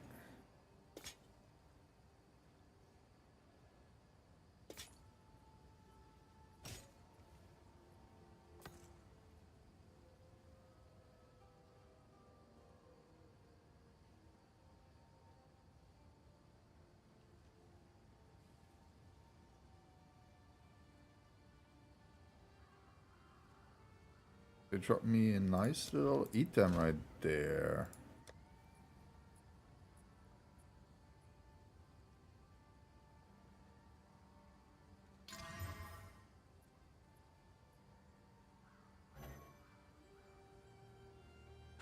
.8 div. Mine is 24 div.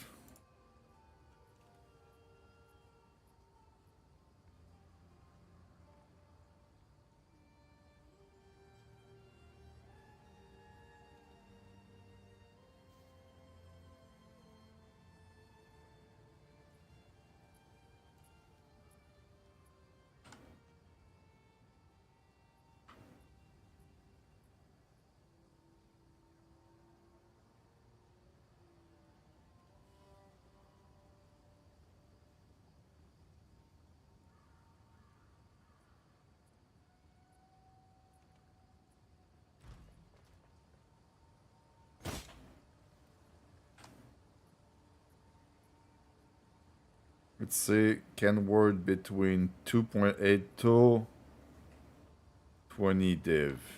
Let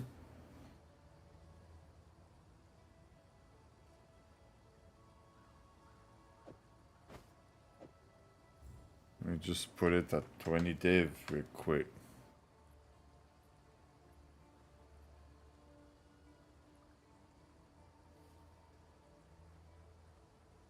Well, I got an idea to put it 20 div. I'm gonna help it a little bit.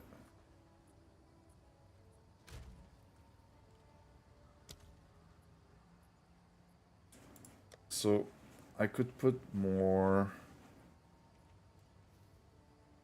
armor and evasion. Let's see if it's pump up the price a little bit. It now says 5.3 div.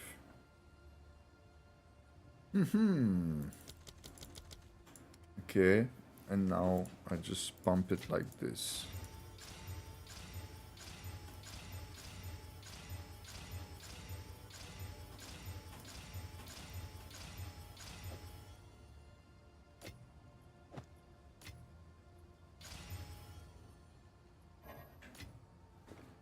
Now, let's say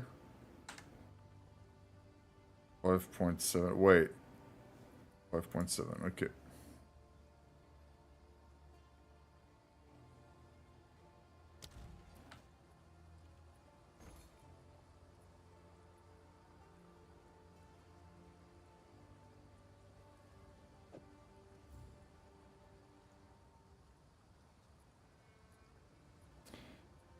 I could put, yeah, it's a 20 div. I'm gonna do 15, just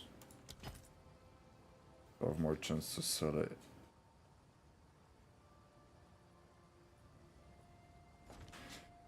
Alright, so I did it. I did enough today. I'm gonna be back tomorrow. Thanks everyone who came in there. You guys are the best. Almost 9-hour stream. It was like 10 minutes and it was a 9-hour stream. That's a lot. But it's the hour I usually go with my dog outside at like 1 a.m. Now it's 2 a.m. He's like, no, bro, we gotta take a walk. So I'm gonna go do that. Thanks everyone. You guys are the best.